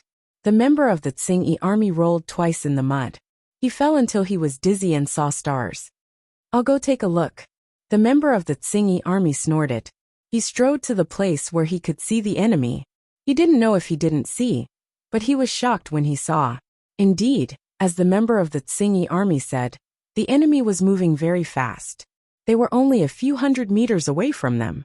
Behind them, there was a thick cloud of dust. It was like the sound of horse hooves. It was impossible to determine the size of the troops chasing after them. However, there were hundreds of enemies running out from the cloud of dust. There were at least 3,000 pursuers. The other side had 3,000 victorious troops, valiant and high-spirited. Although their side still had nearly 4,000 men, they were all exhausted and had no battle experience at all. If the two sides were to clash, they would have no chance of victory. They could only experience the feeling of being utterly defeated once again. At that moment, the leaders couldn't help but want to retreat. They wanted to escape as soon as possible. As long as there's life, there's hope. As for the members of the Xingyi army on the ground, what did their lives have to do with them? On the other side, Jiang Pingji was leading 500 people to charge forward. The remaining 300 people came out in batches from the cloud of dust. She made use of this camp to create the illusion of a large army chasing after them. In reality, she only got a few soldiers to chop a few trees. Then she dragged the branches and ran back and forth on the ground, raising a thick cloud of dust. There were many flaws in this plan, but it could deceive the Xingyi army for a while. The audience in the streaming room saw that she was so cunning. They all ridiculed her. De Gu sells straw shoes. By the way, when you used this plan to deceive people, did you think about Lord Zhongfei's feelings? Ergawu Dedeo. Sai, it's rare for Lord Zhongfei to be smart for once. His plan was plagiarized by the streamer. I'm upset. Of course, the crux of the problem was not the plan, but the deception. As long as they were deceived, based on their dispirited mentality after suffering a defeat, the possibility of them fighting again was extremely small. Even if they fought, their combat power was not enough. Jiang Pingji was completely confident that she could lead 700 to 800 people to surround and annihilate the 3,000 to 4,000 members of the Xingyi army. The pursuers are here. Everyone get up. The pursuers are here. Run away quickly. There were loud shouts. Many members of the Xingyi army woke up from their sleep. When they heard that there were pursuers, their bodies had already reacted one step ahead of their minds. Run. The further the better. Most of the members of the Xingyi army were running blindly. One could imagine how little resistance Jiang Pingji encountered. White excitedly increased its speed. The Xingyi army was just a tired and defeated army. How could they outrun it? Some members of the Xingyi army saw that they could not escape, so they simply turned around and wanted to fight to the death. They did not expect that they could not even get close to it. White raised its front hooves high and rewarded them with a hoof. It hit their chests. They heard the sound of bones breaking. One by one, they fell to the ground spitting out blood and breathing weakly. Jiang Pingji waved the sharp spear in her hand. Her moves were very simple. Every move and style was bound to reap lives. Wherever White passed, the person and the horse cooperated well with each other.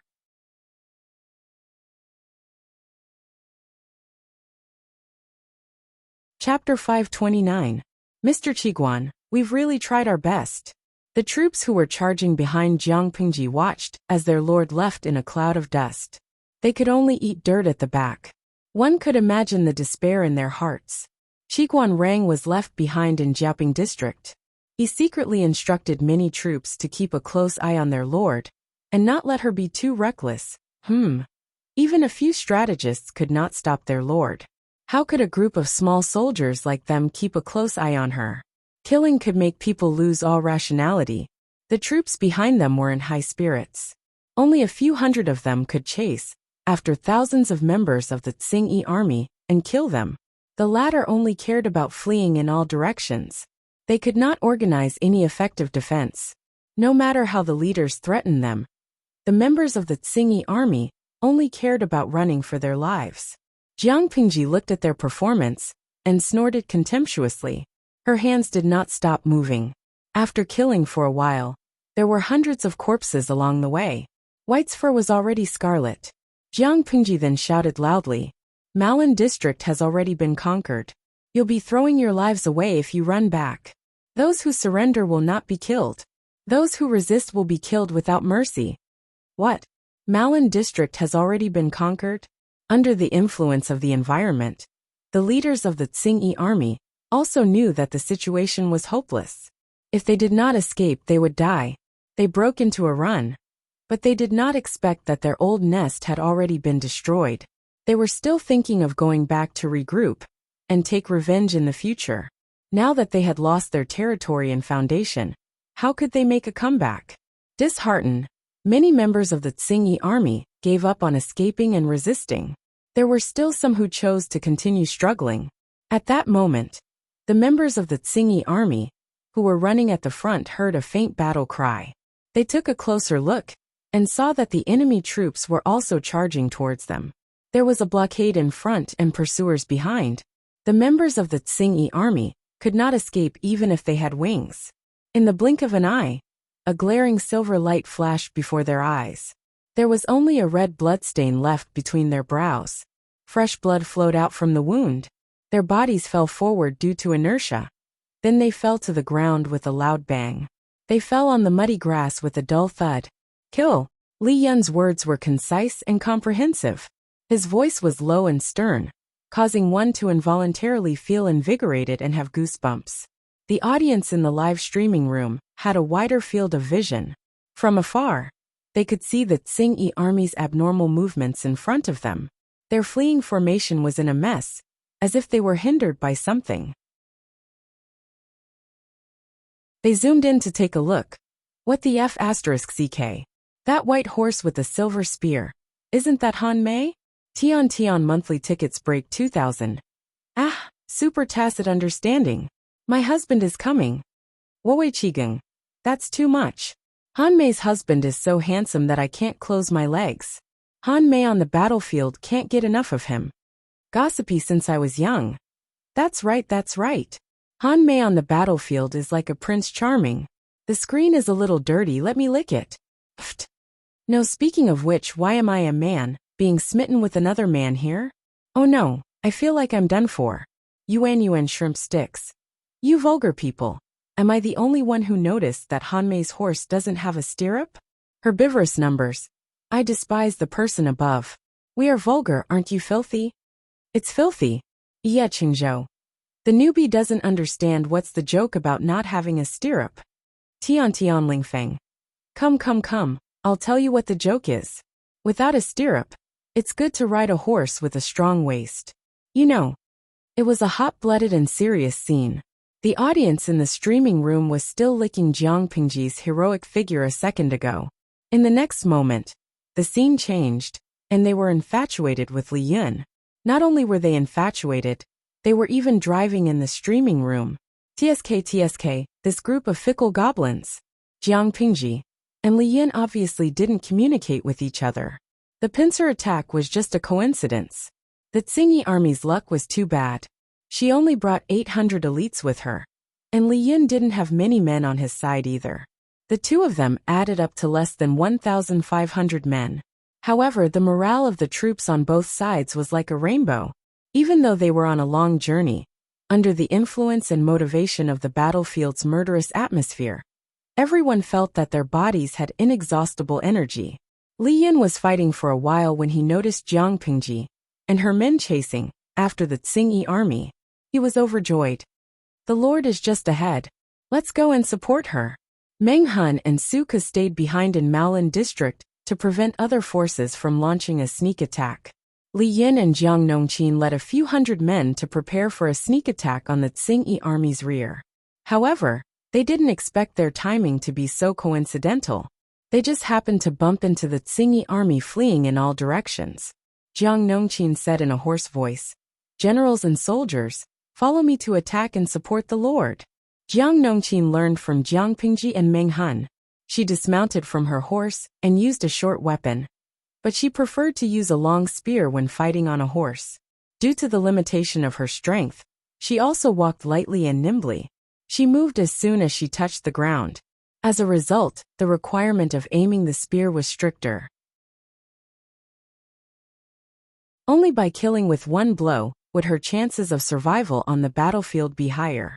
Li Yin and Jiang Nongqin had fought several times. They had a tacit understanding. Both of them coordinated with each other, and their lethality was stronger. He ordered the horse under him to gallop, and turned his body to avoid the sneak arrows. Looks like Xiangyang district and Maolin district are safe. Jiang Nongqin responded with a hum, and didn't say anything else. Li Yin didn't mind her coldness, and the battlefield wasn't suitable for frequent communication. At this moment, he was deeply moved by the capabilities of the few masters. They really never suffered losses no matter where they went. Maolin district almost turned out in full force. Even so, they didn't gain any advantage in Xiangyang district.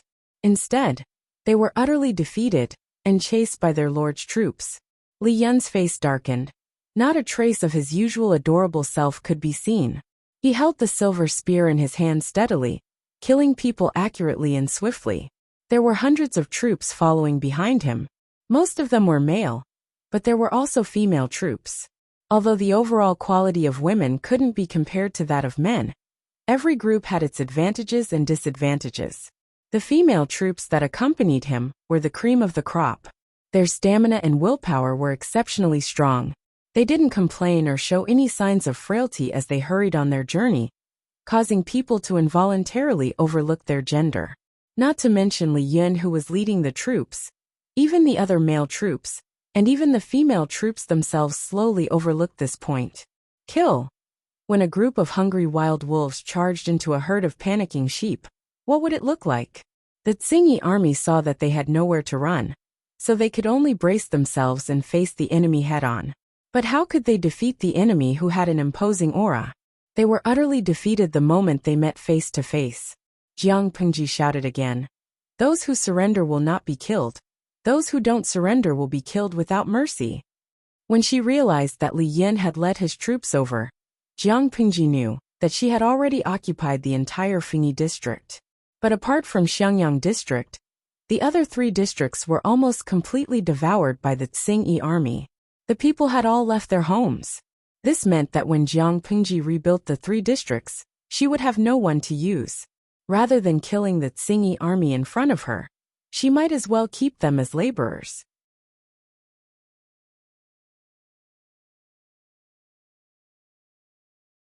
Chapter 530. Subordinate Li Yin greets my lord. Subordinate Jiang Nongqin greets my lord. After clearing the battlefield and capturing the captives, Li Yin and Jiang Nongqin led their respective horses to Jiang Pingji and half-knelt to pay their respects. Jiang Pingji leaned against a withered tree on the open ground and held a weed in her mouth. She said, "Get up, sit down and rest." Li Yin was startled. Jiang Nongqin sat beside Jiang Pingji with a cold face. Nongqin is indeed cuter. Hanmei, you are so restrained.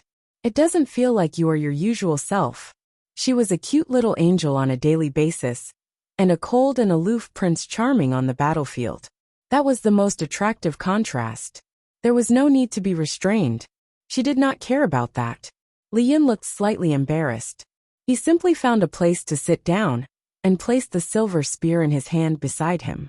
He asked, "Why are you here, my lord?" Jiang Pingji said, "Naturally.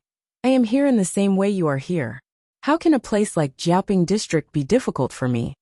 Li Yin scratched his head and said shyly, "My lord is dignified and wise. The Tsingy army is naturally no match for you." Jiang Nongqin had a quiet personality. She usually listened quietly. Unless she really had an opinion, she would not speak up easily. Therefore, she did not join the conversation. Jiang Pingji turned her head and asked Jiang Nongqin, "How are the results of your attack on Maolin district?" The latter was stunned for a moment. She reacted after a while and said, "The Tsingy army has few guards in Maolin district. Officer Meng is experienced in battles. Mr. Su is resourceful. Therefore, it did not take long for us to take over Maolin district. The generals and soldiers fought bravely. Other than 20 people who were lightly injured, 6 were seriously injured, and 8 were killed in battle. The rest of the soldiers were safe and sound. The 6 seriously injured soldiers were an accident. If they had not let their guard down, at most one would have been slightly injured. As for the 8 who died in battle, they were shot by the enemy's stray arrows at the beginning of the sneak attack on the city. They died of untreated wounds. It was already very proud to have such an outcome in a sneak attack on the city, not to mention that there were many inexperienced new soldiers among them. There were also female soldiers who were purely holding them back in the eyes of others. Of course, only the soldiers participating in the battle could judge whether or not they were holding them back. Outsiders had no right or qualification to comment. Take care of the injured soldiers, and let the souls of the fallen warriors return to their homeland. Have their corpses been properly disposed of? Although the casualties were small, they were still there. The dead could not be resurrected, but she could make up for the families of the living and the dead. It was a form of comfort and compensation. Jiang Nongqin secretly glanced at Li Yun. His expression was natural, and he was not displeased by Jiang Pingji's cold treatment. She calmed down and continued, "Rest assured, my lord. The corpses of the soldiers have all been collected. Those that can be buried have already been buried." The audience in the streaming room were mostly fans of Li Yun's looks or true love. The little angel was treated coldly by the streamer, and was inexplicably unhappy. Kneeling begging for monthly tickets. "Hey host, did you see our little angel Han Mei's longing eyes? Look at him. Otherwise we'll now. Poor little angel, don't panic. Come to my arms, I'll give you a loving hug." Dadursapa. Is this the post-battle summary report? Our little angel Han Mei knows it too. The streamer can't favor one and discriminate against the other. Shenglaimai, don't panic. Han Mei is not a narrow-minded person. Why would he feel wronged? Jiang Pingji unintentionally glanced at the bullet screen, and was secretly amused. She continued to ask Nongqin about the arrangements in Maolin district, and sent a bullet screen to explain, so that Han Mei's fan club would not continue to lash out at her, and say that she bullied their husband. Host V. Han Mei is the deputy captain of the Vanguard Battalion. Nongqin is the captain of the female battalion. Naturally, I can't ask about the situation without Nongqin's permission. Jiang Pingji liked to do whatever she wanted, but it did not mean that she would let her guard down when it came to certain matters of principle. The military camp was a place with clear hierarchy and strict discipline. Her attitude would affect their status among the soldiers. If she treated Jiang Nongqin coldly, it would give the soldiers the misconception that she, the captain, was inferior to the deputy captain. Unintentionally, it would weaken Nongqin's prestige among the soldiers. Even if the weakening was very slight, Jiang Pingji did not want that to happen. Alright, since the streamer had explained, the audience in the streaming room also expressed their understanding. They turned around and showered gifts. The accompanying comments were, "Touch my little angel. Little angel is not sad. Come over and let auntie rub you," making Jiang Pingji feel helpless. Jiang Pingji then asked about the general situation in Maolin district. After all, it had to be rebuilt after the war. How could a place that had been ravaged by locusts like the Tsingy army be prosperous? Jiang Pingji still used Xiangyang district as her base camp, but her influence had already spread to the whole of Fengyi County. Jiang Nongqin was a careful person. She did not expect Jiang Pingji to ask her, but she had made all the necessary preparations. Since the Lord valued her, she would naturally tell her everything she knew. She did not hold back, and did not leave anything out. Jiang Pingji's brows furrowed imperceptibly. If the financial situation of the three districts was ranked, Chungan district was the poorest, followed by Maolin district, and Jiaoping district was in the best condition. However, the situation of population loss in the three districts was similar. It was not to say that 9 out of 10 houses were empty, but it was sparsely populated. Forget it, rebuilding is not something that can be done in a day. Although there are fewer people, it is not a ghost town. The captives of the Tsingy army can be used as laborers, which can relieve a lot of pressure. I'll ask Xiao Yu and the rest to put up notices to recruit laborers and slowly rebuild the three districts. There were benefits to having fewer people. Many houses and lands had become ownerless. She could use them to her heart's content to seek benefits. The larger Jiang Pingji's territory was, the stronger her military force was. In the eyes of outsiders, her place was a paradise in a chaotic world. When the time came, it was unknown how many people and wealthy merchants would be attracted to seek refuge. Well, think about the houses in Xiangyang district. The prices had gone from being worthless to increasing every day. Recently, wealthy merchants had sent their servants to inquire. The land and house deeds were all in Jiang Pingji's hands. She was still unwilling to let them go. It was too much of a loss to sell them now. When Fengyi County was completely stabilized, these houses could only be sold at the proper price. However, her military force was only about 10,000 people. If they were spread out and scattered across the 4 districts, it was really a stretch. It was imperative to recruit soldiers and expand the military force. During the early stages of rebuilding, it was probably the most dangerous time for Jiang Pingji's power. The territory was too big, and the military force was too scattered. If they were caught by the enemy, they might be overturned. However, she believed that her strategists were smart people. Even if she did not send any instructions, they would know what to do during this period of time. Facts proved that whether it was Jiaoping District's Qiguan Rang, Chungan District's Wei Xiai, or Maolin District's Su Ku, they were all great teammates.